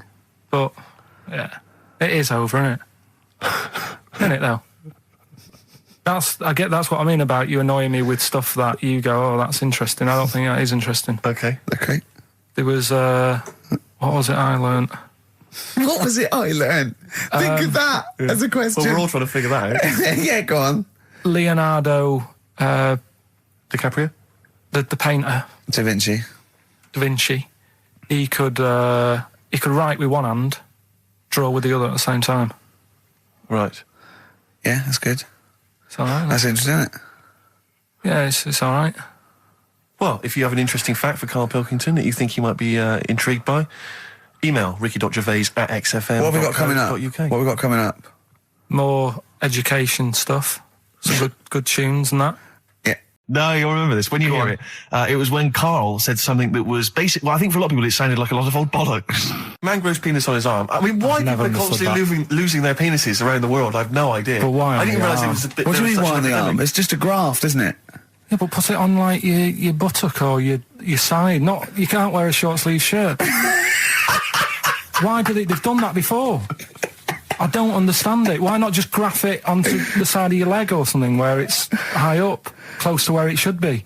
I don't know. To get it used to the environment, like when you were like released a duck into the wild. I've never understood that. If there's a doctor, again, you know, we had a doctor last time. If there's someone who can let us know why they put it on the arm, so they can keep an eye on it. Presumably, he's not going to work with this knob on his arm. He's probably in a hospital bed and under examination. Right. So what do you think? They pop the knob on the arm, say, come back in 3 weeks. What do you do, by the way? I'm a mechanic. Keep the long sleeve shirt, because the blokes go, why have you got a knob on your arm, mate? What are you talking about?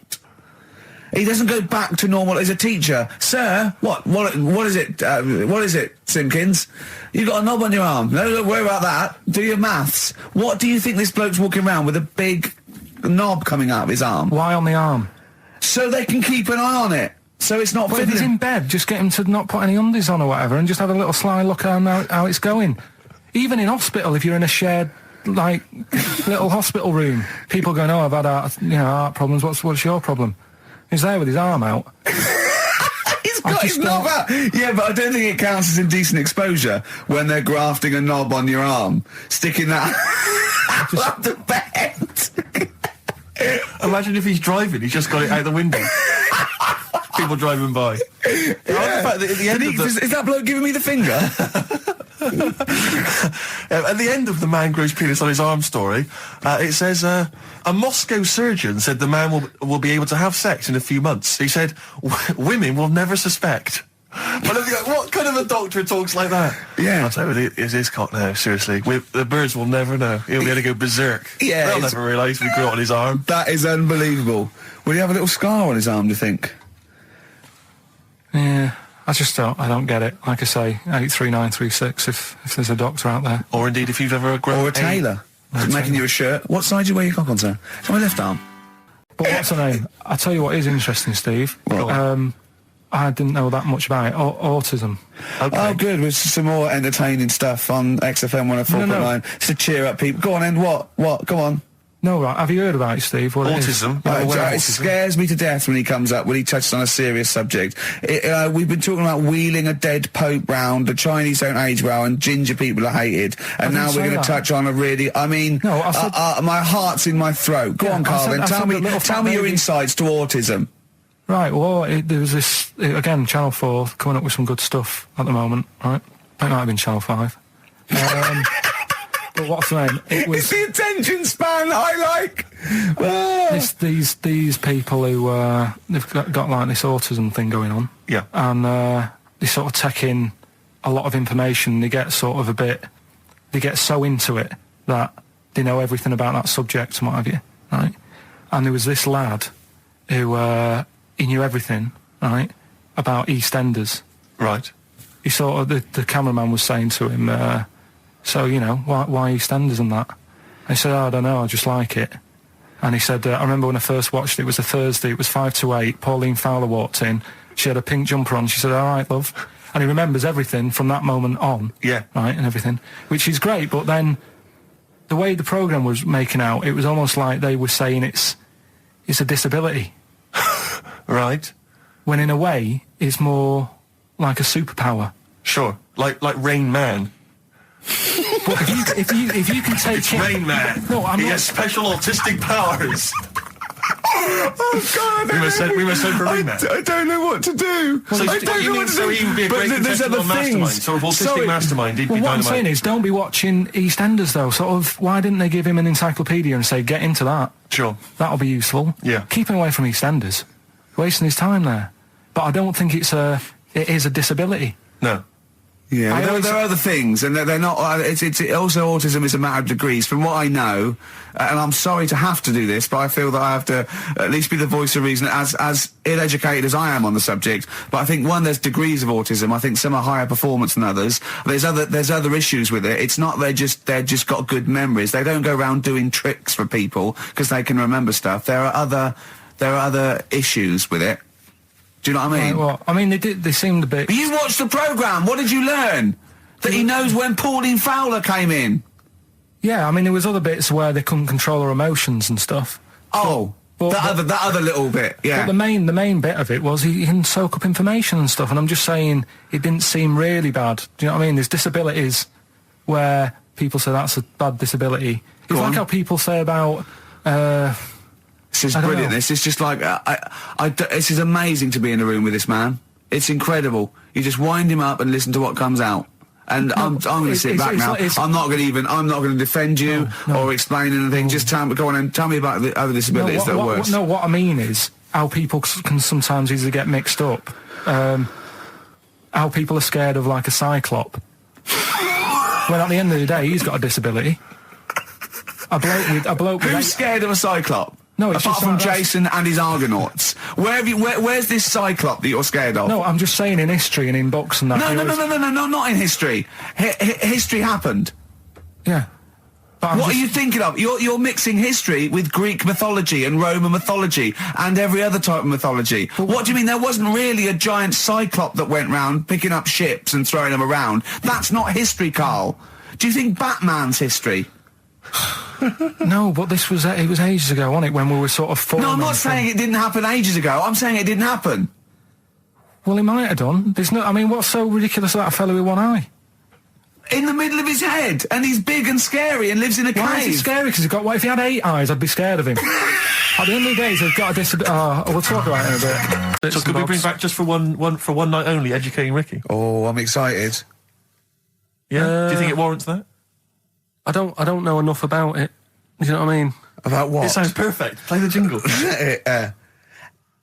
Educating Ricky, he's getting smarter. A couple of things happened in the week that I read about. Okay. Keeping up on what's going on in that. Sure. Yeah.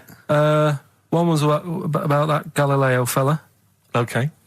Was it about 1636? Was it? I think it might have been earlier. Bad. Go on. Did some stuff with light and that. He did lots of physical experiments, yeah. Is that it then, Carl, is it?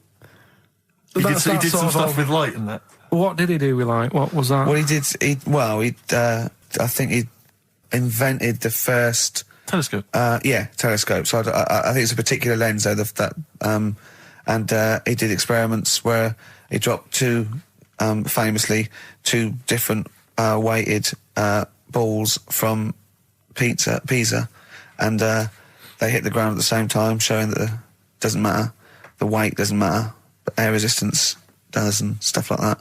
I think he probably explained it a bit better than that. Yeah, but I'm talking to Karl. Sure. Did they need to know He's stuff? just thinking about pizza. Yeah. Did they need to know stuff like that back then? What do you mean, did they need to know stuff like that? It's just... There weren't people going around going, I've got to drop these 2 things off the Leaning Tower of Pizza. I just don't know which one's going to land first. Yeah, I need to know. What do you need to Bring know me about? Galileo. Yeah. It's for a bet. Yeah. No, but if I was knocking about then, I'd be like, stop messing with that. We need a telly. Or, do you know what I mean? I bet he thinks the Flintstones is real. I know. That'd be brilliant. That's what I'd do if I was a caveman. I'd make a telly out of rock. Yeah. And a pelican and a as car a cement that I just mixer. ran along the road with. Yeah, exactly. Yeah, we need a car. Yeah. Well, we haven't really got the internal combustion engine. Can you stick your feet through the bottom? Yeah, just get me a car, for Christ's sake. Anyway, so I learned that. And then... What? You learned his name. Yeah. Other people I learned the name of this week. Oh, if a chimp could watch telly. Go on, Karl, go on. Right. He said one today, he saw my salamander. It's not a euphemism. He saw my salamander and it's just sitting there in the tank. Your exotic pet. Yeah, and he's worried about there not being a lid on. And he said... I went, what are we worried about? He said, wow. He said it sits there for 24 hours a day, obviously planning to get out. Well, he's got nothing else on its mind, and it's, the daft thing is, he has actually got the lid ripped up a little bit. And he'll be looking up there, and it's going to get out. But what's the worst that could happen? What's it thinking? What do you think it's thinking, this salamander? It's got its eye on the DVD player. Let me explain why. Go on. Steve, and to you, the listeners. Well, we came in to a big bunch of stuff, dropped off by, was it Becky from Marks and Spencer, just like lovely stuff, food, presents for the cat, books, just, to Ricky and Steve who do the show, right? Ricky Gervais and Steve Merchant. GQ presenters of the year. Creators of The Office, right? Award winning. Carl's looking over, I go, well, maybe, it's not for you, no. And then he told me why he's grumpy anyway. Go on. Do you know what XFM are giving everyone? How long have you been here? About 6 years. What are you getting for Christmas from XFM? 2 CDs. Is that of your choice, or do they choose them? There's a list of about 30. Right. Tell them what you chose. 30 CDs. I've gone for Kings of Leon album. Yeah. And the Best of Bob Marley. Haven't we, given them away in the past or something? Or you could have burnt them off, couldn't you? You could have done copies. Illegal, but you could have done that anytime you wanted. I don't think Bob Marley minds if you bootleg his CDs.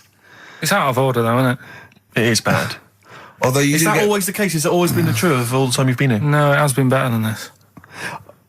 Yeah, although you do get paid quite well and you do have an easier time. Yeah, but don't give me the CDs then.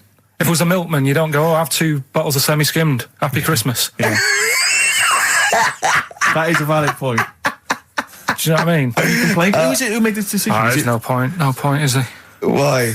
Just no point. I don't like moaning anyway, just...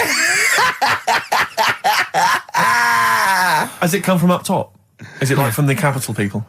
Just everyone. That's what everyone gets. Yeah. Yeah, but will Christian get 2 CDs for getting up at 4:30 every day for about 5 years? And keeping this station afloat. Probably. Yeah. So that's why I'm a bit fed up. What do you listen to first, Marley or Leon? Well, you have a bit of Marley. I'll tell you what Marley's good for as well. You'll go have a little beach holiday, aren't you, over Christmas, going to Lanzarote? Listening to that on the beach, you'll realise how wise XFM are in the long run. You know, you go, well, look, they could have given me 400 quid, right? Well, I'd have spent that. But this is, you know, the legend lives on. That keeps on giving. So you probably, you know what I mean? Think how much what you got to think of is how much all his great songs took, not only from the depth of his soul and, you know, all his sort of angst and knowledge and love, and then all the studio time, the marketing, and they're just giving you one that. They go, don't worry about that, Carl, just have it. And you go, what? All the time we spent with Bob Marley and everything is there. You know, have it, Carl, have it, Carl. And practice.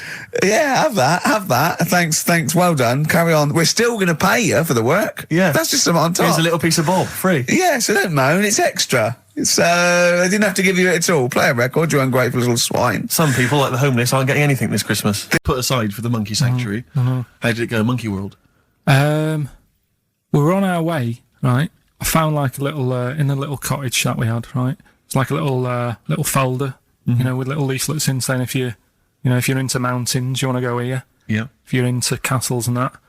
Little monkey on the leaflet, right? So I thought I'll be needing that. Took that out, made sure that's safe and that, right? We get in the car, getting ready to go. My dad says, where is it? I look on the back. It's in a place called Low or something like that, right? Yeah. So we're on our way. Can't believe me luck. It's going to be a great day and all that. Yeah. And then start looking at the leaflet, right? And noticed didn't have any chimps there. Yeah, it's not Monkey World. It wasn't a Monkey World. Well, what was it called then? Something like Monkey Town. Yeah, it was just it had like woolly monkeys in it. That's what they had. What? Woolly monkeys. What are woolly monkeys? Those things Johnny Vegas off the advert. Right. To them. They're dumped now since ITV Digital went under, so they just put them in a cage. I don't understand. They're woolly. They're like they're sort of like little fluffy little baboon type things. Woolly monkeys. I mean, it's not your chimp. It's not your classic chimpanzee. So did the car screech to a halt? It was like it was like the mission in Armageddon. As you said, abort. We're on the way back. One of my uncles, right, Tattoo Stan, he's just caked in them. Tattoos. Right. I don't think he was my proper uncle, but it's just like my dad's got Tattoo Stan. No, my dad's got. That's a province in Russia, isn't it? My dad's got loads of mates who. When you say he's not your proper uncle, do you know how, like, when someone comes around with, all right, Uncle Stan? Yeah. Do you know what I mean? And there was my dad had loads of mates like that. There was John the Screw. Right. So he either works in a prison or he likes to have sex. Cabby. Cab driver. Okay. There was Jimmy the Hat. I don't know where he Jimmy did. the Hat? Yeah. And, did he wear a hat? No. No. There was Fred the Veg. You sure he wasn't a relative? Sorry. Fred the Veg used to get us like big bags of potatoes and that. Fred Veg, okay. And there was Tattoo Stan. Right. And he was just caked in them. And I used to always look at him thinking, why have you done that? I must have only been like, 6 I suppose or 7. if you're born with a name like Tattoo Stan, exactly, you're destined, aren't you? Were really? they like a 1950s gang? I'm worried about. I'm worried about doing a bank job. What was his name? The Hat. What was his name? Jimmy the Hat. I'm worried about Jimmy the Hat. Yeah. Not having a hat. I don't understand it. Are you sure he didn't have a hat? Not when I met him. Did he ever wear a hat? I didn't see him that much. Do you think it was a joke, like, when your mate's sort of like, 8 foot and huge, you call him Little John or Tiny? Do you think? Well, the fact that he never wore a Yeah, hat. they went, hold on, I've noticed something about Jim. Go on. No hat. And I go, oh, true, let's call him Jim the Hat. Jimmy the Hat, yeah. But my Uncle Stan, he had like loads of them. He did them himself. Oh dear. And it was always that thing. God. What was it? Things like he had like the cross cut here, made in Britain. And if you're going to do them yourself, I'd say at least make sure you're sort of a good drawer. Yeah. And don't do it in a mirror so it comes out backwards. Well, that was the other thing. But like, I remember he did. Names are all right. He had like all his kids' names down his arm. And, right. What are they called? Yeah. Oh, God, it's Tattoo Stan Jr. Yeah. And Paul shits to bed. Okay, educating Ricky. What have we got? Airy Chinese kid, go on. Right, yeah. This is the. I didn't want to do this, What do you want to do it? Well, I wanted to give you 3, and I gave you one. It was like the alien man gets a beard or whatever. Yeah, which was total rubbish, so this one should be better, maybe. Hairy Chinese kid. Right, well, we've talked about hairy people in the past. True enough. Haven't we? Yeah. You know, the little kids who grew up in woods and hung around with wolves and that. Yeah, again, you're confusing it. Yeah, they're not, there were some people that were born very hirsute. They were not the people who were brought up with wolves. You just put that together in your Homer Simpson type mind. Right, well, this is like a sort of close to that sort of story. Yeah. But the weird thing is, right, Chinese people aren't that hairy as a nation. No, seriously, that's a well-known fact. They don't have that much body hair and stuff. Okay. So this little kid who was born over there, he was like covered in stuff. Was he? And it was only his nose that wasn't hairy. The rest of his body was caked in hair, right? And his hair sort of What grew. sort of hair was it? Was thick hair. No, what I mean is, was it sort of like a pony's mane, so he just looked like an Ewok? You know what I mean? Just like hanging down sort of straight, dark hair. In the picture, it looked like it grows from his eyebrow. It grows from his eyebrows quite thick, and then it just goes all the way over his head. You don't think it was just really long eyebrows that he'd done a comb over? No, it was all over his body. It had a picture of like his back and that. Yeah. And had he styled it? Had he styled it at all? Did he have it in a quiff or? No, it was just hanging everywhere. all over him. Yeah. And they were like, you know, this is a bit weird happening in China, where we're not normally that hairy. That was the scientist speaking there. And the local press and that were getting him down, calling him Monkey Boy and all this. Oh. And thinking Chinese press. But the doctor, Yeah. Oh, they're cruel, aren't they? It's like those game shows. That's Japanese, isn't it? Yeah. That's cool. Yeah. And the doctor said, I was talking through all that time while we were just like talking to each other then. Because I turned round and I still saw he was talking. So anyway, the local press came in to see the hairy boy, the monkey boy. and they were like being tight, taking the mickey out of him, and the doctor said, throwing him nuts. Said he's only hairy. Said he's a healthy young kid. The only faults he's got is he's got a little bit of eczema and a boil. And he said everybody should just treat him the same, and I think he grew up a healthy kid. Yeah, so that's the That's the end of the story. That's not a story. Why? But I've got nothing. I don't know what to say to that. So someone in China was born slightly hairier than the rest, and he was normal apart from eczema and a boil. That to me isn't a story. But if it is, I've got a million. I mean, it's sort of like bloke from Manchester went a bit bolder than the rest, got a job on radio. He was normal. I mean, that's not a story, is it? Do you know what I mean? All right then. You know, I won't be telling anyone the bloke got in the car and he had a full-face beard. Why has his car been towed away? Because it was a quiet road. It wasn't in the way. So. Are you filling in the blanks again? That wasn't in the book, was it, that you read? See, that's the thing. Sometimes I think you make up bits of the story as though they were fact. That doesn't seem right. Well, that's all you can do, innit? So that's educating Ricky. Will we? Brilliant. Do that next week. That is brilliant. No, I think that was good. I did. I mean, I enjoyed that. I learned something from that. I mean, I want to get. I mean, this is all from one book, is it? Yeah. That's an interesting book. With the, I don't want to dwell on it, but with the hairy Chinese kid, what did they say about that? What was the, I mean, was it once there was born a kid who was slightly more hairy than everyone else? But yeah, it's all right. He only had a boil. How did they word it? How did this capture your imagination? It was a picture that grabbed me first of all. Yeah. Sure. And it was like, God, what's up with him? And that's when I read it. Did you see the boil and the eczema or just the hair? No, you see, because his face is like, just under his eyes is sort of nice and smooth, and his nose is sticking out, and that's not hairy. But the rest of him, it looked like he had the sort of a balaclava on or something. And then I read on, and it's like, this is a hairy kid in China. Yeah. Yeah. So. Yeah. Okay, good. Anything else in there? Let's crack on. Good. I went on holiday after Christmas, yeah. And so did our mutual friend, Phil Bowker. Yeah, good man. He was in Lanzarote and he told me one of the funny... I don't know if I can tell this on the radio.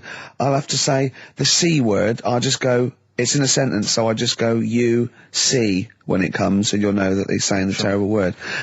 Just, you know, didn't want to ruin the anecdote. Anyway, they're walking along one evening in Lanzarote, and there's lots of Brits there apparently, and Phil overhears a sort of married couple arguing. They're having to go home a bit early, and she's saying to him, she went, "For Christ's sake, every time we come out drinking, you always shit yourself." Right? Wow. Always, not once. So he's going, I've told you, he said, it's not the drink, it's the weather. She went, the weather. You'll be blaming the food next, you see. I don't think they should have got married.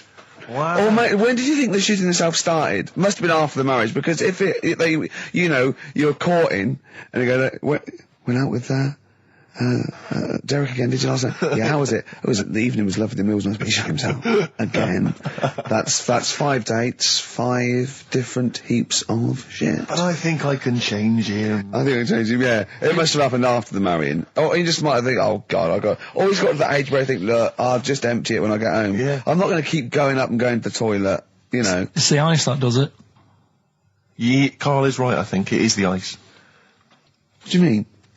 People forget, you know, they say, oh, don't drink the water when you're on holiday, and they don't. They drink, you know, they buy Evian and stuff. Oh, I see. They forget about the ice. The ice cubes, you're right, in a bar. Made from tap water.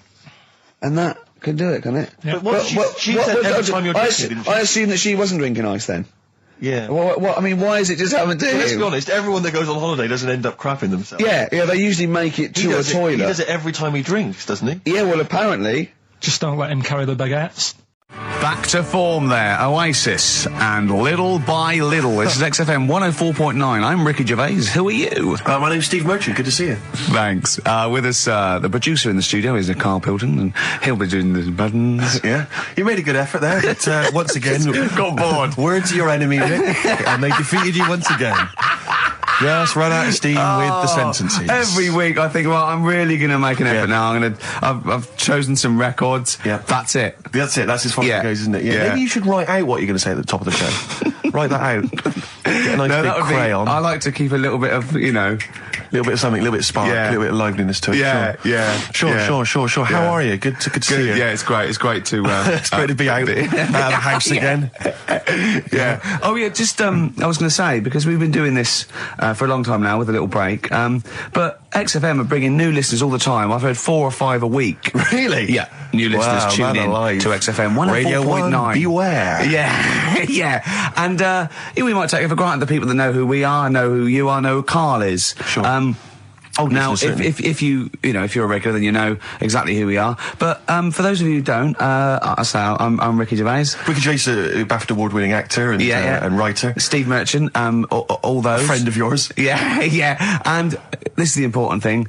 Karl Pilkington. Absolutely. Our producer. I say producer, he was the bloke who was lumbered with a job. When I said, listen, I used to run the desk in the old days. I used to press the buttons and run the desk and everything. And now I said, listen, I've been on the telly.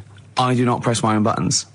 And Karl said, well, I don't really work weekends. And they went, well, you do if you want to keep your job. Absolutely. And we were lumbered with him. And then we discovered that he's not just a little dork, a little manky sort of idiot. Sure. He's got nice shirt. He's got, you know what I mean? He's got something else. Absolutely. He brings another dimension, yeah. Yeah. And, he started having a little chat, and we discovered that he had quite a lot to say. Well, I think you're absolutely right, and I think I was wondering maybe we should maybe play another tune, but after that, I just think we should re-familiarise our radio audience with Karl, and any new listeners, just somehow going to let them get to know the real Karl again. Well, if you are new, you'll find that we like some old songs, some new songs, some chit-chat. We get serious sometimes, there's some tears and some laughter. Yeah. We kicked off with Oasis' new one, Little by Little. We're going to go back in time now to Iggy Pop and his Stooges with I'm Bored. Coldplay and In My Place on XFM 104.9. I'm Ricky Gervais. With me, Steve Merchant. Hello Steve, there. Lovely to be here. Yeah. Karl Pilkington there, pressing the buttons. Great to be here. Yeah. How long can you maintain it? I'm bored already. Yeah, already bored of doing Bored already. Every week you start it the same way. Yeah. That was not bad, though. You actually grammatically made sense, which is impressive. Yeah. Thanks very much. A rare treat, indeed, from Ricky Gervais. some of the listeners have already worked out. Got nothing to say at all. Sure. Haven't prepared again. No. We did come in half hour early to prepare, but instead, me and Carl were playing. You had to flick the football into the bin. Right. We had 5 goes each, or the world was going to end. Okay. And that took up. That took up a good 25 minutes. Yeah, I liked it when we came back, and then we started just trying to beat each other in the corridor, and I beat him. I scored a goal. He was gutted because he thought he fancied himself at football, and I beat him. And I was knackered and sweating. Yeah. As I walked back to you about 5 minutes ago, you were looking through the records. You went, and this was lovely, you went... Well, we've done the preparation then. Yeah. Like a sarcastic teacher. Yeah, like a teenager, like an annoyed teenager whose parents have embarrassed him once again. And you beat Karl, did you? Yeah. Because you're not... Yeah. I mean, you're not particularly... I'm not good at football, Well, no. you're not particularly nimble on your feet. Oh, come on. No, you're not. Douglas Bader is more nimble. I'm alright, You're not. alright. But Carl's sort of, I think he's got more skills than me, but he hasn't got the aggression and the weight. Yeah. So I just pushed him aside. Yeah, good work. Yeah. Good work. I'm going on holiday. Can I just remind you, when we were in the office recently, we've got a little office that we write in, we work in, and many moons ago, we were doing some work. This was when we were writing the first series of the office, and I was typing away. I was just typing something up we'd written, and I read it back to Ricky, just check he was happy with everything. I was reading it back, and as part of the thing, there was a knock in the script. It said, knock, and so I was acting out for him, and I knocked like this, and I realised he wasn't listening. He was in fact asleep underneath his desk, and I knocked like that as part of reading the stage directions. I knocked. He thought someone was coming in. He leapt up, plunked his head, zipped up, thought someone. I said, Rick, it's not. I'm just acting it out for you. He just wasn't paying attention. He wasn't listening. And can I just throw in? So recently we're in another office. We're typing away. And I look round. He's got his shirt off. It was hot. He's taking his shirt off, right? So he's sat there, 41-year-old man, or whatever you are, 40-year-old man, there with his shirt out. Beautiful. I mean, I've seen most parts of your body now at one point or another. I think from the early days when we used to work at XFM, you started showing me bits of your anatomy, which is something he does to people he likes, friends of his. I'm sure you've seen most of it, Karl. No. And so, It's not that sort of relationship. Go on. He was sat there, and there was a knock at the door because we'd asked someone who worked in the building to bring us something. And so I had to delay it by sort of not opening the door so he could get his shirt back on. Yeah. So he was running around trying to get his shirt back on. So What would they have thought? What would they have thought? they'd have walked in, he'd have just been sat there stripped to the waist. Didn't they sort of think, hang on, what's going on? Look through the keyhole. No. Well, it was ludicrous because as they came in, he was flustered and he kind of was just leaning against the window, just looking like I often stand here with my shirt back to front. I was getting like Bernard Manning. You see Bernard Manning, whenever he goes into the house, he has to go upstairs to take his trousers off. I love that. The fact that in your house, you've just got your pants and your vest on. That's what you want to do. Yeah, but it's all the time. It's not just, I mean, you haven't done that with me, taking your clothes off and that yet. But, like, last night we were sat in the pub and I was saying, right, let's not even worry about new features then. Let's get the current ones, going. Like what? Good. Like... the one that I was trying to work out, the cheeky freak of the week. Think of that! Yeah, but Think of that, though, as a normal conversation. Yeah, but I'd looked online, right? I didn't find that much. I found... actually, I'll tell you what I found later. Brilliant. We're looking for them, right? And then at one point, I think you said to me, go and, what about the Guinness Book of Records? Yeah, they'll have, like, the best freak in the world or whatever. Yeah, ever. So I said, yeah, bring one in. Now, you've got one at home. Yeah, I've got a couple. But you couldn't be bothered carrying that in today, so I had to go out of the pub that I was at. Yeah. Nip into Borders. Yeah. Buy a Guinness Book of Records. Yeah. Out of my own money, $18.99. Yeah. Bring it back, and then you said, I don't know if I want to do this feature. So it cost me 20 quid for that. I had to buy a video for Silence of the Lambs film clip. I'm actually out of pocket at the end of this. But do you want to work with me is the thing. If you want to work with... people would pay that sort of money to work with me, Karl. You're a lucky bloke. Think how many people think, Karl, he gets to drink and sit. Yeah. Well, you making a cup of tea and I surprised, didn't I? Little surprises. Steve, last night, do you know when I left the pub in a bit of a mood because Yeah. I was just fed up with not getting anything done? Yeah. Walking down the road, I was thinking, how can I get out of this? How can I stop having to work with them? I'm thinking, I wonder if I leave, I wonder if they'll be funny and they'll go, and then my boss will be giving me stick. I'm thinking, how much notice have I got to give out? And all this is going through my mind. I'm walking home and I got in, said to Suzanne, I'm sick of it. She's going, you need to do it when I get a new kitchen. And I was like, yeah, but how big does the kitchen need to be? I was saying, do we need a big kitchen? Can we get a small one? Have we got enough for a small kitchen? Do we need so many cupboards? Can we just have wood instead of steel? Say Cheap as Chimps. Yeah. Rockbusters springs to mind. Yeah. 15 like Taiwan. 15 Taiwan. Let's just remind people what 15 Taiwan was. It was a little feature that I wanted to give a run, you know, give it a little run, see if people like it. The premise being? No, there's no premise, it's just a title. No, we were going to get 15 sort of ornaments, you'd explain them, and then people would call up and say, that one's from Taiwan. See, Carl, you just explained why I didn't think that was a good idea. Yeah, by explaining the good... You know the funny thing is, Steve, right, I was walking down Regent Street on Monday, walked past one of these big stores, right, and they've got all famous quotes on the windows, right, and one of them was something like, an absurd idea is often a great idea. Yeah. Do you know who said that? Go on. Einstein. Yes. Which made me wonder, if you were his mate, would he ever have done E equals MC squared? Or would you have said, don't bother with that, it's not going to work? Because that's all you seem to do, everything I come up with, you put down. Yeah. Well, that's one thing, he's negative, right? I don't know why, I don't know why he is. What else? He messes me about, I get him concert tickets for stuff, and you say, oh, I didn't bother going. Yeah, that is annoying. You come in, you know, 5 minutes to go with tracks that need editing. Yeah. The little bag, that bag that was free. Yeah, you got a free bag today, an XFM little rucksack thing. Yeah. You were like, oh, what's this rubbish? Yeah. Ricky said, I'll have it, they're great. He said, no, I want it. Yeah. Well, it was free, I need it. I'll give that as a gift or something. So, I mean, I think on reflection, Steve is probably a little bit more annoying than me. I won't go that far. You are annoying. If I had to go away for a week somewhere, if it was a quiet place... Well, you are again, aren't you? That's 2 holidays you had this year, I mean. If it was a busy place, I'd probably go with you, because people, do you know what I mean, staring at me all the time and that if I'm walking around with Steve. No, I'm just... Can I draw up a list of reasons I don't like you, Carl? Just being honest. What?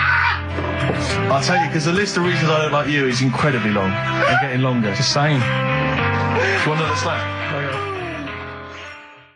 There's a star. Ash, XFM 104.9. Ricky Gervais, Steve Merchant, Karl Pilkington. Carl. Alright, let's start again. Yeah? I'm going to be the same, but let's start again. So what I mean is stop being grumpy and let me carry on being annoying. Because Steve's not going to change. He's not going to suddenly start going, you know what, Carl? I think your ideas are really good. Do you know what I mean?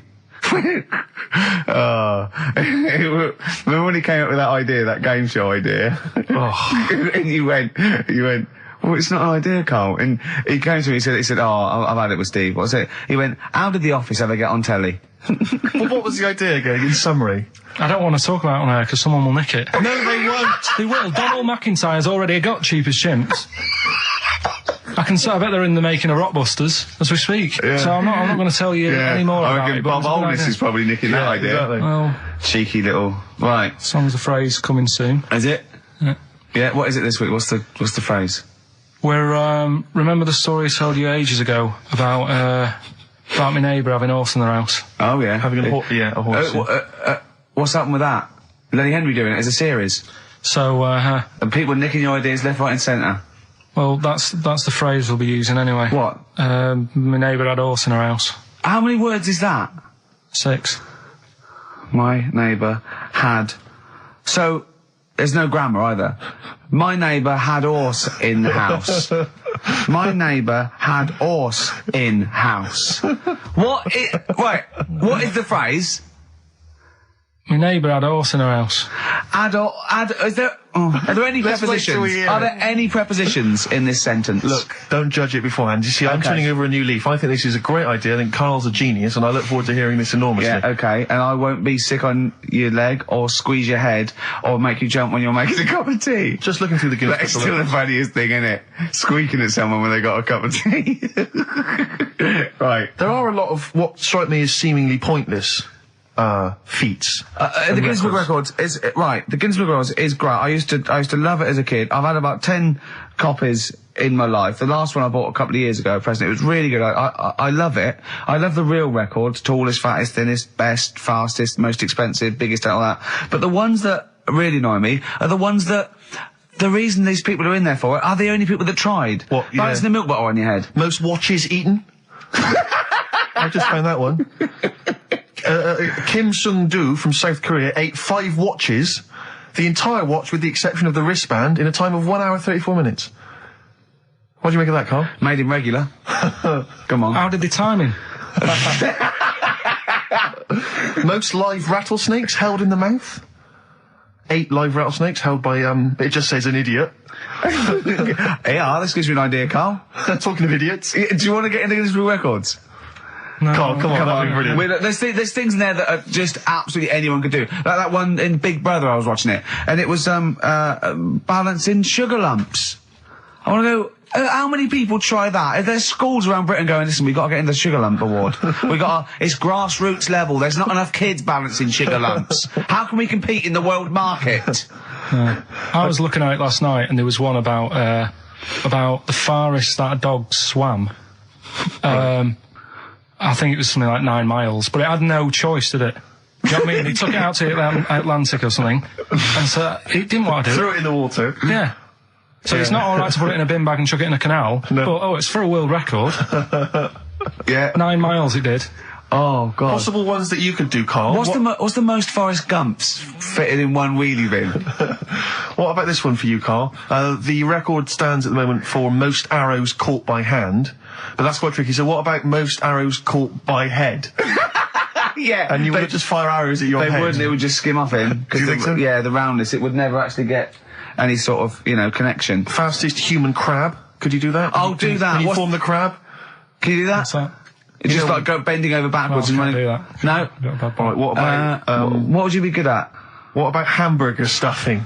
Oh, right, Carl. Alright. In the mouth, you mean? Well, it says the record for stuffing the most regulation-sized hamburgers, including buns, in the mouth at one time is how many?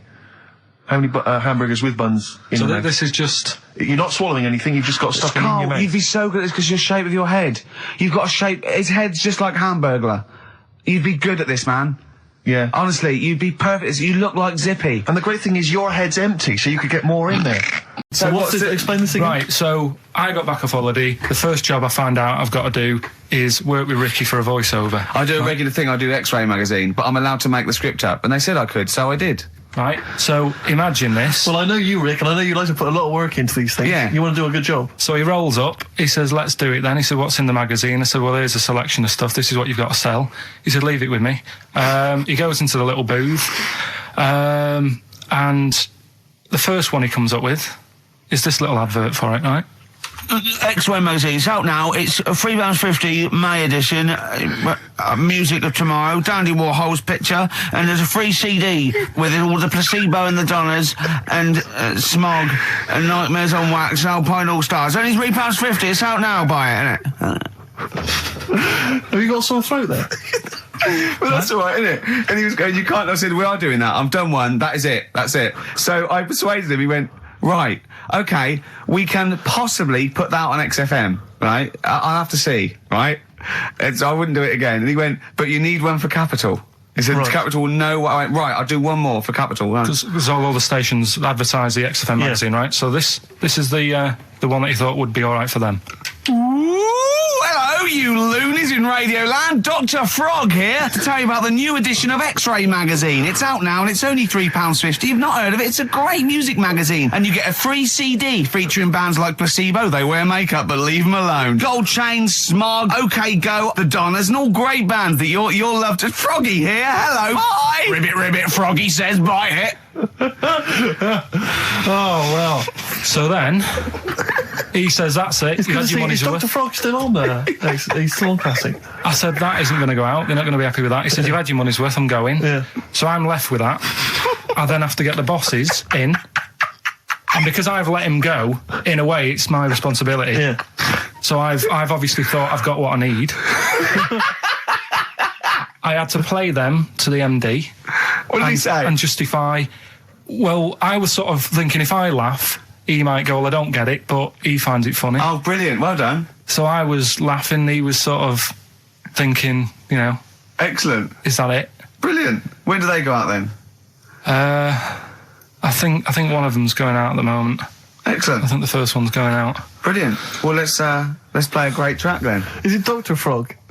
I'd like to see Dr. Frog feature maybe on our show more often. Okay. Oh, I've got some new comedy characters. I can't believe my luck. You know I love the work of comedy greats like Chris Moyles and Noel Edmonds. I've got some really funny comic characters that'll be popping in and out of the studio. Save them. Okay. I'm excited. Rowdy Drawn Boy.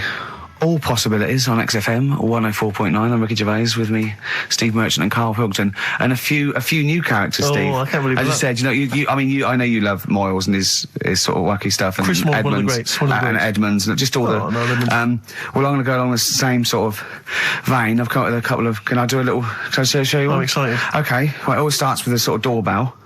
So it goes, ding dong. I go, oh no, hold on, Steve, hold on, Karl. Who's that at the door? Yeah. Hello. Oh, hello. Oh, look, it's Camp David, the right queer gay. Oh, hello. Hello, you look all gay today. Is that because it's nice weather?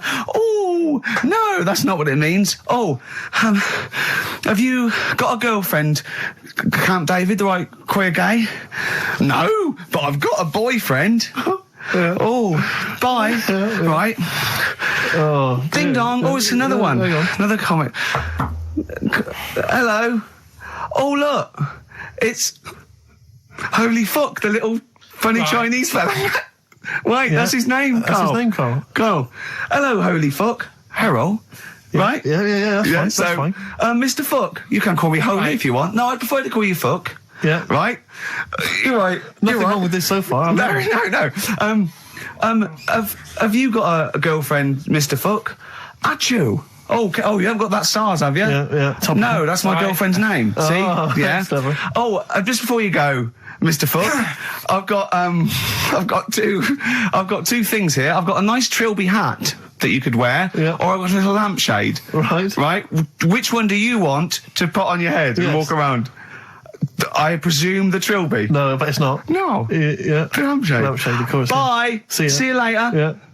I thought they were genius. Can I be honest? I'll be honest. I thought they were brilliant. I thought they were. You didn't steal them off Chris. No. They're original. They're original. Sometimes characters. Chris Moyles has done stuff as good as that. I know. Yeah, I know. But no, these are all mine. So there you go. We'll be hearing more from Camp David, the right queer gay, and Holy Fuck, the funny little Chinaman. What? All right, Karl. Yeah. Is that your sort of humour? It might not be your sort of humour. You just should have run it past me before you did it. Yeah. What one are you worried about in particular? The not Camp David. Well, say his name. No. Say his name. Which one? I don't know which one you mean. The Chinese fella. I forget who that was. What was his name? I can't remember. Well, if you can't remember, it can't be that good, so we'll leave it. We won't do it again. Right? I'll tell you what I've got, Steve. Oh, what? I'll tell you what I'm thinking. Go on. Right. Do you know, like, TV programmes sort of get rested in the winter? Ding dong. Oh, no. Hang on, who's this? Oh, go on. Hello again. Not now, Mr. Fuck. We're talking. Bye. Is that Holy Fuck again? Yeah. Okay, Karl. Look at Karl's face. Right. Okay, that's it now. I'm not answering the door anymore. Right. Okay, go on. Right. Yeah. Ding dong, ding dong, ding dong, ding dong. He's trying to get in. Don't be impolite, Rick. Come on, Rick. He wants to come in. No, it's too late. It's too late. He's gone away now. Go on. Right. Anyway, what I'm thinking is, Rockbusters coming back for a bit. What? What are you talking about? He likes my idea. He likes my characters. He doesn't like that idea. If I Go on, what, Karl? No, I was going to say if I came up with with what? With that Chinese fella. What was his name for again? a sketch? You wouldn't have liked it. Let's do Rockbusters and see how it goes. I know you weren't a fan of it, but. Hang on, yeah, to be honest, Karl, he dissed Cheap as Chimps, and we know that's a brilliant idea. Hang on, sorry, we all agreed that Rockbusters was a piece of old toss. No, I didn't. I said it needed resting. And that's why we stopped doing it. I said it needed resting for a bit. I don't remember that conversation. What do you mean it needed resting? We abandoned it because it was appalling. You it started off as a nice idea, but you just gone crazy. Let's play a record and come back to this, shall we? What do you want to play? Bit of sugar. Oh, yeah. Brilliant. That'll cheer us all up. I don't know why you were thinking of bringing this back. I'm genuinely worried about this. Well, is that the doorbell? I would be lying, Rick, if I told you that didn't feature in my list of the best singles ever. That's lovely. It's a If I can't change your mind, great pop tune. Brilliant, absolutely brilliant. I think Carl's worried about one of the names of my characters, so I'm changing the gay fella's name to David Gray, the bent pianist. Right. The Scientist, Coldplay, on XFM 104.9, with me, Steve Merchant, Karl Pilkington, I'm Ricky Gervais, obviously. So, Carl's just getting a little bit frustrated there with Steve, having nothing to offer after being off for a week. Do you know what he calls you now behind your back? Oh, God, here we go. No, it's all right. He calls you the Professor, because of a picture of you in, My Media. Oh, right. What did you say? He said Did you approve it? I didn't actually, no. No, you know what it is, don't you? It's, you know, when you take it from an angle, it sort of distorts one side, and they've taken a picture from a bigger picture, I think, and so it's, do you know what I mean, like he's looking in a kettle, and he went, what's going on there? He said he looks like one of those professors of BBC Two schools programmes. Well, I take that as a compliment, considering what I call you behind your back. And I say, no, it ain't the Professor. Although Carl's looking pretty good at the moment, aren't you? I'm surprised. Can I just say, I'm surprised that you got chosen for having clean nails at school to serve the biscuits. Because I always imagine you, when I look at you, I see you as a child. I see you as a grubby little child who's always out in the street getting dirty. Carl is quite hygienic because he's always got a nice little. Nowadays, I do. Yeah, nice little top on. Not the boyhood, Carl. I always imagine you being quite neglected. No, my clothes weren't always the best, and they were a bit warm, but they were always clean. Yeah. Is this a country song coming on? Are you Dolly Parton? Got me thinking about things you don't see, and you don't see. Did you put this into a computer? Show me things you don't see. What else don't you see? Well, you don't see, like, an old man having a Twix. You never... So what? You know the terrible thing about all this, Steve, is he's right. You don't see an old man. No, I know that's a terrible thing. So what they have got, right? They've made old man toffees, haven't they? They've come up with Gervais. Is that a song? Oh God! You don't see it. No, listen now. So they've got their Werthers, right? Yeah. So, look at him! You think he's giving a lecture at Oxford? It's not going anywhere. No, go on, sorry. Go on. I'm just saying, right. You grow out of things. Yeah. And the old man, I'm sure when he was a kid, he'd have a Twix. Yeah. Now it doesn't look right, so he's having... It doesn't look right! So... Right. I don't think Werther's originals were specially designed for old people. I think they were sweets that just happened to have been made for years. That's why old people eat them. Yeah. They didn't go, hang on, there's a market here. I've noticed old people aren't eating Twixes. Quick, let's make some old man sweets. But then the advert, he gives it to his grandson as well, doesn't he? He goes, I have a Werther's original. Oh, I think it cuts though before he throws it back in his face and goes, get me a Twix. And a damn curly-whirly, Grandad, you old fool. But at the same time, I was thinking about this a couple of weeks ago. If you get, I mean, I think I read that like a big chunk of ice fell off one of the ice, what do you call them? Caps. Ice caps. Something like that. I think they said it's the size of the Empire State Building or something. Right. It snapped off and went into the water and it's melted. And they said, oh, it's bad news, you know, that something that size is melting. But the way I look at it, if something that size falls into the water, it's like a big ice cube and it's gonna freeze it up again. You with me? Not really, Carl. Go on. Right, you get a giant ice cube, the size of the Empire State Building, stick it in the water, it's gonna make it's gonna stick back on again, isn't it? Well, no, only if it freezes up again. Yeah, well, it will freeze up. The water's going to get cold again because you've just put a giant ice cube in the water. So when you put an ice cube in a drink, the drink doesn't freeze, does it? No, the ice melts. If you put one the size of an Empire State Building in your glass of Jack Daniels, it's going to make it freezing. It's not going in a glass of Jack Daniels, it's going in the ocean. I know, but I'm using my fables. Imagine the world. Use your brain instead. Imagine the world, imagine the sea, like the Arctic or whatever, as a glass of Jack Daniels. Okay. A big ice cube falls into it. Yeah. It freezes, it melts back on again. So we're all right. I don't know why everyone's worrying. God, thank God for that. I was getting panicked. Oh, fine. Do you understand what I'm saying? Yeah, no, you're right. Yeah, that will happen. Should we play some more music? Do me bit. When you were playing Game Boy, right, and you'd looked in a hole, and you were reading your book, what is she doing? She'll make things seem more interesting to me. Do you know what I mean? So, like, when we're at the Owl, and the bus driver said, "You've got an hour here," I said, "Why have I got an hour here? I go to a funeral with someone who I loved in the ground and don't spend an hour around it. Why do I want to..." Do you know what I mean? Why do I want to spend an hour looking in this? Wasn't that terrible when your auntie just shot up in all this magma? Yeah. That was terrible, wasn't it? That was the worst funeral you'd ever been to, wasn't it? But she'll tell you, that would make funerals more interesting. If they just... It was a cremation and a burial. Yeah. You just put them in a volcano and they go 2, 3, here they go, whee, up to heaven. I was having a conversation with my flatmate about songs that would be inappropriate to have at your wedding, at your funeral. And horny, surely is one. It, yeah, was it horny, really? Yeah, that was the first one we came with. I'm horny, horny. I'm a little bit concerned about your toilet discussion. What exactly is your point again? I was just a bit bemused. See, it's a tricky one. All I'm saying is, right, there I was at the pub quiz. I go to the toilet, not thinking about anything. I try to go, right, there's a little gay fella next to me. I love this little gay fella. Now, the weird thing is, there's nothing stopping him having a little glance, right, because he's allowed in the fella's toilet. Yeah. Now, I'm not allowed to go into the woman's toilet and have a little look round. Right.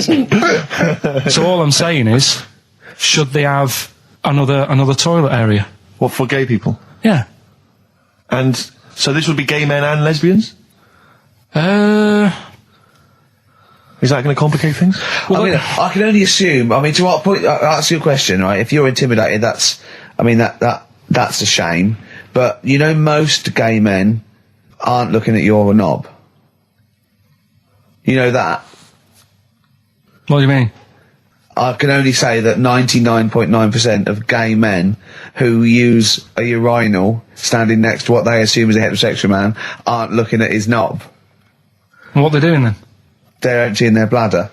No, but the thing is, I can't talk. You're saying like, you know, about would you have one toilet for lesbian women and gay fellas, right? Well, does that mean? Would it be mixed? Would it just be? Would it have a man on one? That's heterosexual man. One little picture of a woman, and then what? What would the little icon be? A man and a woman. A man and a woman. Just having a chat. Yeah. In pink and dot lines. But you couldn't mix them, because then what would happen is you'd get people who are going, oh, I'll play up to this a bit. What, pretend to be gay? And yeah, you know, sort of grow a moustache and shave their head. And pretend to be a lesbian. Right. Yeah. So I see. So you know, people pretending to be gay so they could go in and have a look at the lesbians. Yeah. Right. So that would mean that we need 4 cubicles now, wouldn't we? Yeah. No, this is fine. 4 cubicles. So every pub now. How many toilets do we need? Every pub's now got 4 toilets. Oh, Carl, bisexuals. Yeah. Now, interesting. Bisexuals. How many toilets do we need now? Call the council. Will you use any? Huh? No. No, because they're interested in everything, aren't they? Because the little bisexual fella will be looking at your knob. Right. With them, what you do, you just have a door, you open it, and there's one urinal there, so you can't get a queue. They have to sort of wait. I just thought that, well, why can't there just be a thing between the urinals, so no one can look at anyone else's knob? Wait a minute. Just to go back to Ricky's point, what stops, even if we've got the toilet for gay men, what stops the gay men who want to have a look at your willy going in the regular toilet and pretending that they're straight? Most men don't wear gay across their head. Exactly. They don't have a tattoo. There's no branding yet in the British house where they have to declare. So we're going to have to expand this. So we've all got to carry identity. Do you know you can see a gay, can you? Coming a mile off. No? No, I'll just hold it in next time. No. Can you tell gay men? Do you know a gay man? I'd say, probably, if you did if you lined some people up and said, point them out, I reckon I'd get... But hold on, we're not talking about people dressed in leather with the arse cut out and an handlebar moustache. Yeah. We're talking about, the everyday, non-seen... of course. Yeah, but I mean, suppose I put you in a room and there was 10 naked men, right? Yeah. And there's 5 gay men and 5 hetero. Could you walk along that line looking at those gay... Am I naked? No, you don't have to be naked. Why would you have to be naked? To catch them out. How would you catch them out? See, there's always other things going on in my mind when I'm in that pub quiz. For me, it's just a little bit of fun. Sure. It's a night out. Do you know what I mean? Suzanne enjoys it. Yeah. Bit of a get-together. We have a chat beforehand. Yeah. We have a bit of fun. Yeah. But there was other things on my mind. Carl, I could do that here. I don't have to lose a tenner. Wait, what were you thinking during the quiz then, when the questions were coming out? What were you thinking of? Well, what it was, right, just before the quiz started, I had to go to the toilet, right? Because the rule is, right, people who don't go to it, once it starts, phones off, no more toilet. They take it dead serious, don't they, right? Yeah. So, I went to the toilet.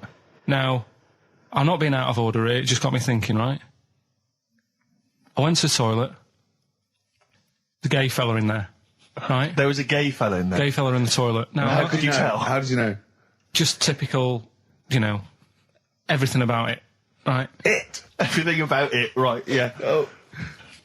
What, large handlebar moustache, leather cap? Butt plugs, amyl nitrate. Could I just say that these views do not reflect the views of the management of XFM or me and Steve. Or most of the people in this country. Go on, Carl. What's your problem? Yeah, but this is what I'm worried about, really. But this is why I only got Danny Minogue right. Right? Because this was floating around my mind. Went to the toilet. Gay icon, now, isn't she? go into the toilet. They have like men's cubicle and they have women's cubicle. Yeah. Now, without sounding out of order, is it wrong for me to think gay men should have their own little cubicle? Go in. They should have their own... Well, not cubicle, you mean an actual toilet, I suppose. When I was at the urinal, normally, you know, there's a fella there and then you go, all right. And there's no pressure. But I couldn't go. I was thinking, should I wait? If I go into the toilet, it'll look obvious.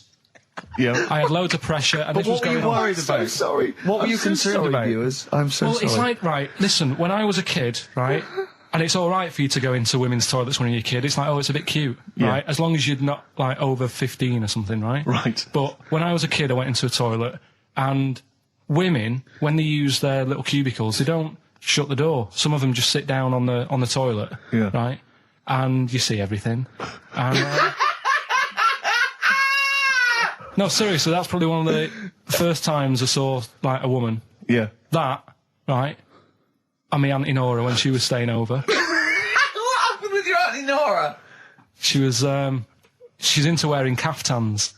Into wearing what? You know, caftans. Oh, yeah. What caftans? Big, bellowy sort of dresses. Right. And, yeah, I used to sit on the floor at home in front of the telly. Sure. She was on the chair behind. Yeah. She did a bit of a sort of a Sharon Stone scene. Oh, God. Yeah. Did you see it? There was no underwear? No. What age were you? What was it like? What age were you? It was like a ripped tennis ball. What? Right, we're off air. We're off air. Either that or put us in for the Sonys. New Year's resolution, Carl? I don't know. I don't do it. Really. So what about something like, I don't know, start smoking? Do you know, there must be something. No, it's a waste of time, isn't it? Don't bother with that. Right. You, Steve? Me, no, I've never really made any New Year's resolutions. I just be good to people. Just treat everyone as you want to be treated yourself. Give to charity. Hate, crime, racism, famine, sexism. I know you're going to keep to all those, except the give to charity. That's... Me and Carl find that a little bit hard to believe. Never gonna happen. Well, you've always got to break at least one of your New Year's resolutions. Exactly. Yeah, well, I think I'll be nice to Carl. What about learn more? I was thinking that. I want to learn more. I'm always teaching you stuff. I've got... I watched... I'll tell you what, Christmas telly was dreadful this year. I don't know if I've hit that age where I think... But I think consciously I thought this is worse than usual. Yeah. And I ended up watching Discovery Channel and History Channel again, and I watched 4 episodes in a row of this fantastic documentary, 1418 War, narrated by Dame Judi Dench, and it's brilliant. I just can't get enough of it. I hated history at school, and now I want to know everything. Yeah. And I think that's mine. Learn all the stuff about stuff. I like learning, though. I always say that to you. I'm always looking up stuff. When I was on holiday, even though it was sunny outside and they had big holes to look at if I wanted to, I stayed in and watched Discovery there and was watching stuff about scorpions and that. Yeah, what did you learn? Well, nothing, because it was all in Spanish. But I just watched it. What I found odd, right? What I found... Scorpions, I get it. It's only about poison you get with. What I don't understand is with scorpions, right? They have like this sort of weapons, don't they? They have the poison and stuff, right? Yeah. Which can kill a man. Yeah. But there was a couple of little animals and that were its sort of enemy. Yeah. And it stung them, and it didn't kill them. So what's the point? Well, firstly, not all scorpions kill a man. Some of them, this one did, they said. Yeah, well, they range from like bee stings to so much venom it can take down a horse on things like spiders and snakes and scorpions. So it depends. But a scorpion that will kill a man would kill a rabbit. So I don't know what you're talking about. No, there was a snake that it stuck its thing into, and some sort of beaver, and they were just like running about. There's nothing funny about that, so why are we laughing? Well, the snake wasn't running about, was it? Well, it was slithering about a bit. Yeah. What was the beaver doing when the snake... Just sort of... I think it ate it in the end. What? Ate what? Ate the scorpion. Just wandered off. Well, it wasn't a beaver. There you go. There's no way it was a beaver. All right, an otter. This is what you've pieced together from a show in Spanish. Well... I'm just saying, though, how come it can't kill something that small, yet there's someone on holiday that's no sort of danger to that scorpion. We're not going to harm it, right? And yet it can kill a man. So you say, but I don't believe it. Shut up, mate. Seriously, this is gobbledygook. Taught you something again, though. That's what I'm saying. No, what have you taught us, though? What is the fact that's come out of that? A scorpion can kill a man, but the beaver was dancing with a snake, then it ate it. You do that That's all the not time, a fact. Though. That's not a fact. Down. New Year's Eve taught him something, right, about dead people. No. You know, the things that taught me, I was saying you're talking shite. He says they found out your soul weighs an ounce. Your soul? Yeah. Your soul weighs an ounce. Right, who found this out? I read it. Your arsehole weighs an ounce. Yeah. There's no such thing. A soul weighs an ounce. You're talking drivel. All right. Have you got any monkey news? So what did they do? They weighed someone who was alive, and they will wait for you to die, then weigh you again. There was someone you've lost an ounce. Yeah, it must be your soul shooting off to heaven. It was someone who was really ill, and they said, we can't do anything for you here, but we've got a bit of an idea that we want to do. We've been wanting to do this. Stuck him on some scales. He said, right, you weigh 9 pounds and an ounce or whatever, because he was wasting away. He died, 9 pounds.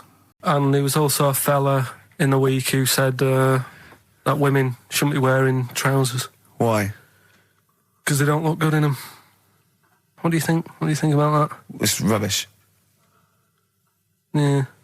These are the only things that have caught your eye over the last couple of weeks. This is the entire news. Galileo did something with light. A French fella said women shouldn't wear trousers. See, that to me wouldn't pass as education. It's not education. I don't know where you could ever use that. I don't know when that would ever be applicable to life. I just like reading stuff that sort of reminds me of... Do you know what I mean? If I read it and it gets me thinking, I think that's a good little piece. But I mean, but surely can't you just sort of like sit near something that vibrates to keep your brain going, or shake your head every now and again? I mean, what does this do? You mean it makes you start using your brain? But what aspect of a Frenchman said women shouldn't wear trousers got your mind working? What questions were you asking? Because I thought that's a bit daft, isn't it? Right? Yeah. Okay, it ends there with me. There's nothing else. There's nowhere else for me to go on that. He closes your mind's still worrying.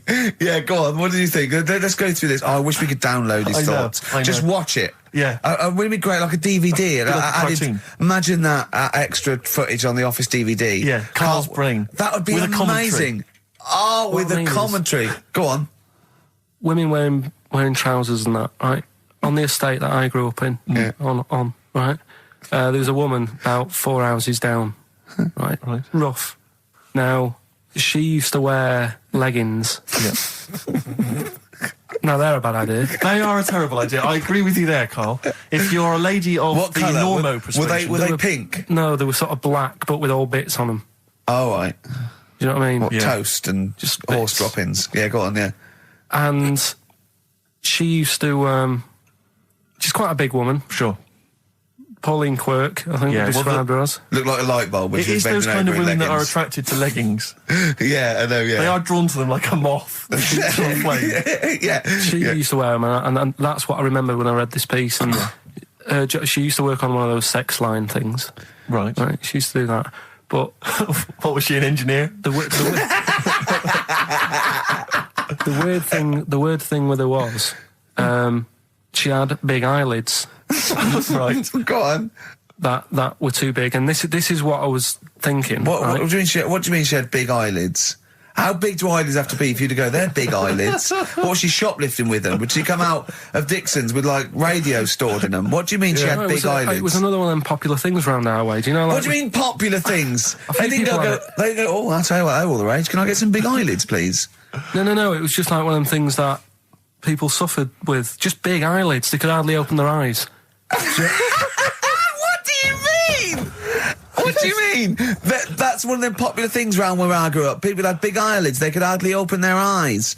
What does that mean? What sort of freak town were you born in? You had webbed feet people with big heads. You got women with big eyelids. What does big eyelids mean? Are you confusing her with the horse?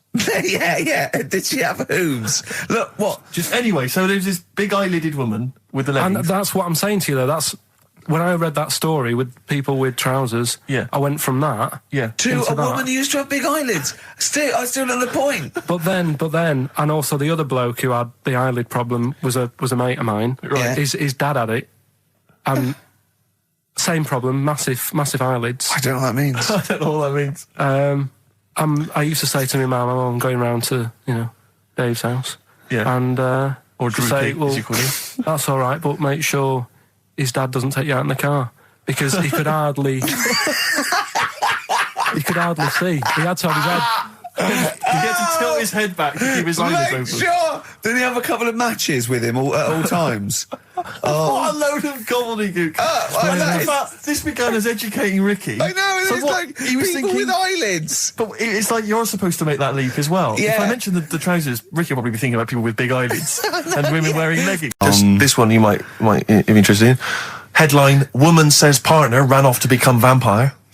Yeah. And it says a young mother says her partner has dumped her to become a vampire. Rebecca Roberts from Somerset says Matthew Barrett fell for a blood-worshipping woman in a US cult.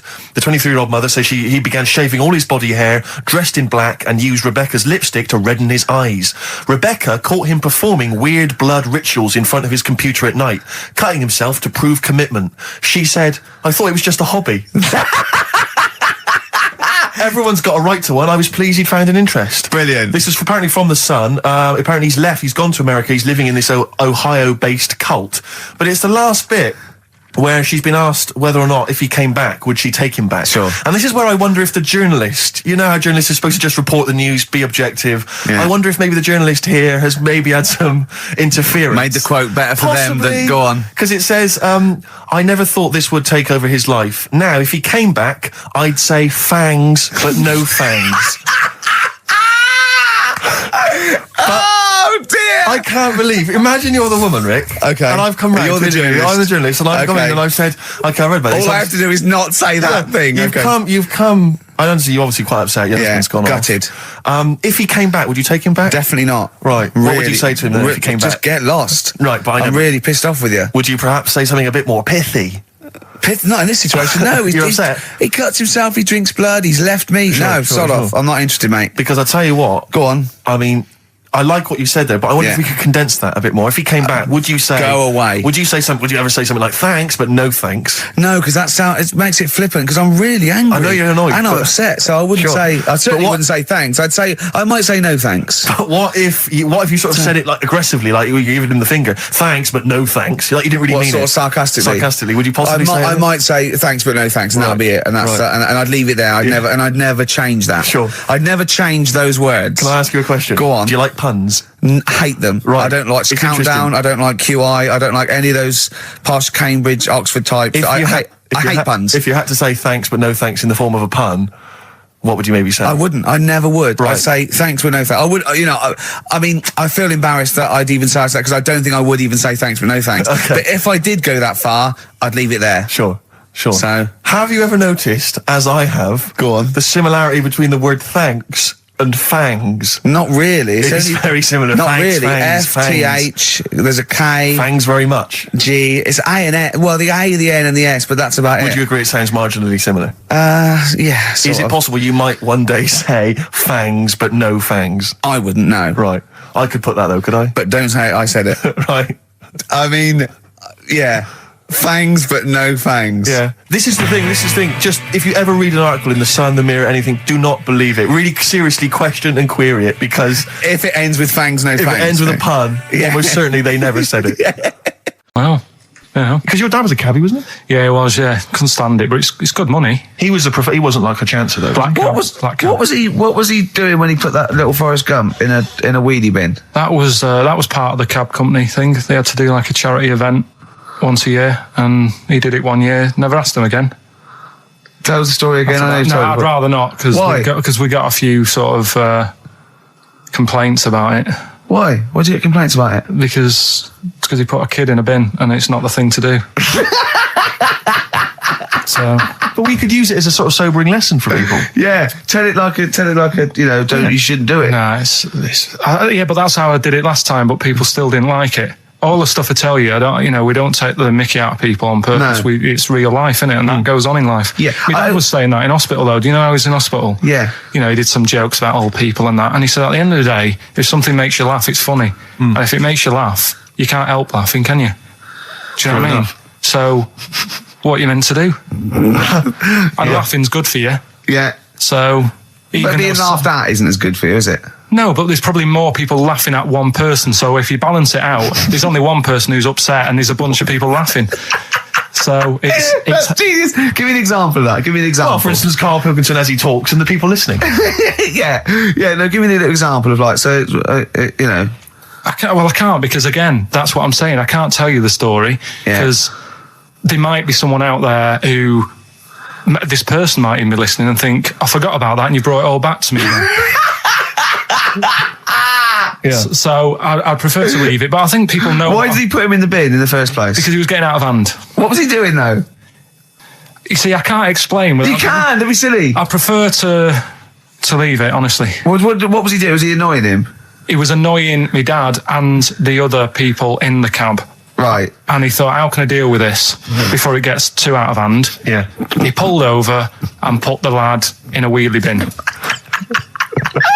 Have we got a cheeky freak of the week? Do you want one? Yeah. I think we should have a jingle for this. Okay, I've got a jingle. It's very similar to chimpanzee. Chimpanzee that? Yeah. Well, let's hear it. Okay. Oh, cheeky freak of the week. Brilliant. Yeah, no, I think that's excellent. So, cheeky freak of the week. You've spotted a freak This is where somewhat, I think, offensively, you pick on someone who's not like other people and say it's your favourite freak of that week. Yeah, I remember we had the woman whose legs looked like the hind legs of a dog. We've had the little fella with the aging disease with a little head playing the piano. That was your favourite. I think that's your probably freak of the year, isn't it? It's a pretty good one. So what's this? Is it a man with a horrendous injury, or is it a congenital birth defect, or what? Yeah, but you put it like that, and now it sounds like I'm being tight. It sounds like I'm being out of order. But I'm just giving him a mention.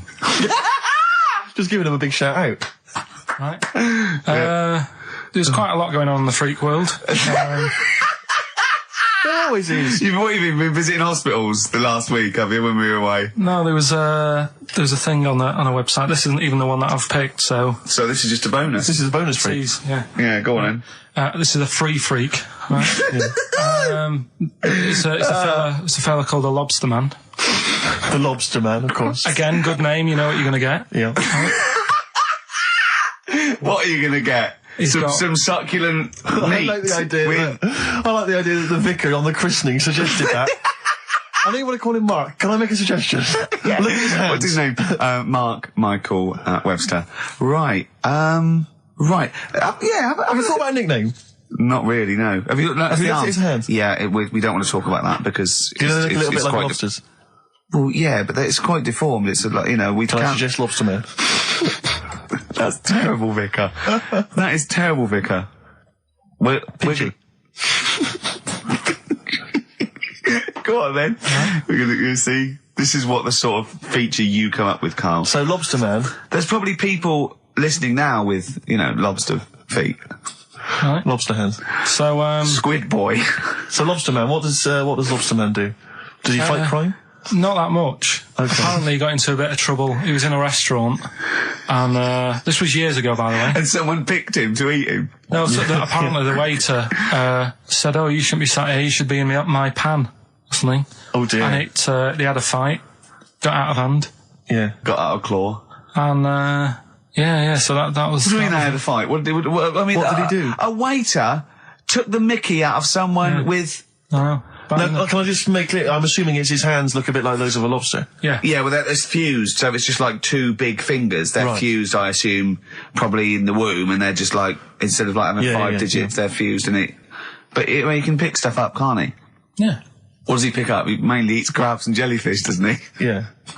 Yeah. So he was having a fight with the waiter. He snipped off his nose. Right, so anyway, he just held on to the waiter's bib. Yeah, and the exactly, waiter was screaming, "Go and get him off me." Yeah. So anyway, does he eat other lobsters? Does he typically he would eat lobster, or is it kind of? Would he feel bad about eating lobster? Right. The little cheek of the freak that we've gone for anyway. The what? The little freak of the week, cheeky freak of the week. We've gone for this Siamese lad. Okay. Right. Happened back in. You can't have a Siamese lad, can you? All right. Yeah. This Siamese twins happened back in 1693. Oh, we've got a date. Blimey, that's the first time ever. Yeah. And all it was, he was doing all right for himself. He used to go on those circus things he used to do. They're two people you're talking about, Carl. So we're going to him. All right then. All right. They did this circus show, right? Yeah. And everything's going well. They're selling out the tents and stuff, people coming to see them. Yeah. He was doing all right for himself. Yeah. Right? Sorry, before I said that, did you think a Siamese twin was a man with 2 heads? Well, it can be, can't it? It depends.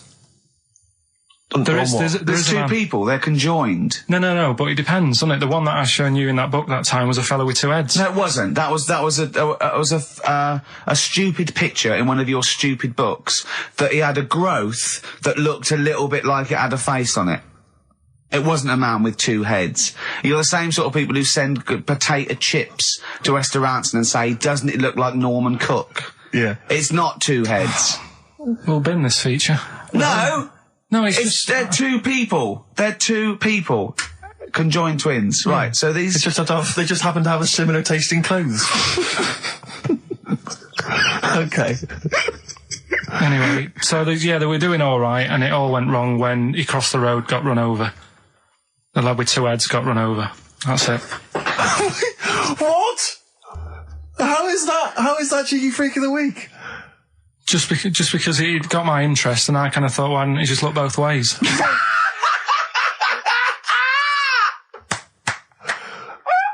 I'm intrigued to know why wasn't he looking both ways? I'm intrigued to know how you get run over. What was it, 1629? Yeah. Well, it's horses and that, wasn't it? Yeah. Oh, why wasn't he looking both ways? Karl Pilkington, you are a genius. Play a record, you fool. Cheeky freak of the week, do you want to... Oh, definitely. Should we do cheeky freak of the week? Cheeky freak of the week? I can't wait. I'll always do these. I'd start off with these. Alright, well, let's have the jingle for cheeky freak of the week. Oh, no. Do you remember it? No. I remember it. Oh, cheeky freak of the week. Brilliant. Something like that? I want some more though, because that was slightly half-high. Oh, cheeky freak of the week. Excellent. Right. This, we're going back again. Yeah, 17th century? Well, it was 1829, right? Oh, I'm impressed. Now, the problem is with Cheeky Freak of the Week... not so much the week, is it, if you're going back to 1829? Well... Not even of the century. You haven't even done Cheeky Freak of the century. What's the problem with Cheeky Freak of the Week? Just because... Other than the sort of moral implications. Yeah. Well, last week, it was a fellow with 2 heads. Yeah. We've done Siamese twins. It's Siamese twins again.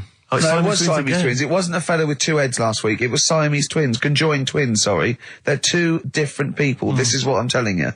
But this is the problem. They're going to crop up quite a lot just because they've got double a chance. All right? Oh, please don't write in and complain. He knows not what he does. You understand, don't you? Carl will actually feature one day in this section. Yeah. So, right, go on, Carl. We're going back to 1829. Yeah. All the way back there to 1829. It's a retro conjoined twin link. A couple of guys set up a business. They were called Chang and Ang. Oh, they're the first. That's why they were called Siamese twins, because they wasn't that what it was based on? Those two, Chang and Ang. Was it? The original, yeah. That's why they're called Siamese twins, because I think they were Siamese. So these are the first ones. Well, not the first ones, but they're the ones that got to fame, I think, and why people started calling them. So people started calling conjoined twins Siamese twins. I think I'm right there. Anyway. Good. Well, the sort of set up business, sort of going around the US. Well, both of them. And Europe, yeah. Yeah. And what they used to do, people were amazed by it anyway. But Yeah. people wanted to know how they get through life doing certain things that you think about. When you think about Siamese twins, you think about, you know, how do you get through a day like that? Yeah. Right? And the thing that cropped up the most with people was how they take a bath.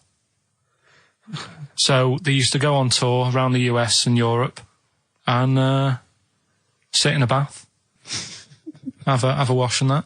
And did they ever wash each other by mistake? They go, oh, that ends there. That ends there. Like those things in supermarkets. They put one of those down. We go, oh. Now, as Chang and Ang, they're in the bath. They're washing their own bits. They've got one of those dividers, right? They go, well, that's definitely yours. I marked mine. That's definitely mine. What? Don't wash that, Chang. I wouldn't, Ang. I wouldn't wash that. Right? So what are they doing? They're in the bath. Carry on with the story. That's about it, really. I mean, that's the fact that people... So, two little Oriental fellas joined in the hip, had a bath. No. That's your story. No, they didn't have a bath. They sort of, everybody, they must have done some sort of research, right? Who? Chang and Ang, right? And they said, well, what do people want to see? Isn't that basically Roller's song?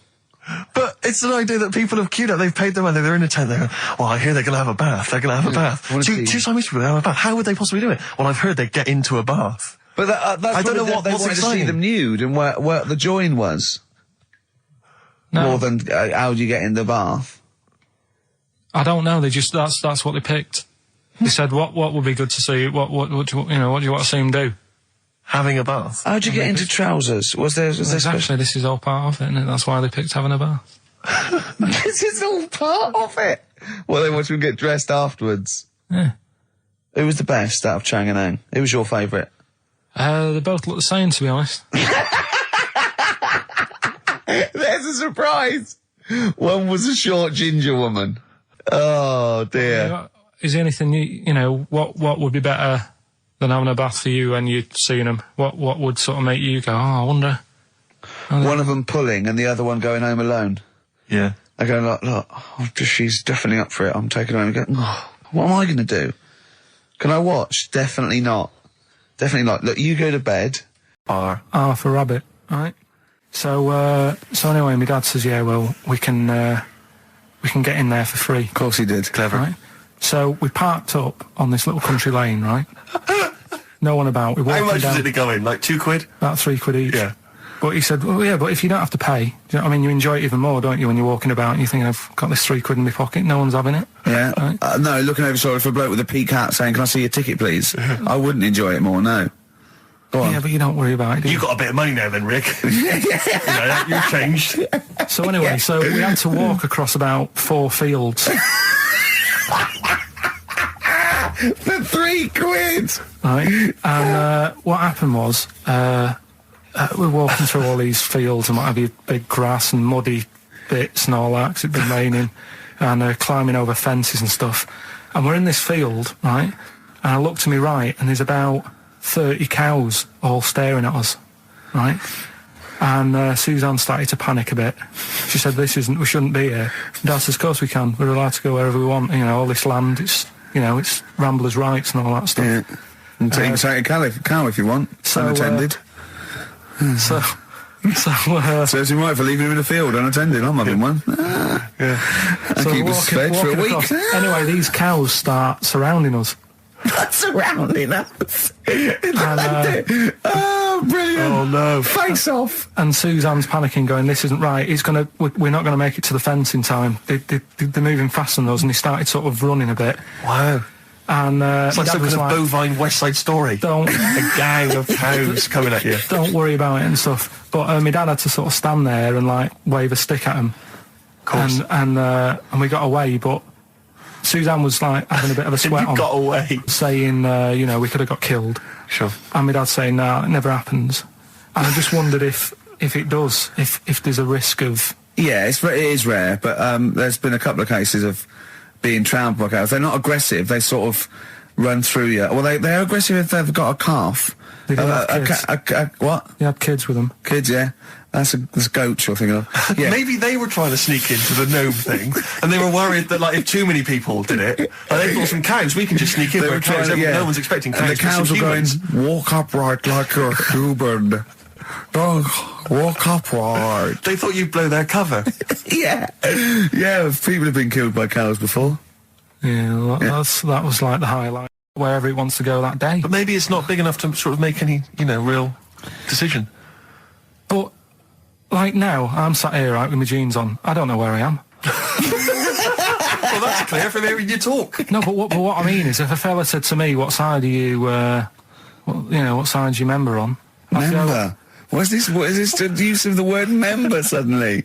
I'd go... Well, it's usually not appropriate, and also, I imagine in the old days they had big baggy pants that used to sort of like hang down, and now, like with those stretchy boxers and briefs, it's sort of held up in a nice neat little parcel, isn't it? So it's probably not appropriate. It doesn't come in contact with your little snake.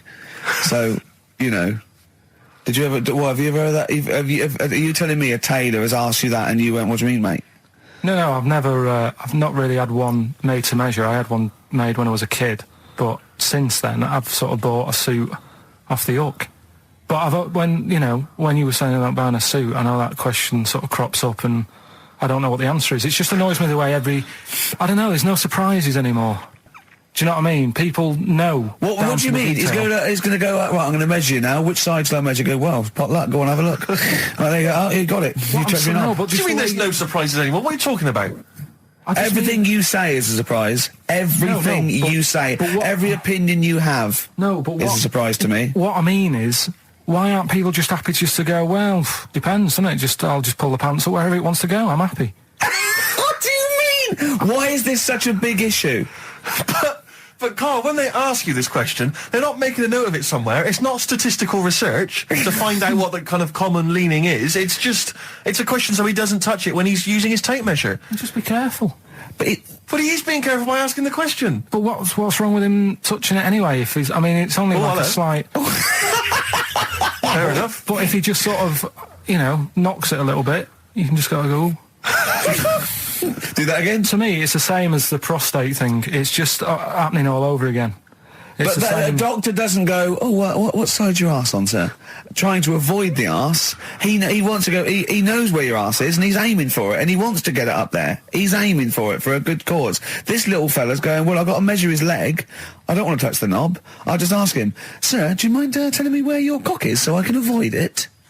It's a big difference. But like I'm saying to you, I'd have to have a look first to let him know. I don't know where it is now. I don't know. It could be the left, could be the right. Are you telling me you don't know where your knob is without now? looking? Well, what do you mean without looking? How could... Well, you're saying it as if like... Should we have a guess? Well, have a look and tell us where it is. What are you wearing? What sort of pants are you wearing? I've got my jeans on. But you got pants on underneath them? Yeah. What are they? Briefs or boxer shorts? Boxer shorts. Boxer shorts. Well, it's probably free, but the jeans are probably strict in it. I think it's probably either in the middle, dressed in, or just slightly to the left. Have a look. We'll tell the listeners after the break where's Carl's knob. It's a good competition. Oh, brilliant! We've got to send this to the Sony Awards people. XFM. Run, Snow Patrol on XFM. Well, big question. Where was Carl's knob? That's what people have been hanging on for. Yeah. Where was it? Well, I can't believe people have been texting in. Hey, what, guessing where it is? People saying, is it in the middle? Is it in the left? It cost them 10p. That's the 10p to find out. Just wait. I'm going to give out the answer. You don't win anything. Right? Like, strike it lucky. Right? Bottom or middle? Right. It was to the left. Oh! Yeah. I went with the right. That's annoying. See, I thought it would be to the left. If not, maybe if it was all scrunched up, sitting down on your lap, right, it might just pop up to the middle. Just pop out. Like, you know. Well, next week we'll be finding out where yours is. Where's Ricky's bollocks? Right then, which leads us nicely into knob news. Oh, I didn't get an onion. I'll have that. And it's just, but what annoys me is it's not so much that obviously it's a practical thing. It's the fact that they get a little bit edgy. You can actually see certainly kind of, dare I say it, certain breed of woman and a certain breed of fella will just get a little bit itchy, a little bit edgy. And they just look at you, can just see them sweating, especially if they can't reach. I just lean over and do it myself. Well, I know, but the thing is that it's like they almost feel that they ought to wait for me to do it, as though somehow it's my obligation. And it just for some reason, I know it's ludicrous, but it really annoys me. And I actually deliberately don't put the divider down just to see them sweat. I like the way that they're actually quite well made. There's some that are brass with like a felt bottom. Yeah. Like you really care. Like a twig would do, wouldn't it? Exactly. You know what I mean? But I just leave a slight gap. And then when it gets to when the woman's putting it through the till or the guy, I just say, that's my stuff. Do you ever look at other people shopping and go, oh, I should have got that? Often. Oh, yeah. That's annoying. I'll tell you what it is, it's the same thing, and again, it's my psychosis. When people, if you're on a bus or a train, and we're pulling into the stop, but there's a good, kind of 35 seconds before we're actually going to come to a halt, they leap up, and they're straight by the door. Yeah. But it's this fear that they're going to miss out. Oh my God, what if I fell over now and broke my ankle? I'd never get out. To be fair, I've never had that commuter's worry. I've never commuted, but every second counts, doesn't it? Because you miss a train, it can make a difference of half an hour. So that's why commuters literally run to get their connections. But the thing is that with a bus, there's often there'll be people who are sat right next to the exit will get up and stand up for a while, waiting to get out. It just, again, I'm not saying it's not, it makes perfect sense to them. It's my psychosis. They're going to be mowed down in the streets. They will just be a few of the You're going to be in a lovely Chrysler. Exactly. Yeah. Well, I will be going straight through a branch of Waitrose. Yeah. Taking people out in the So we do not condone going through Waitrose in a Chrysler. In a car. No, it's fine. What about most grapes eaten in 3 minutes? I'll go. Do you want to do that? Grapes are easy, aren't they? That's easy. Great. Come on, grapes are easy. From Jesse Mailing, that's called Wendy. White Stripes, Seven Nation Army, that jumped twice. I apologise for that. You're the producer, Carl. Yeah. It jumped twice. Well, it's not my fault if people are slipping around because of burgers on the floor. You're trying to squeeze my head when the song's playing. What difference does that make? Well, anyway. Right. Don't do any. Right, I've just got some grapes there. We've counted them out. What's the record then? Okay, well, the most grapes eaten in 3 minutes. You've got 3 minutes, Carl, and you've got to beat Matt Hand from the UK, who consumed a total of 133 grapes in 3 minutes on the 8th of November 2001. Right, there's 150. There's 150 in there. Right. Okay. So you've got 3 minutes. What are the rules? The rules You just got to eat them and swallow them. And it's like Cool and Luke, right? You got to just stuff them in and don't choke, because I got worried with the burger. That's a good advert for McDonald's, isn't it? Not only was I impressed by the cheapness of them, but he couldn't even get one in his mouth. Yeah. So, value for money there. Maybe they'd like to send us some free stuff. Yeah, free or just money. Any some money would be good. Next week, Carl, you're eating Sony Walkmans. That's right. Yeah. Available for... Right, Carl. Right, I think this is going to be good, right? What we're going to do, right? We've got song 2 by Blur set up. We know that's 2 minutes, so you can play that, because that'd be boring radio hearing Carl choke, wouldn't it, for 3 minutes? Exactly. So, when I say go, Carl, right, I'm going to go right on the minute, right? You've got to have a handful of grapes, and you've got to press song 2 by Blur. When we come back, you'll be stuffing your face. Hold on. You ever do that? How can you work the buttons? I can do that. No, I don't think you can. You cannot touch the grapes until the opening note of song 2 begins. When the Blur 2, when song 2 stops, can we just push up the fader? So because you'll be stuffing your face. We're almost. Let's go. If we go. Okay. Any second now. Okay. Right. Okay. Ready, 3, 2, 1, go! And he's off. That's good work from Carl there. He's approaching it cautiously to begin with. Cautiously. And he's keeping let's just, he's keeping people up. Come on, don't make him laugh. He's choking. Oh, Carl, quick! Keep going, Carl. Come on, Tom. Come on. What happened? Did he just throw up? No. Don't make him laugh. Oh, come on. We can make wine. Come on, Carl. You're doing so well, Carl. mate. I want to go. Come on. Only. Why are you making him laugh? That was a world record attempt. Come on. He's over. Keep going. Come on. You got 25 seconds. Come on. Oh, I think that was a shame actually, because you were doing well, but something went wrong. I know, and I think those are bigger grapes than the ones I've seen before. They're quite big grapes. Look at his face, he looks so despondent. Come on, Carl, 8 seconds. Just a few more. 5. Come on, what's the matter? 2. 1. It's all over, Carl. It's all over. Better count how many you did. You can get good at this. We can get good at this over the weeks. I think that was a fairly pitiful attempt, actually. I really thought you had a... It's interesting, actually. These are harder records than you might think. Yeah, I know. 6, 8, 10... How do you feel after that record-breaking attempt? Not happy with that. What are you not happy about? The fella who did it, was he in hospital and just had loads of grapes? I was bored. I'm sure he wasn't producing a radio programme, that's for sure. Well, to be fair, neither are you. What was tricky about it? What did you find hard? I think having Ricky standing over me, sort of shouting, "Go on!" isn't normal. No. But so that wasn't... He hasn't eaten any! Hold on, that's 50 left. That's quite a poor attempt then, by the seam of it. Would you think about trying to maybe do that again in a couple of weeks? Would you do some practice and try that again? No, leave it. Leave it for the experts. And I noticed a tricky point, maybe sort of when you had about 50 seconds to go, you seemed to be spewing things into the bin. What was that? Again, mainly Ricky standing over me, so... 88. He's got 88 left. Okay, so what's the mental arithmetic there? Because we put how many in? It was 150 in the thing, wasn't it? What did I say? What did I say I had left? Well, I'm not doing it again, 88. So... You had 88 left. So 62. God, you're only at 62. What's the matter with you, Carl? There's people starting you at 62. That is rubbish. That's disappointment. Let's leave that. So you failed on 2 world record attempts then? 62, and the record's that is rubbish. What were you doing? Oh, yeah, but like I said, I've got a small throat. I can't drink a drink quick. Ever since the Mr. Freeze Pops when I was 6, that I nearly choked on, I nearly died on, I can't go back. It'd be like asking, I don't know, someone who got run over to play Frogger or something. What's Frogger?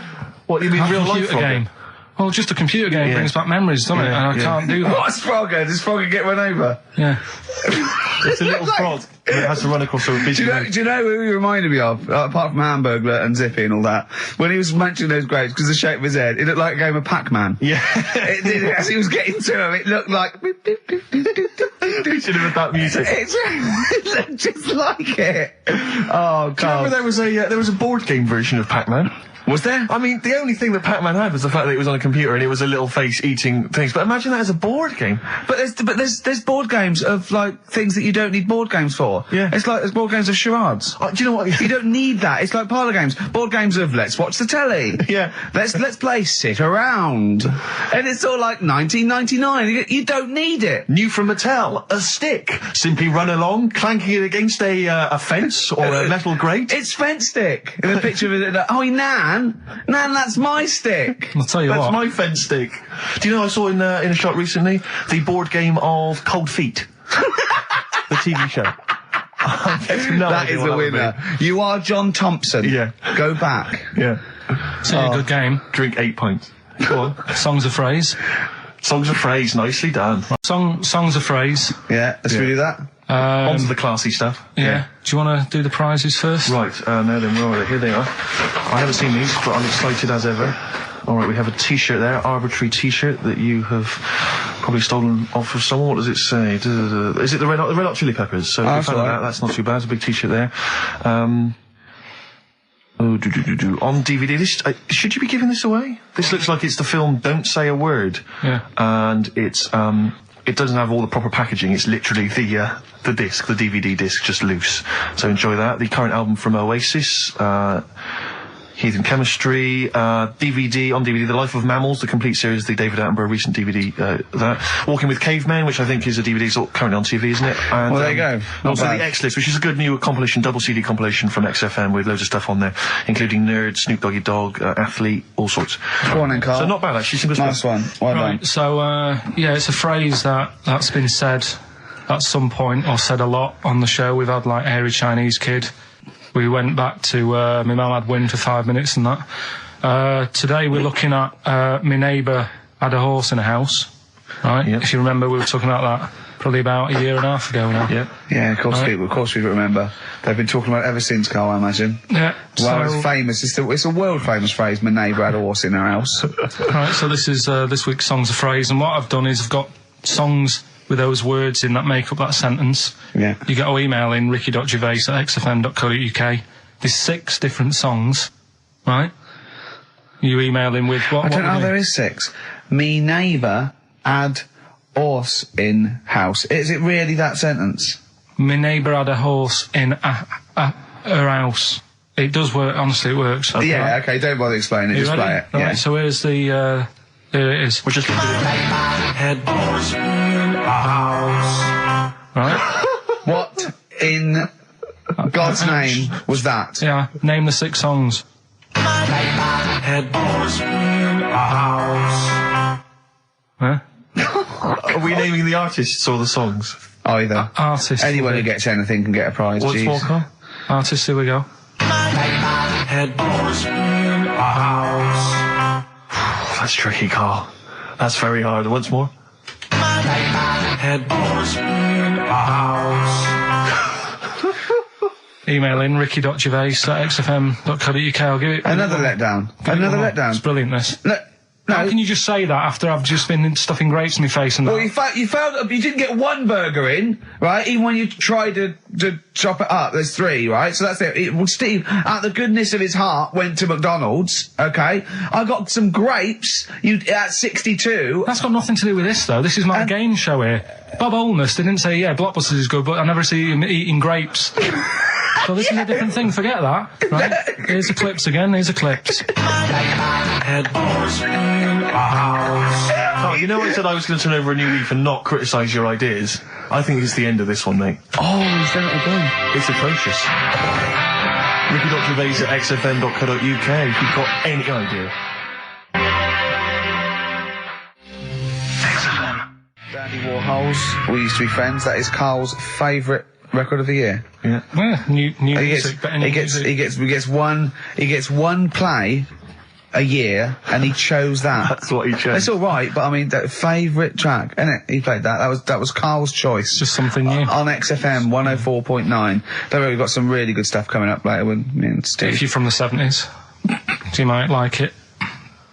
You see that he's getting too cocky, isn't he? It's arrogant. He's sort of like I mean, we've tried giving him something in his life. He's got, you know what I mean? He comes in and tells us this sob story of just like a trail of failures, and we've said, Carl, come under our wing, right? He just started picking up on him. A few other people started, and then he does that. He fails at the burgers, he fails at the grapes. He will not trust us with, you know, what we want to do. I don't know what more we can do. It's like I've saved a mouse from a cat's jaws, and it turned around and bit me. Yeah. That is a brilliant analogy. It's a bit like we were trying to give you something that you could care about, that you could be passionate about, that would somehow give a meaning to your life. You would be in the Guinness Book of Records alongside, I mean, Bubble. Bubble failed. Do you want to be Bubble? Do you want to be Bubble? Or do you want to be the bloke with the milk bottle on his head? Exactly. Who's in there? The guy who ate the watches. Yes. Now, I've got an idea, Carl, because you're getting all stressed out. I don't know what it is. You're getting funny. I don't know what it is. I don't know what... Because you're annoying me. Wow, you say that. Started midweek. I don't think I annoy anyone else, so it's just you on that. So... I thought maybe we could all 3 of us go away to a little health farm for a weekend, just get like a triple room, right, and that isn't happening. Why? You've just reminded me, because you've been annoying me. Steve started getting on your case, you know, sort of ganging up on me. I'll tell you now, Steve, I just forgot. Remember a couple of weeks ago, you said to me that my pub quiz team is rubbish. Yeah. Right, well, it doesn't matter anymore, because you're not part of it this time. That's bad. That's bad, because it's interesting you say that, Carl, Carl, you say that because I tell you this, I found someone, mate, who could be filling that tricky fifth member. I wanted to test him out this week, mate. On your team. Test out on your team. Because I'll tell you what this is like. I don't know if you're familiar with Paul Ince, who used to play with Man United, right? But everyone used to say he's the governor, right? Even the players used to call him the governor, right? And Alex Ferguson at Man United was like, I'm not having this. I'm in charge here. And he got rid of him. And that's what's happened. You were moaning the other week, saying your team's rubbish, you don't know what you're doing. Yeah. Well, let's see how you do on your own, right? Carl. He's turned, isn't he? I'll be honest, Carl. I'd like to be on your team. Well, sorry, Paul Ince. You'll have to go and join Middlesbrough, or wherever it is it's gone to. Carl, what can I do to get back on your team? It's not happening. I've already filled your boots. Don't let him have the upper hand, Steve. No, wait a minute. I'll tell you what always annoys me, though. Ricky spends most of the show slagging you off, right, having a go at you, annoying you in the week, squeezing your head, making you eat burgers, right? But you always take it out on me. I'm the one who always gets the insults. I'm the one who's now relegated from your team. Why, you see, this is the thing. You're just as bad as him, really, because you're siding against me, because you know that I'm willing to take it. The truth of it is this, you know that Ricky Gervais is keeping you in burgers and grapes, metaphorically speaking. He's the one that's got you in Heat magazine. I just spat all over your new Guinness Book of Records. You see? Get me a tissue. He's just squirted tea, laughing all over your Guinness Book of Records. You made me laugh. I'm going to get the flack for that. No, it's because you made me laugh when I was drinking. 1 in 5 children aged between 11 and 16 go on booze binge sessions at least once a week. That's terrifying news, isn't it? Kids, they know too much now. Yeah. You despair. I know, right? Yeah. Listen to this one, right? Go on. My dad had me niece in the car, right, running her to school one day. And she was in the back of the car with a mate. And they were chatting away about stuff like kids do. And they got onto the topic of one of the mates who they said, I mean, you've got to remember, my niece, this point, was probably about 5 or 6, something like that, right? In the back of the car, talking about My Little Pony, whatever it is they play with. Subject changed. That Lisa in our class, she's a lesbian, isn't she? Right. That's what they were talking about. Yeah. Chatting away about it. Just openly talking about lesbianism. And probably, this is the topic that they're talking about in the pub when they're having out drinking. Yeah, but they might have thought a lesbian was a funny word or something. You don't necessarily know the ins and outs of it, do they? It's weird though, isn't it? Because when I was younger at school, you didn't you swore a little bit, but it wasn't like major swear words, and you sort of did a little bit of nicking, but nothing like they get up to now. I mean, my girlfriend, when she was about 7 or 8, she was walking to school with her mum, and she called her a C-U-N. Right? You are joking. No, she said, because she thought it was she said she thought it was a big furry animal. So she was being nice, and I remember, where'd you do that? Where'd you do that? Just heard it at school. So they might not know what it means. Well, I tell you, I'm going to have to use kind of euphemisms here to tell this story, but when I was at school, I learned, the stronger version, it's not the same word, but it's very similar with one letter changed. I'm going to use twit. Yeah. You know the word I'm thinking of? Yeah. But I'm going to use the word twit to replace it, right? And I went round... Do you think that's twat? Yeah. That's what I'm thinking of. And, so can I say it? Am I allowed to say it? No, it's weird though, because some people from Cornwall use that like saying twit. So, if people listen in Cornwall... Do you know a twit is a pregnant goldfish? Well... Well, I learned the stronger version of twit. Yeah. Twat. For those that aren't sure. I learned this in school when I was like 10 or whatever, and I didn't know what it meant. I thought it was just a stronger version of twit. Yeah. I thought it was just if you were really annoyed with someone because they were a real twit. Because A is worse than I. Exactly, apparently. So, Carl would be a twit. And so I started using this at home because I didn't realise what it meant. I started using this at home. Oh, you twit, you're a twit. And saying it to my dad, you're a twit, but not saying twit. Yeah. And my dad didn't know what it meant either. That's great. I couldn't believe. So he started using it as well, right? So then we'd be driving in the car. He'd be saying to my mum, "You stupid twit." Say this to my mum, "You don't pull over. You're going to bum it, you twat." Saying this. Then I learned at school from Mark Johnson what it really meant. Yeah. Stopped using it. Obviously, finding out it was quite an offensive word. Yeah. I didn't want to bring it up to my dad. I didn't want to sit my dad down and say, "Dad, you know that word we've been saying? Yeah. You know what it means?"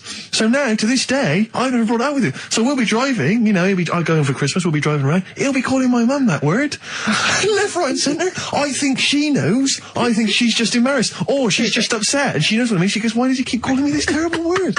But he's the only one, I think, in our family who doesn't know what it means. No one's got the guts to say. I don't know whether I should tell him this Christmas. What a twat. I know. Found a story about a bloke who, I don't know, he was messing about with a chainsaw and I don't know, messing about with a chainsaw. He was juggling a midget and, whilst taking his alligator for a walk. And, go on. and his arm, come off, right? Come off! What do you mean his arm come off? The chainsaw took it off. Yeah, so okay. It's like, oh. Again, Anyway, He's going, oh no. Oh. so there's a picture of him on an exercise bike, sort of just with a little stump sort of balancing, but he's getting on with his life, he's happy and everything, everything's fine, he's not complaining, it's his own fault, he's got no one to blame, right? So anyway, he goes to the doctors, and the doctor said, I can do something there. So he goes, well, it's alright, you know, I'm getting by alright, don't worry about it. And he goes, no, we've got an arm in, right? We can attach that, a real arm, from someone who's, I think they'd passed away or lost an arm or something. And, they lost an arm and didn't want it back. yeah, I'll have it. Are you using that? Yeah. No, because I know someone. Because I know a bloke, actually. Yeah. Well, can't you just put this one back on? Well, it's first come, first serve, really. I was just building a bionic man. We've replaced one arm with a robot's arm, so we got a spare one. So the doctor's going, let me put it on. He's like, well, all right then. So Ungrateful bastard. So he does the operation. Everything's fine. He's loving it. He's happy again because he said he can brush his teeth. Right. Okay. If this is going to be He's something loving like, it again because now he can brush his teeth. right, if this is going to be, and it was a leg. Or it was a chimp's arm, or it was the arm of a killer. It was two left arms, right? I'm going to kill you. Oh, let's leave it then. What is it? What's the answer? No, it's not that. I'm just. What is? Okay, right. So he says, go on then, do it. So he sews it on, and like I said, he's happy. He's brushing his teeth. He can have a pint in the pub. He's lifting a pint with it. All his mates are happy for him. It goes on for about 2 years. Everything's fine. Then it all starts going flaky. Oh, I knew it would. Was it made of chocolate? All right. So it all goes all like gammy. And then, for some reason... The arm starts going gammy. It goes gammy, and it gets longer. Of course it does. So there's a picture of him, right, stood in the magazine. He's stood there with his arms by his side. One arm's normal. The other one is, like, past his knees. He can pull his socks up without bending over. So is this going to be, they gave him the arm of an 8-year-old child who would have been the tallest man in the world? No, he just said, oh, what am I going to do? And the doctor said, oh, there's not much we can do. And left it. Wait a minute, you can't leave it there. That's not a story. So, Carl, you've got to tell us the explanation. Was it an incredible plastic arm? An incredible expanding arm? Did he fight crime later? No. Well, that's the end of the story. You've got no scientific explanation as to why... That's why I didn't pick it. But you just told it to us anyway. Yeah, but I'm just saying the sort of knowledge I come over when I'm looking for the good knowledge. Yeah. So why did this arm grow? Why did this arm grow? He must have had an adult arm. They couldn't have given him an arm. I don't know. It's just what I'm...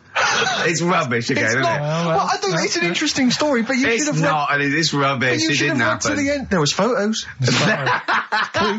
Yeah. But you should have read to the end of the article, Carl. No, I did. And he said, you know, he's not happy and he wishes he wouldn't have had it done and all that, and, you know... Sure this wasn't entirely unexpected? No, seriously, he was saying, you know, his teeth are nice and clean again because he could brush them and that, but his arm's getting in the way.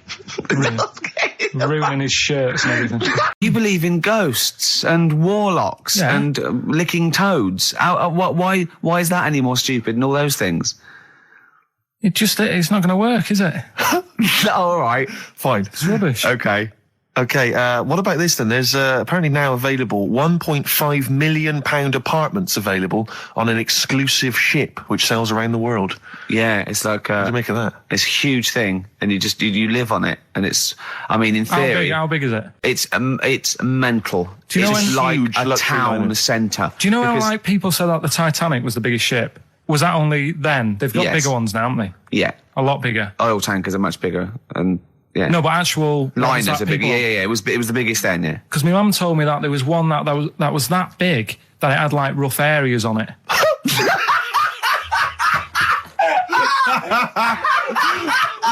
Oh, God. Oh. Don't go starboard. Oh, God. No, but you know what I mean? Right. It was like we're thinking of moving. We're seeing the captain. We're thinking of moving to a nicer area. Oh, yeah. I've heard they're very rough in aft. Oh, God. Oh, that's They steal your tyres. A ship's so big that was rough areas. Oh. How big is this one that you're talking about? Well, I don't know. It doesn't give me the specifications here, but they're huge. They're huge. In theory, I mean, it's that thing with it's obviously marketing, but they're gonna solve the overpopulation crisis, where soon we'll all just be floating around the sea. Yeah, but yeah, I can see that. Shining on XFM 104.9. We're doing White Van. Carl, got another one there? Well, it's just your thoughts really on the Queen Mum's very British send-off that she was given this week. Yeah. What do you make of all those people queuing up to see her? Did you think that was incredible? Right. Well, what we said last week, there was I don't quite understand why there was so many people there who were like getting really upset. Do you know what I mean? Really upset, crying and stuff. And you can lose someone who's like related to you, and you don't cry like that. You sort of sit there and you think back to what you did with them and stuff, and then that's it. But the queue thing, wasn't it like miles long and stuff? Yeah. It was, yeah. Right, I was sat watching this with Sue. 12 hours queuing. Yeah. It never got to 12 hours. It did, but that was the estimated time. No, but how long is a queue when they're just like, walking along? Think how far you can sort of like, stagger in 12 hours. Incredible. It's been ridiculous. Yeah. But again, if they want to do that, it's their time and that, isn't it? And it was at the weekend, so they could have, it's not as if they got out of work to do it. No. You know what I mean? They used their own time, so good on them. But I thought, right, what they could have done, remember when I studied Che Guevara? Yep. Yeah. Right? And don't be offended by this, it was just an idea, because they did it with Che Guevara. Remember when they cut him up? Yes, they cut him up, yeah. What was the reason for cutting him up?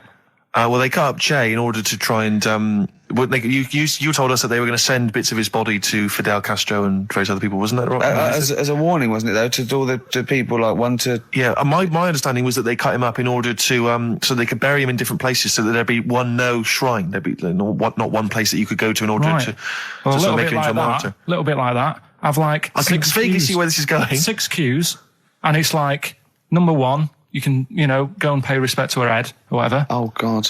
No, but I just was thinking the way of speeding it up. I'm not having a go, because they haven't done it, so it doesn't matter. God. But they did it with Che Guevara. Yeah. Everybody would have felt like they've got close to her, and it would have speeded it up. No, I mean, I can understand. Can I just say that genuinely, Carl is not being disrespectful here. This is his best idea to cut down the queues. So don't phone in. He's not suggesting we should have done this. He genuinely is. But I mean, he's not doing it to be nasty or wacky or he thinks this is a good idea. So can I just throw a thought at Che Guevara, who was like a powerful man, he did a lot for the world and what have you. Yeah. And have you heard that? I feel slightly responsible for this, because have you heard of the quote, a little knowledge is a dangerous thing?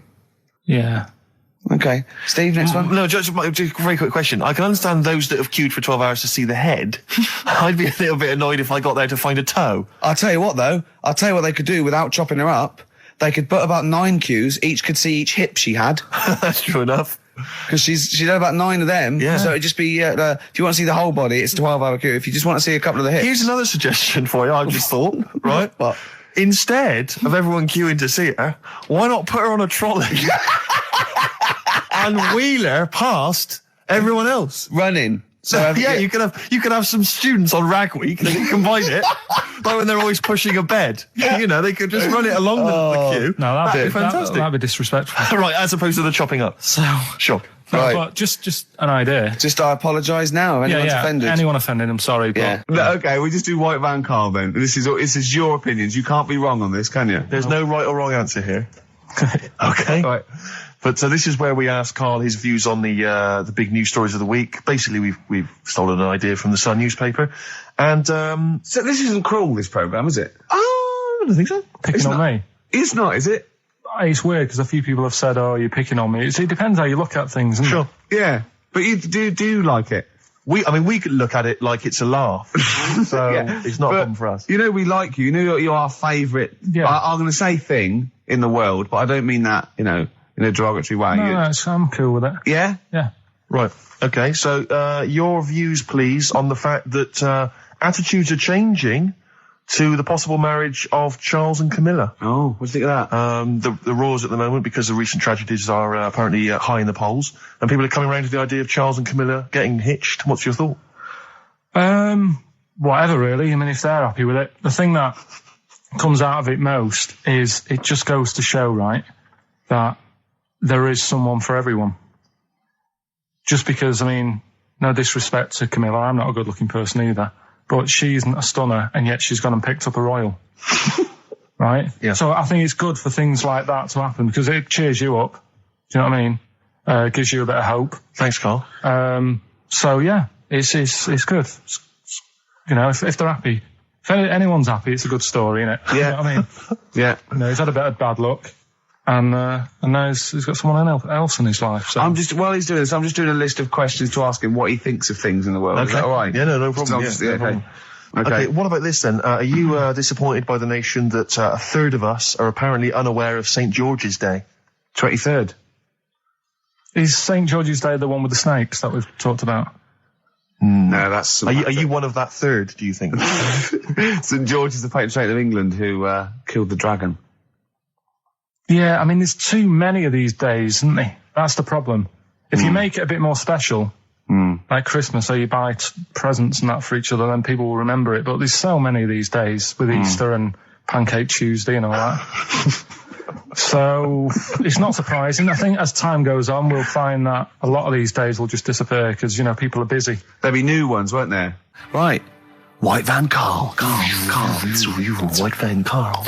Yeah, this is where we steal the White Van Man column from The Sun and basically fire those questions at Carl, getting his opinions on the week's news. Okay, Carl. Okay, what do you make of this? David Beckham apparently was driving despite having an injured foot and just further threatening his World Cup chances.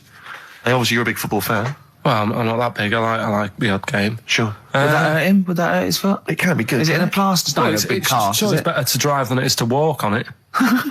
Good point. Fair enough, yeah. Go on. Can't argue with that. Can't get the bus, can he? Okay, and what do you make of this fascist leader who's having a lot of success in the French presidential elections? What's he doing? Have you not come across this story? No. Right, this is one of the big political stories. He's got a far right that got nearly 20%. He's a far-right fascist leader, and he's having considerable success in the French elections. I don't think we should be asking Carl questions like this. Not something you've got to... I'm getting scared. There's all sorts of bad stuff going on in the world that we don't know about. Yeah. But we know about this. Yeah, but you're better off not knowing, because there's nothing I can do about it. You're absolutely right, Carl. Fair enough. I can't argue with that. Oh, God, man that's alive. fantastic. That is brilliant. White Van Carl. Yeah, White Van Carl. I mean, for those that don't know, we do this... we ask Carl the questions that The Sun asked someone else. That's right, The Sun every day asks some, average Joe, his views on the week's big stories. Carl, let me ask you now, what do you make of Prince Harry smoking openly at a polo club? Are you aware of this story? No. Was it? Go on. Prince Harry, you know that he's one of the royals. Yeah. And he was seen smoking openly, a fag, a cigarette, a polo. Third in line to the throne. Something like that, yeah. Imagine that. Someone smoking a cigarette was third in line to the throne. A cigarette, Carl. Is it a non-smoking polo club? Do you know, I don't know, but if it were, would that make things even worse for you? Well, no, yeah. seriously, what do you make of it? This is, the whole, the furore is he's a role model, he's a royal. Should he be seen puffing away in a public place? I don't think it matters, does it? Not a concern for you? How old is he? Is he old enough to smoke? I think he probably is, yes. Right, yeah. Well, I think the trouble with this role model thing, with anything that's legal, it should either be illegal or not. Yeah. I just don't think you can impose things like that, because you could say that it is bad for you, and it is bad to start smoking, and it really is bad for you, it causes cancer and everything. But everyone knows that, don't they? Well, yeah, but you should either make it illegal or shut up about it. So this is Carl you're asking, isn't it? I am indeed. Sorry, so we can throw these questions your way as well if you fancy. Sorry, yeah. But it doesn't matter. But Carl, what are your views generally? I mean, it's obviously cigarettes are perfectly legal and so on, but what about stronger narcotics? Because I know you're very scared of drugs and stuff, aren't you? I'm not a fan. No, what's your concern? What's your worry? Just like you might get into them. It's like you might have them and go, oh, this is all right. Exactly, Carl. Exactly. Although I was talking to you about it earlier, and you weren't very sympathetic about a lot of young people who have perhaps gone to crack or smack. You didn't you describe it as their own fault? Sometimes it is, isn't it? Yeah. I mean, I could have turned to it where I grew up, but I said, well, don't want to do that, it's not good for you. Sure. And I avoided it. You turned to ghosts. So you've got no sympathy for anyone who's a drug addict?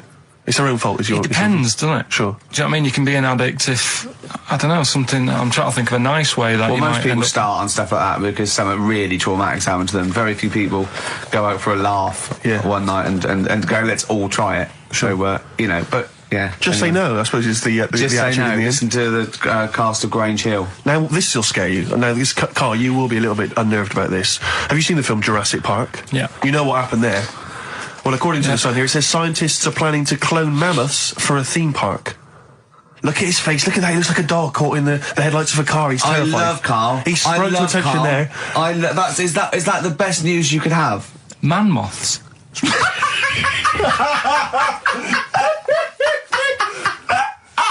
Right, yeah, man moths. I man love moths. the fact that that's why he was so excited that they bred a man moth.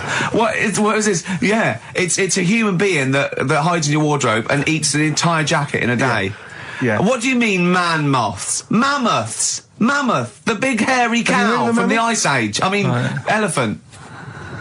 You're not so excited about that, then? You can take or leave bringing back mammoths to life, but a man moth? A man moth is a different matter. Oh. If we'd have never brought that up, he'd have gone and told someone now, you know, they've bred an half man, half moth. This is what we mean. That's how things start. This is what we mean when you hear these ghost stories. Are you slightly deaf? Is that it? When you hear these stories, you're slightly deaf. And his head was in the basket, and he went, count how many times I blink. Is it... Carl, is English your first language? Are you actually foreign? Is that the thing? Yeah. Should we speak when we say slower? foreign, we mean not of this planet. Yeah. Should we speak slower? Would that be a help to you? No, go on. Next What do you one. make of that? Do you think that's good? I had a feeling, and I called home, my dad had punctured a lung. When you say you had a feeling, what do you mean, a feeling? Just like, I should call home, there's something not right. But this time very I thought, specific feeling. How did that manifest itself? How does that? How did you get that? What kind of feeling? Is that tingling thing? I'm getting a bit of a lung feeling. Yeah, a bit of a dad lung feeling. That feels like a punctured lung. Hold on. Well, anyway. No, but anyway, the holiday was good. We talked about it last week. Well, let's probe Carl about his holiday, because you know that's the sort of thing that audiences will stay tuned for, Rick, I'm pretty certain. Yeah, sure. Find out about you know more about this radio business than me. You know, you've hooked them already. Indeed, yeah. Well, also I'm thinking we've got nothing. So we may as well save that. No, I resent it. I used to put a lot of work in, but no, I think of the money, which is, you know, for me, pretty shoddy. Well, you know what I mean? I don't usually you get make out of an bed awful for lot of cash. Well, exactly, yeah. And, you know, the whole thing is, the whole setup. It was raining today. I thought, I should have a cabin. You know, and then the sun came out, so I walked in again. Ah, dear. How are you? But, I'll tell you what, I got a bit criticised last week as well, that I only played ballads and same songs, so I'm going to rock out this week. Oh, no. I've been down to the Capitol Library to get some good tunes. And, what about a little bit of AC/DC? Oh. Took me all night long. Let's hear it. Doves, Caught by the River on XFM 104.9. I'm Ricky Gervais, Steve Merchant, Hello there. Karl Pilkington and everything. No, I'm going to be honest with you. Go on. A little bit hungover, Yeah. didn't feel very well. Yeah. I don't know if I'm hungover or still a bit drunk, but I don't feel... You sound like you're still a bit drunk. Yeah, so what I'm worried you do about... every week, so... But what I'm worried about is that the standard will slip. Yeah, Sure. if I'm not right on the ball. And the other thing is, I haven't had a lot of time to prepare the show today, Okay. so I don't, I don't really, I don't feel, you know, 100%. yeah, I haven't done the Carl. Right. Look, Have you finished that sentence? I don't make me laugh because it hurts as well. And there's the other side effect to me being a little bit hungover and or drunk or whatever, right, is that I can be annoying. Right, yes. Because just to amuse myself, I sort of like turn my body off a little bit and just poke and like that and annoy people and that. I want to sort of like. Well, you do the physical equivalent of freewheeling. Yeah, don't yeah. you? You just I sort of want to climb on Carl and go to sleep on him. Yes. Do you know what I mean? Yes. They both annoy him and it'd be comfortable. Yes. Which is, you know, can be annoying. Just a little thing just to make this show a bit easier. If you'd put your hand up when you want one of us to speak, because I'm not quite sure when the sentences are finished. The hands are up. Okay, good. So, the hands are up. Okay. Okay. Good, alright. Okay. Are you gonna just keep them up the rest of the show, or? No, Carl, do what you, huh? Good. All right. Do you want to? I mean, is there an excuse as to why you're a bit hungover? Too much wine. Okay. All last night, yeah. Yeah. Good. Thanks for that. Because this is the only work you've got to do all week, isn't it? It's like, unless I'm very much mistaken, you don't have to do anything. You just sit at home eating cheese. Yeah. Then occasionally you do a bit of sort of shadow boxing, and that's exercise. And then you sit and watch TV. Yeah. Is that roughly what you did this week? Yeah. So this is the only 2 hours you had to do anything for all week. This is you had to prepare for this. Yeah, but who can plan a hangover? Right. You know, you'd think, Carl, you said you had some stuff. Yeah. What have you got? I love the fact that, whereas I was a little bit slow, Carl there leapt into action to keep this show afloat, keep the pace up. Go on. Right, well, Carl, are you hungover as well, or? I'm just a bit annoyed because I'm with you. Do you know what I mean? He hasn't got much to do all week. You're having a laugh. What? What angers me is I kind of hope that maybe I could have quite a long career in radio, and I sort of feel like I don't know, the word sinking ship. Those words spring to mind. But because it feels like, I mean, Carl, you're just a chancer anyway. You weren't even supposed to be on air, and we've made you into something of a household name, and that's cool. Household name. And Ricky's already a celebrity. He's got it stitched up. He's got corporates. He's got voiceover work. But I've got nothing. I'm running on empty. I'm not nothing. I've got nothing. I'm sort of dependent a bit on this. Yeah. Financially. And, go on then. What and you two are sort of bringing it down, really. Right. Do you reckon I can get my own show, Carl? Carl. Tell them what I did out there with a bit. No, Carl, tell them how funny I was out there with a bit in that a minute ago. So anyway, come on, I'm bored of this. I'll tell you what. will we tease them with what we've got coming up next? Yeah, Carl, tease us after the next record. I think we've already got them for 2 hours. Yeah, we've hooked them, Carl. Don't worry, this is textbook radio. What's this? Bad on board. Yeah. Doves, Caught by the River on XFM 104.9. I'm Ricky Gervais, with me Steve Merchant and Karl Pilkington, doing the button stuff. Actually becoming a little bit of a producer. Carl, he's put a bit of work in, hasn't he? He's come up with a few games, and we made him. He's getting a bit stressed when we shout at him because the mics don't work or it's hanging off. It was too hot in here. He couldn't get the thing working last week. I mean, I really would throw this studio away and get a real one. Yeah. Well, I'd get one of those ones you can buy for like tenner from Argos. Argos, yeah, like Bon Tempe. My first studio. My first with a little picture studio. of Carl on it. Yeah. Exactly. That'd be great product placement. What have you got this week for us, Carl? Because again, we've put very little. I said I would put. I'm not hungover, but I've put nothing into it. Rick, have you done any work for this week's show? No. None whatsoever? No. Okay, Carl, what have you got? What have you got? Quick. Keep them. It's 5 past. They're turning over already. They're finding other things. There's melon stew. There's everything. Well, go on. We've got after the success of last week, Rockbusters. Okay. We're doing that again. Sorry, were you on the same show as us? I thought it went all right last week. Yeah. Okay. Good. Right, so we'll be doing that. Got some nice prizes, which. What prize? What arbitrary films have you got? Don't tell her yet. Don't. No, I'll tell you what. If it's Children of the Corn 2, then can I enter this competition? There you go. No. What is that? He's got some different prizes.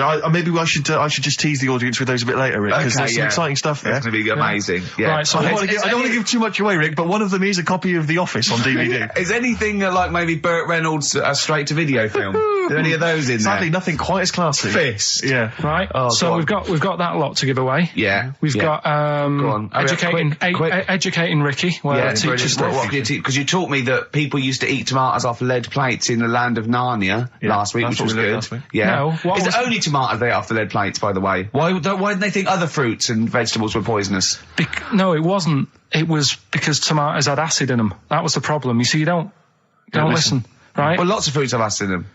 Yeah, but they didn't eat them back then. they didn't have bloody kiwi fruit and stuff. Don't say bloody. You're a producer. You'll start saying shit and cock and stuff. You start saying bloody. Tits. Play the. Hang on, right, and... Go on, keep him hooked, right? Yeah. We've still got a song with a story in it. Yeah. You don't want to play Babushka, do you? He doesn't like the idea of Babushka. I told him that was a story. Yeah. And he doesn't like it. A devil went down to Georgia, someone sent in. You know, he's looking for a soul to steal. Yeah. Doesn't like it. Why don't you like that? Do you know the song? Not particularly. Right, it's a song about a lad who goes into a pub on a normal night. And it's in sort of the deep south of America, New Orleans, something like that. It's it's not the old Kent Road. Right. Okay. Go on. He goes into a pub. There's a devil in there. Who's getting a bit cocky. He's had a bit to drink, and he's saying, "Do you want to sort of gamble your soul away with me, and we'll see who's best at playing the violin?" Yeah. And I think the lad wins in the end, but it's not real enough. Whereas the one. Oh. What? Not like the Shadow that got fed up and started pushing kids off bikes? Rick, I think you're referring to stuff that no one made sense of last week. Yeah, exactly. I don't think we should refer to last week. Let's play Mock Turtles, Can You Dig It? And then we'll come back and we'll talk about that. I've come to the conclusion, Rick, we should never refer to stuff Carl said in the past, because it would just take too long to explain. Okay, alright, that's fair enough. Foo Fighters. All my life on XFM 104.9, I'm Ricky Gervais, with me, Steve Merchant, and of course, Karl Pilkington. Ooh, have we got a show for you today? What have we got planned? Loads of stuff, and 2 hours of it. Right. And all the records. Specifically, what sort of stuff have you planned for us? Because I know you've been working hard. What have you done? Well, you know, I've been busy this week. I've been house hunting, I've various things, but I know you've had the whole week off. Right. So what have you been up to, mate? Go on, Karl. Karl, tell them what we've got. Tell them what we've planned, all the stuff you've done. What have you got? But Rick, specifically, what have you come up with? Quick, because people are getting bored. Tell us what I've come up with the music. Right. Obviously, we've already planned that. We planned that last week, so that's all done. But what have you yourself contributed to today's show? I got a text message today from Ross Noble. You know Ross Noble, the comedian. It was on. Oh, I've got news for you. Right. He says, ask Karl if he woke up with ladies' boobs, would he just put a dress on and live as a lady, or would he just be a man but with these boobs? Carl, it's a good question. I know that happened to Ross, so he's throwing that one out at you. It did in a way, because he ate pizzas for a year, didn't he? He did, yeah. And he got a lovely pair of breasts. Yeah. Go on. Probably just find a loose-fitting jumper, go to the doctor's. What would you say to the doctor? How would you explain this phenomenon to the doctor? So you'd be happy with this because you believe in shite, like no. Go on. But it can happen, because I told you a couple of weeks ago how that can happen. You can wake up with breasts if you're a fella. I told you. Go on. Haven't you remembered? No, I funny that, isn't it? Go on. Have you, Steve? No, I don't remember this. Did you tell us on air? Yeah. It can happen if you go to Argentina and have a steak. You can wake up with breasts. Because I'm sure I'd have remembered that. Pull the other one. Look, he likes that. Is that what you've come up with, Ben, this week? That joke? Yeah. Brilliant. Play a record. It's going to be a dynamite show. Listen, look, I'm going to play some classic tunes today. I'm going to educate the youngsters, Steve. Right, now, you've all heard of Lou Reed, you've all heard of Velvet Underground, but, you know, have you heard of Venus in Furs, Karl? Shiny, shiny, shiny boots of leather. Oh, one of these very hot chilies there. Oh, yeah, indeed. The Zephyr song, Red Hot Chili Peppers on XFM 104.9. I'm Ricky Gervais, with me, Stephen Merchant. And over there, little Karl Pilkington. Indeed. See the write-up in Heat this week? No, is it good stuff? Basically Karl's show. Yes. Which is fair enough. No, I mean, he's the only one doing any work. I know. He's the only one contributing. We thought no one had noticed. but Heat were on it straight away. Yeah. They picked out, I read it to him over the phone. It said, 2 hours of, black music and everything, right? Karl Pilkington, he does Educating Ricky, where a strand where he educates Ricky, and Rockbusters, which is loosely based on Blockbusters. It says, you know, basically you'll be tuning in for that. And I read that to Karl and he went, oh. And I was going to drop it. You weren't, were you, Karl? So he believed the hype. Yeah, I think you've got to, I mean, it's like... You've got to mix it up, is what you're saying. A lot of people are saying to you at the moment, are you going to do another series of The Office? It's kind of like that. I've got to decide whether it's right to move on with it or do something different. Is it dead in the water? Yeah. So what's your decision? I mean, maybe, are you... We'll probably keep it for this week. Sure. And see how it goes. Okay. You've got anything else on the back burner? Any other ideas? Nothing. You're I'm still sort of. Do you know? I came up with a load of gay nights. It was like, and it just depressed me because it was like, not only is he homeless, but he's got a homeless girlfriend, but the homeless people are finding love. Yeah. Do you mean it's so? I mean, that's really depressing, Karl, isn't it? Unless they both became smackheads together. Or whatever. No, Karl's found love on the street before, haven't you? How's it going with your bird, Karl? Are you married? No. How long have you been out with her? 7 years. Because I mean, you're quite a simple man. Yeah. You're sort of a simple in a nice way. Ways. I mean, you're like Helen from Big Brother. Yeah, you're sort of nice enough, but I look normal.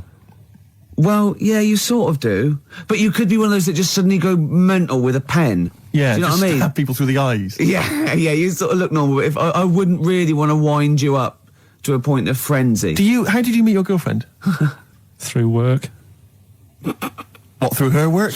What, you found out and said you worked at the same place. Oh, you're right. Yeah. You're quite an enigma, aren't you? Could you give us more on that? At work. You met her at work. What, she came in selling sandwiches? She was going through the bins outside. What do you mean you met her at work? Why are you having an attack on me? You're the one who's sad and lonely. No, Oh, he's done you again. He's done you again. But what I thought was interesting was I just scratched at him and he just went mental. Yeah, no, it's like a bear caught in a trap. It's funny, isn't it? You'll never learn. No, I was just interested to find out what the story was, because it might be a really romantic story. Well, it's not.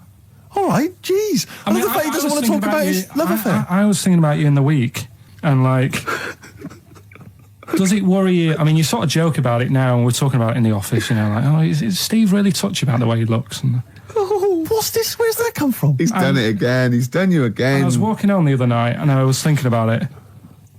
And do you worry that when you're old, you will be on your own? You did start it though, didn't you? Well, Carl, I'm glad you brought this up. because I mean, for me, you know, a lightweight, frothy entertainment show on XFM on a Saturday afternoon is exactly the place where I want to discuss the desperate, lonely future that's inevitably coming my way. Oh, God. I'll tell you what will cheer you up and forget all that. A bit of Embrace. Oh, one of the most hated bands. What are these fellas doing? There's a couple it's quite noisy, it's just distracting. Yeah, there's a couple of fellas behind us, taking pictures. I don't know why it takes two of them. I think one of them just got, a couple of hours out of the office. Yeah. They're from the, what are you from, X-Mag? X-Ray. X-Ray. What's X-Ray? It's the XFM magazine, Steve. The XFM what? Magazine. And where's that go then? Is this available in shops? Is it just a giveaway thing? It's kind of giveaway, bit of information on bands. Right. Gigs are coming up. How is it available? Who gets it? It's in top magazines. You're really selling it, Carl. You're obviously a fan of the magazine. It's all right. Yeah. I don't want to make it... This seems now like you've said, let's pretend we don't know what it is. You sell it on air, make it sound... I don't know what it is. Well, I'll show you later. Okay, cool. And if people want a copy of it, they can go to the website and subscribe and you get it for free. That's all right. Yeah. Cool. And you're going to be in it. And we're going to be in it. Centre pages. I don't look my best. I don't dress for radio. And, Well, it's okay, because I'm photogenic, so I'll make up for whatever you, I'll push you forward. White Stripes and their version of Jolene. What did you make of it, Rick? I loved it. Good. I want to ask Carl a question, though, because Carl, sometimes in all of this newfangled world that we live in, what do you think of the scenario? What do you think is going on there? Because it's a bloke singing to a woman, begging her not to take his man. What do you think's going on there? Say again. Well, that's a bloke there, singing. Yeah, to his wife Jolene. Right. Were you listening to the lyrics, or? You see, I got mixed up anyway. I thought it was about that one about the person who chucked himself off a bridge. So I was thinking more about that than listening to that one. So right, listen. Well, go on it. Right. Jolene, I'm begging of you, please don't take my man. You flaming locks of auburn hair, even though you can, don't. He's all I've got. You're a beautiful woman. Don't take my man, because I can't compete with you, right? Yeah. What do you think's going on there, though? Because, it's Dolly Parton singing it. We know what's going on. They're fighting over the same man, aren't we? Yeah. What do you think's going on when a bloke's singing it to Jolene? What do you think of the scenario there? That's one of them names, isn't it? That could be a bloke's name. It's like Leslie. Oh, Christ. Okay, sorry, it was a... I wish you'd not asked him that question. It's so exhausting. I love him. Do ants sleep, Carl? Which bird's got a cock? Swan. Okay, nice one. I don't care what he's doing.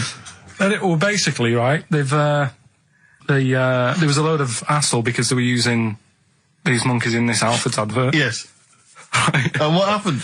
Get to the point. It turned out there wasn't a problem because they were mechanics in the first place. Well, they were monkey mechanics? Yeah. What are you talking about? Mental. What are you talking about? That's not a story. Right, anyway, listen, let's get back onto They were mechanics in the first place. Right, listen. Right, so they're making this documentary. Right? And stumble across a little gang of... Come on! Just... Get on with it, please. Little gang of monkeys. That's the first time I've ever laughed. I'll hear that. I know. Well, brilliant. What do you want, a cake? Come on. Can we play a song? Oh, I don't understand what is wrong with you, you freak. It's making me laugh. Just tell us the story. All right, then. All right.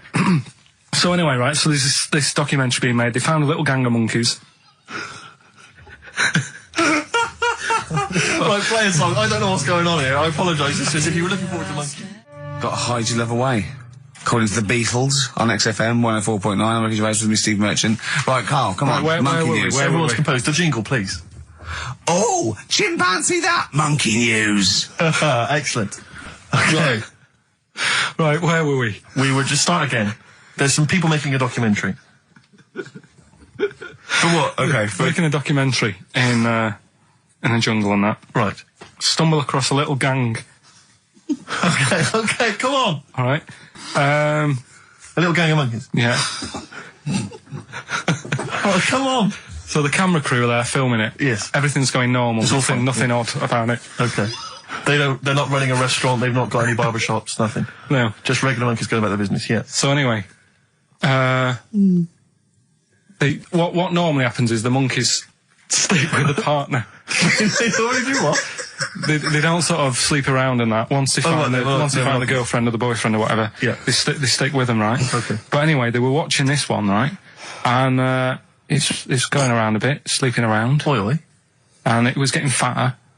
They thought, this is a bit odd. Yeah. Right? So, followed it round. And, see it having it away. Turns out, little prostitute.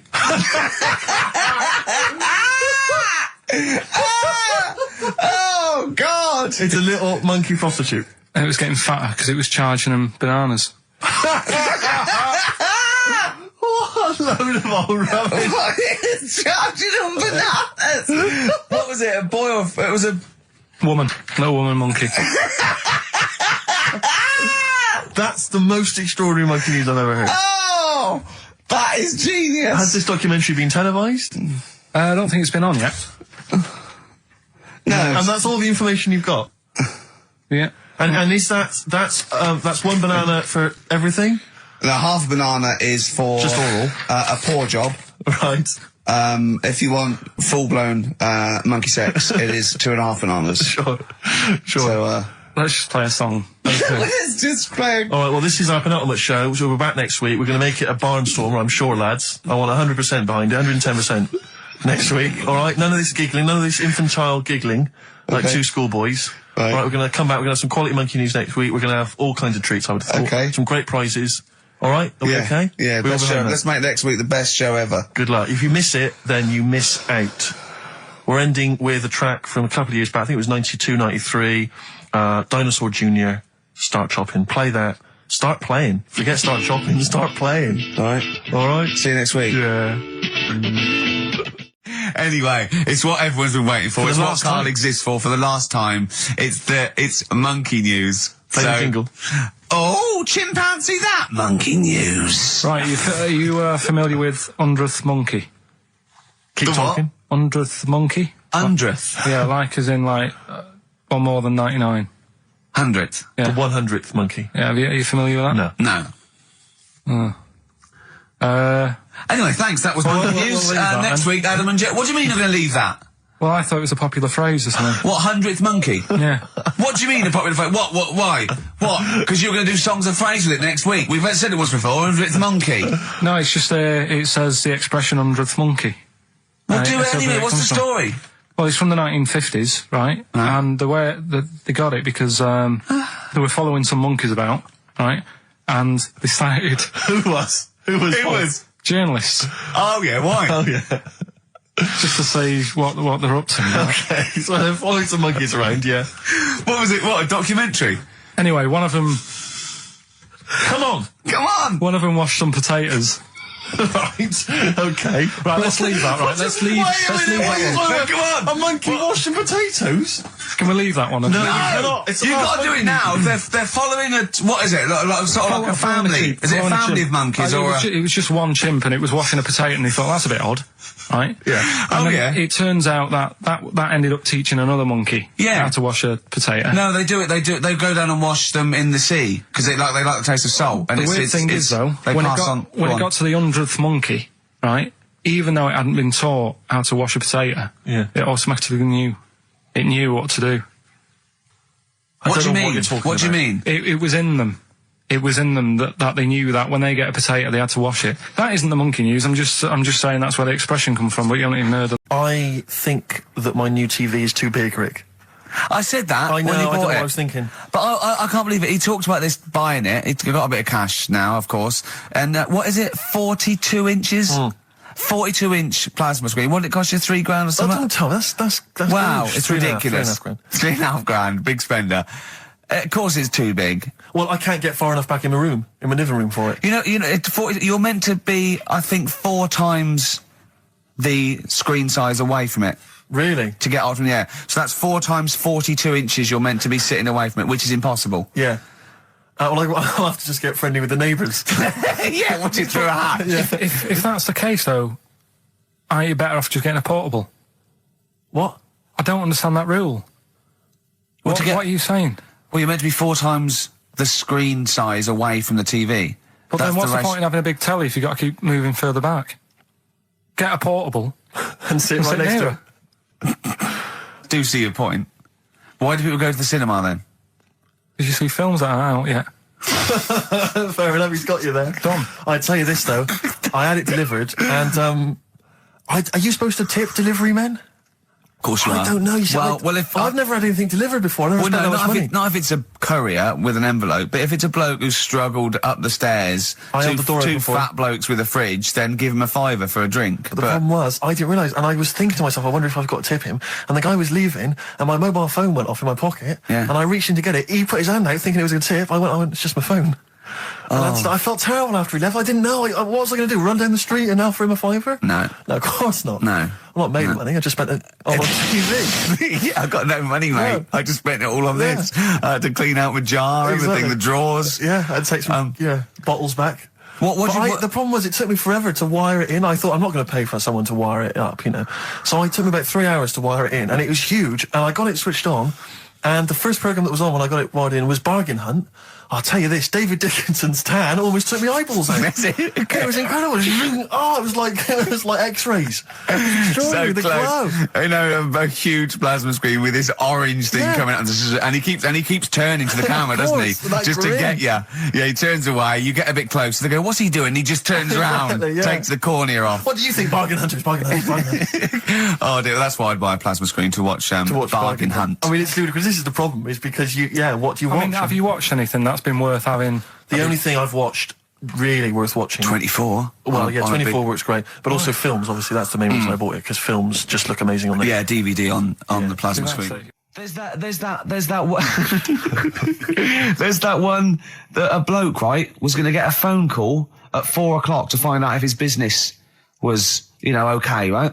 And if he didn't get the phone call, he knew he was broke, destitute. So dead on 4 o'clock, the phone didn't ring, so he went up to the roof, his office, and he jumped off to commit suicide. And as he was passing his window, the phone was ringing. Oh no. Carl, it didn't happen. Didn't happen. Think it through. Think it through. Who told that story? Who told that story? As he hit the pavement at 120 miles an hour. He's the only person who could have known that series of incidents.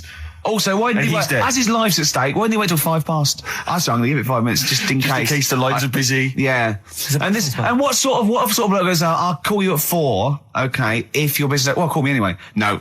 If I don't call exactly 4, then, you commit suicide. Commit suicide. I would, because if I don't call at 4, that's the end of it. Well, call me anyway. No, that's not the way I work. Why can't he just call me and tell me the other way? Well, I'm telling you how I do it. If you're bust, I don't call. Can't you just call to verify in case someone goes wrong? What if it's engaged? It won't be engaged. Just commit suicide at 4, please. It didn't happen, Carl.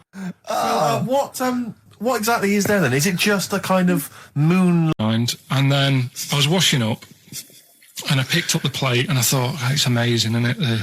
The human body, the way you can just sort of... I want to pick that up, and you do. Yes. And the way your hands work, right? Yeah. You've got 5 little digits, but it's just the right amount to do what you've got to do, right? So I'm cleaning the plate. Sorry, Carl. Stop. It's just the right amount. Might be one of the most genius things I've ever heard said. I would love David Attenborough to phone you up and say, Carl, how do I word this about the evolution of the mammalian front limb? Just go, we'll just say it's the right amount. But it is. One extra would get in the way. Yeah. And one less would just make it that little bit more tricky when picking up a bit of a slippery dish. Sure, or buying gloves. A slippery dish. So then I was thinking, imagine going to the doctors and they're saying, yeah, everything's all right, your art's good and everything, but... Your art's good? What, your Larry's, or...? Yeah, Your heart, you're in good form and what have you. It's good news. You know, I had Giano in earlier. He's not looking good. I had Fat Swallow. But you're all right. But your hands need to come off. Right. Blimey. That's bad. Like, I'd get a second opinion initially. But I better good news, I've got a nice pair of feet I can sort you out with. Yeah. And he puts them on, and then I was thinking, right, first of all, washing up, what would that be like? I thought, Steve, that'd be tricky. Yeah. And then the second thing was, it'd probably ruin the sort of the shape of your jumper. Because you have to keep putting the feet through there. Yeah. And then I thought, I could still cycle in. Okay. To work. You could run in. Well, that's the thing. You'd be really fast. Well, that's what I was thinking. I thought I could still cycle because I could balance, and then I thought, but the only thing is I probably couldn't pull the brakes. Because of the little short things. Yeah. And then, like you, I thought, but then again, you're running in half the time.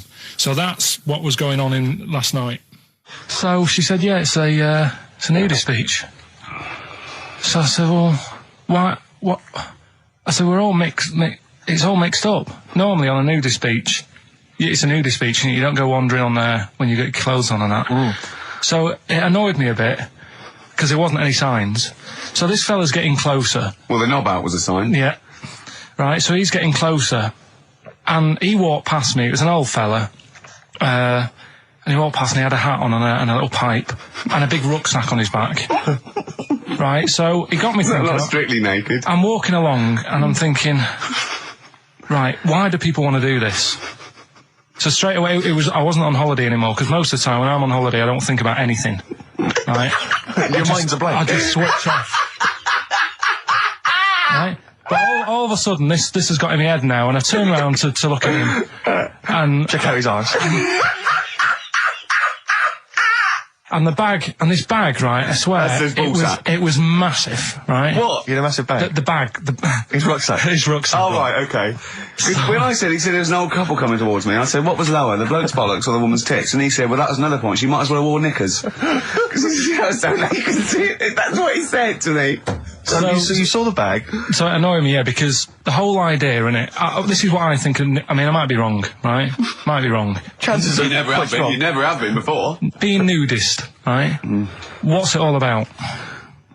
So I'll tell you, on that point, Carl, let's play a tune, let's come back and we'll discuss. What are we going to play? We'll discuss that very issue. We've got some ideas, we did chat about this last week, Carl, in your absence. Alright, well, we'll play the choral. Okay. It's a good one, this. Yeah. I'm sure if there's a doctor listening or a nurse, they will clarify that if they pump you with all sorts of stuff, it wants to come out. Right. So you're sat there having a serious chat. It's a quiet hospital. The woman next door with the blue hands suddenly starts seeping gas, right? Well, I start laughing. Because if there's one thing that makes you laugh, it's that. Is a 98-year-old woman with blue hands fine? So you try to hold it in because it's a really quiet hospital, and it'd be obvious that I was laughing at her, and I didn't want to be mean, but it was funny.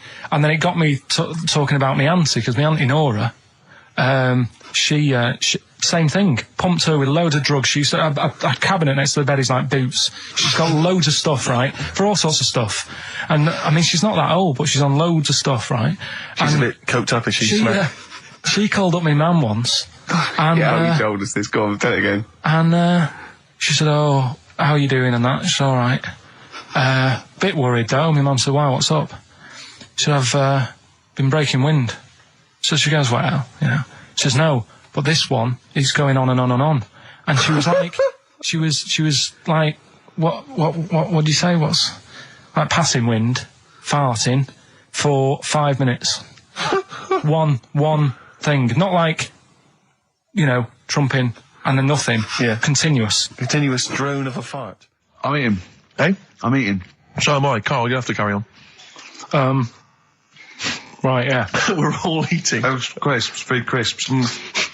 So last week, yeah, you were playing your feature, that song, I Shouldn't Switch Off, because I'm enjoying the story. Yeah. And we played Living for the City, only you played the single mix, which doesn't have the entire second act, if you will. Yeah. So, Carl, you've not heard it before. You're excited. Heard it before. You're excited to hear the second act, because as far as you're aware, there was a young guy, he's living with his family, they're fairly impoverished in Mississippi, but, you know, they're happy, they're getting on all right. But you're not even aware that he's moving to the big city. No, it just fades out. Well, that's the city in question. I mean, I've liked this song for, must be, 3 or 4 years, and I've always listened to the single version. I had no idea that I didn't know the full story. So, yeah. It's not, I mean, and I know your attention to detail, you like to know the full story, like, where everything was. Well, the whole idea of the feature is to say, you've got to listen to the song. Where was the lead plate thing? That was like a few years back. Where was it? In Britain and Scotland. Yeah. It was a problem all over the world. They had to deal with it. You're making it up now. Is it something you saw in Lord of the Rings? Yeah. Right. So anyway. Yeah. So the Lion and the Witch, Go on. Go on. So far then, what did we learn in this story from We Stevie learned so Wonder? far from Stevie that there's a young lad, he's got a family, he's fairly happy, except they're very poor, and they struggle to get by, but they're happy and they're doing it anyway. He's moving to the big city. Carl, this is the bit you didn't realise. Just play the track. Okay, here we go. So this is halfway through. This is halfway through the tune now. You've not heard this before, have you? Let's go. Sorry, I accidentally played an episode of Kojak. By mistake. We were going to play a song. Carl, what did you make of that then? Yeah, what's happening there then? Eh? He was living with his family, he was fairly impoverished. He's moved to the new... bus he was on, was it? Right, so what's your take on it, Carl? After hearing that, what I've worked out by it, the first part that we heard last week, everything's alright, but it's not that great living in Mississippi, right? So he goes, I'm going to go to New York. There's plenty of work there. Yeah. They'll sort of accept me as, and everything. So he goes there, and the weird thing is, he's hardly, been in New York for a second. He gets on a bus, all of a sudden some copper's arresting him. He's like, what's going on? And then he's got 10 years. I mean, what you can't hear, because the levels are quite bad. I mean, I work with sound. I can't really hear what's going on. You're criticising Stevie Wonder, I'm sort of guessing that he didn't pay his bus fare or something. And 10 years. He got 10 years for that. I really don't know what was going on. And the last one. I've got that one. That's terrible. That's terrible. Okay, quickly. Oh, God. And the last one is that bloke who does... Come on! It's making me laugh. Come on, Carl, be professional. Right, the last one. Right. I can't do it, it's making me laugh. Oh, couple of... I'd say, well, I'll stay at home. Yeah. And that's the point I'm getting at. Yeah. Right? If you can't do anything for them, let them enjoy their life. Yeah, a Rubik's Cube. Right, well, me and Carl went out, right? With me and Jane, Carl and Johnny and Gigi, wasn't it? Gigi, is it important who went? No. Okay. But we're walking down the street. Carl was there, though, and he can back me up on this. We had a curry. We were walking back, and this little funny homeless fella, didn't he? He, I got to tell it before I go, didn't he? Yes. He came up to me, right? And he recognised it.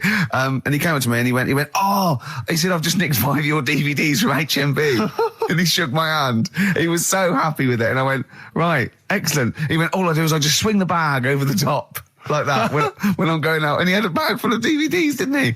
And he was so pleased to tell me that he'd stolen. That great. He said they're going like hotcakes. Yeah, he said they're going like, of course they are. Yeah, you're nicking them. Yeah. I know. We get paid for them, though, don't we? So not the stolen ones? Don't we? No. What do you mean? Did you sign them for him? I know you were, you idiot. What, so, he just nicked 5... Yeah. Well, yeah. You say he was homeless, was he? Well, I don't know, maybe. No. Surely, how would he have seen the show? He just walked past Curry's one Dixon's. morning. Yeah, the telly. Seen a trailer for it. I thought, interesting. I don't know if he was homeless. I didn't go into his home life. He shook his hand though, but he made Carl look smart. Do you know what I mean? So, how does he sell them? Where does he sell them? Does he go to people and go, do you want an Office DVD? They're not nicked. Yeah. £4. Yeah, exactly.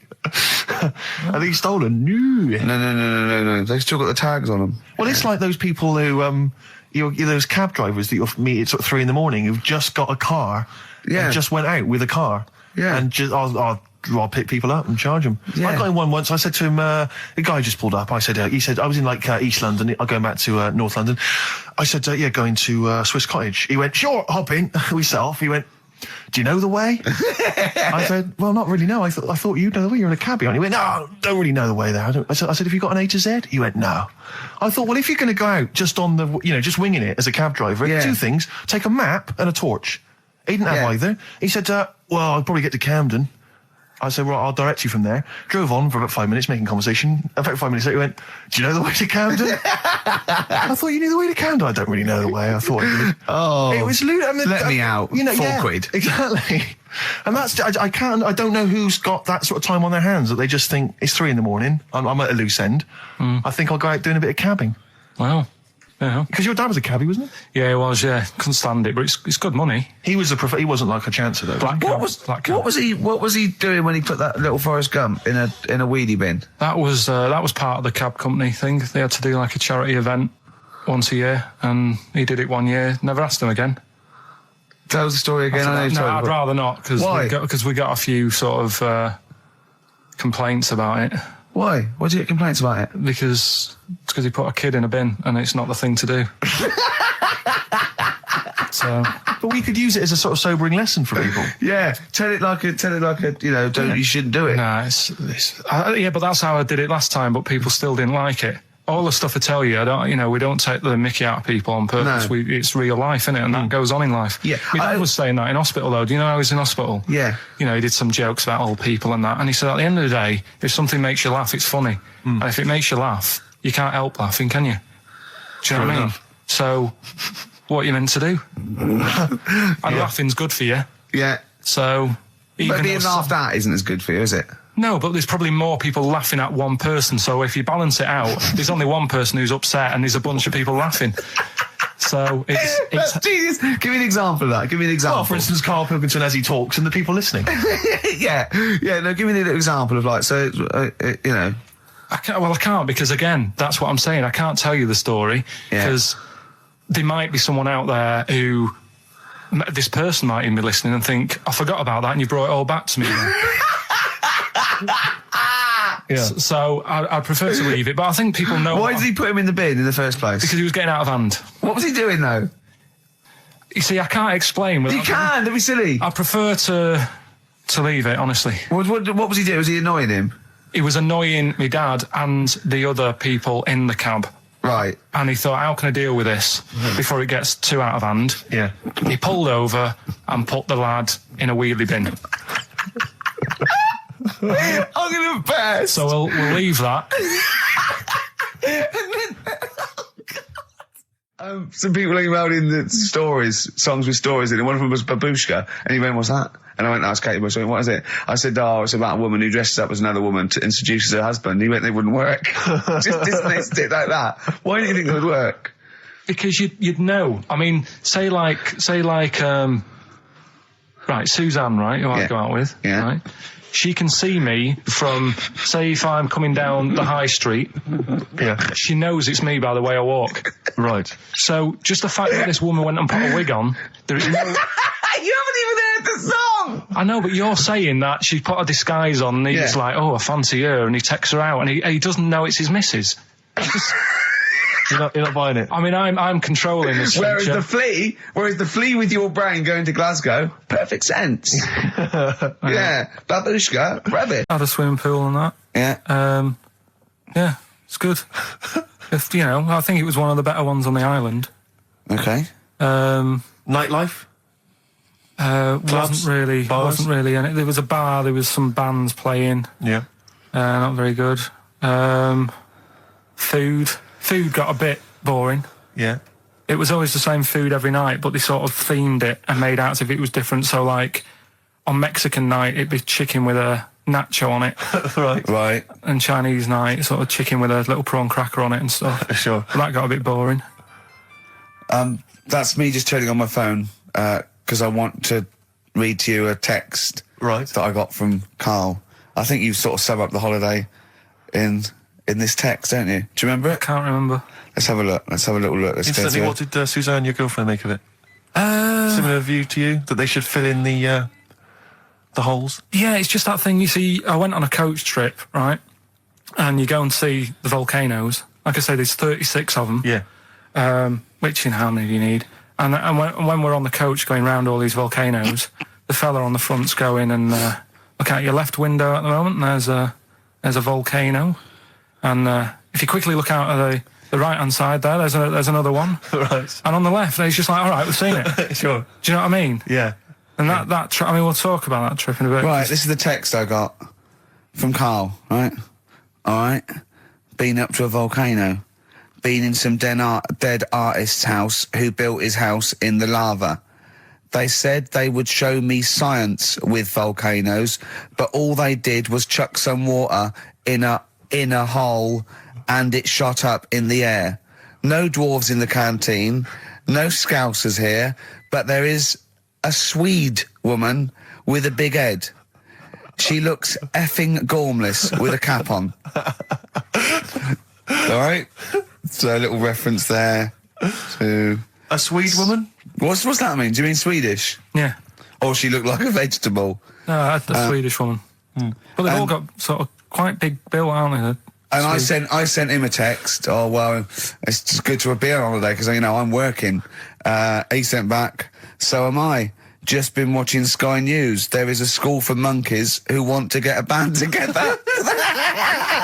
Is that monkey news for later?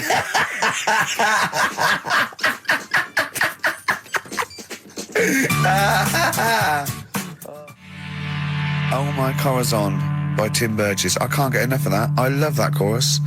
On XFM 104.9. Ricky Gervais, Steve Merchant and little Karl Pilkington. But it was a nice holiday. Yeah, it's alright. It's just, you know, I went there to relax and that. Exactly. Did a little bit of that. Trying to think of some new, you know, features and stuff. Sure, always working. 3 holidays a year, Jesus. Oh, not really 3 or 2. It's all one big sort of like work thing to me and Steve. 2 holidays, isn't it? Work hard, you need the holidays. So, yeah, the things that annoyed me was like, you get bored sat around the pool after a couple of days. I'd read my book. Yeah. You know, there wasn't much going on the Not even any crabs to throw sand at, was there? No crabs or anything. They wouldn't bother with Lanzarote, right? So, decided to go on a little trip. That's when I saw the volcanoes and that, 36 of them. So, we go on the trip, and the thing that annoys me, it does happen every holiday that you go on. If you go on a sort of a package thing, they have these trips, right? And you pay about 40 odd quid, and they give you some wine, so it make it feel like you're getting your money's worth. But how many of these trips have you been on then? Loads. Probably about 12. More holidays than I've had. Go on. Yeah, so anyway, so you're on the coach, right? And they take you for the volcanoes. They took us in the middle of nowhere. Yeah. Right. There's nothing else round there. Sure. It's like I say, it's like Mars, but with holes in the ground. Yeah. Right. And they sort of drop you off, and they go, right, everybody, see you back here in an hour. There's loads of volcanoes for you to look at, and a coffee shop over there. And you know for a fact, right, you don't need an hour there. You could just say, well, just keep the engine running because I'll have a look in this hole, we'll get back on, give us 5 minutes. Don't need an hour. Absolutely. But you know that they've got something going. It's a backhander, definitely. What, with the coffee shop? Definitely, yeah. They go there. And they get everyone to have an ice cream and a coffee, and they sit down, have a fag, talking to the bloke. Yeah, and it's like, cousin. Yeah. How much was the coffee? Was it probably about 3 each euro, so I think it was $3.50. Sure. Yeah. Which is, I don't know what, that's about 2.5 quid.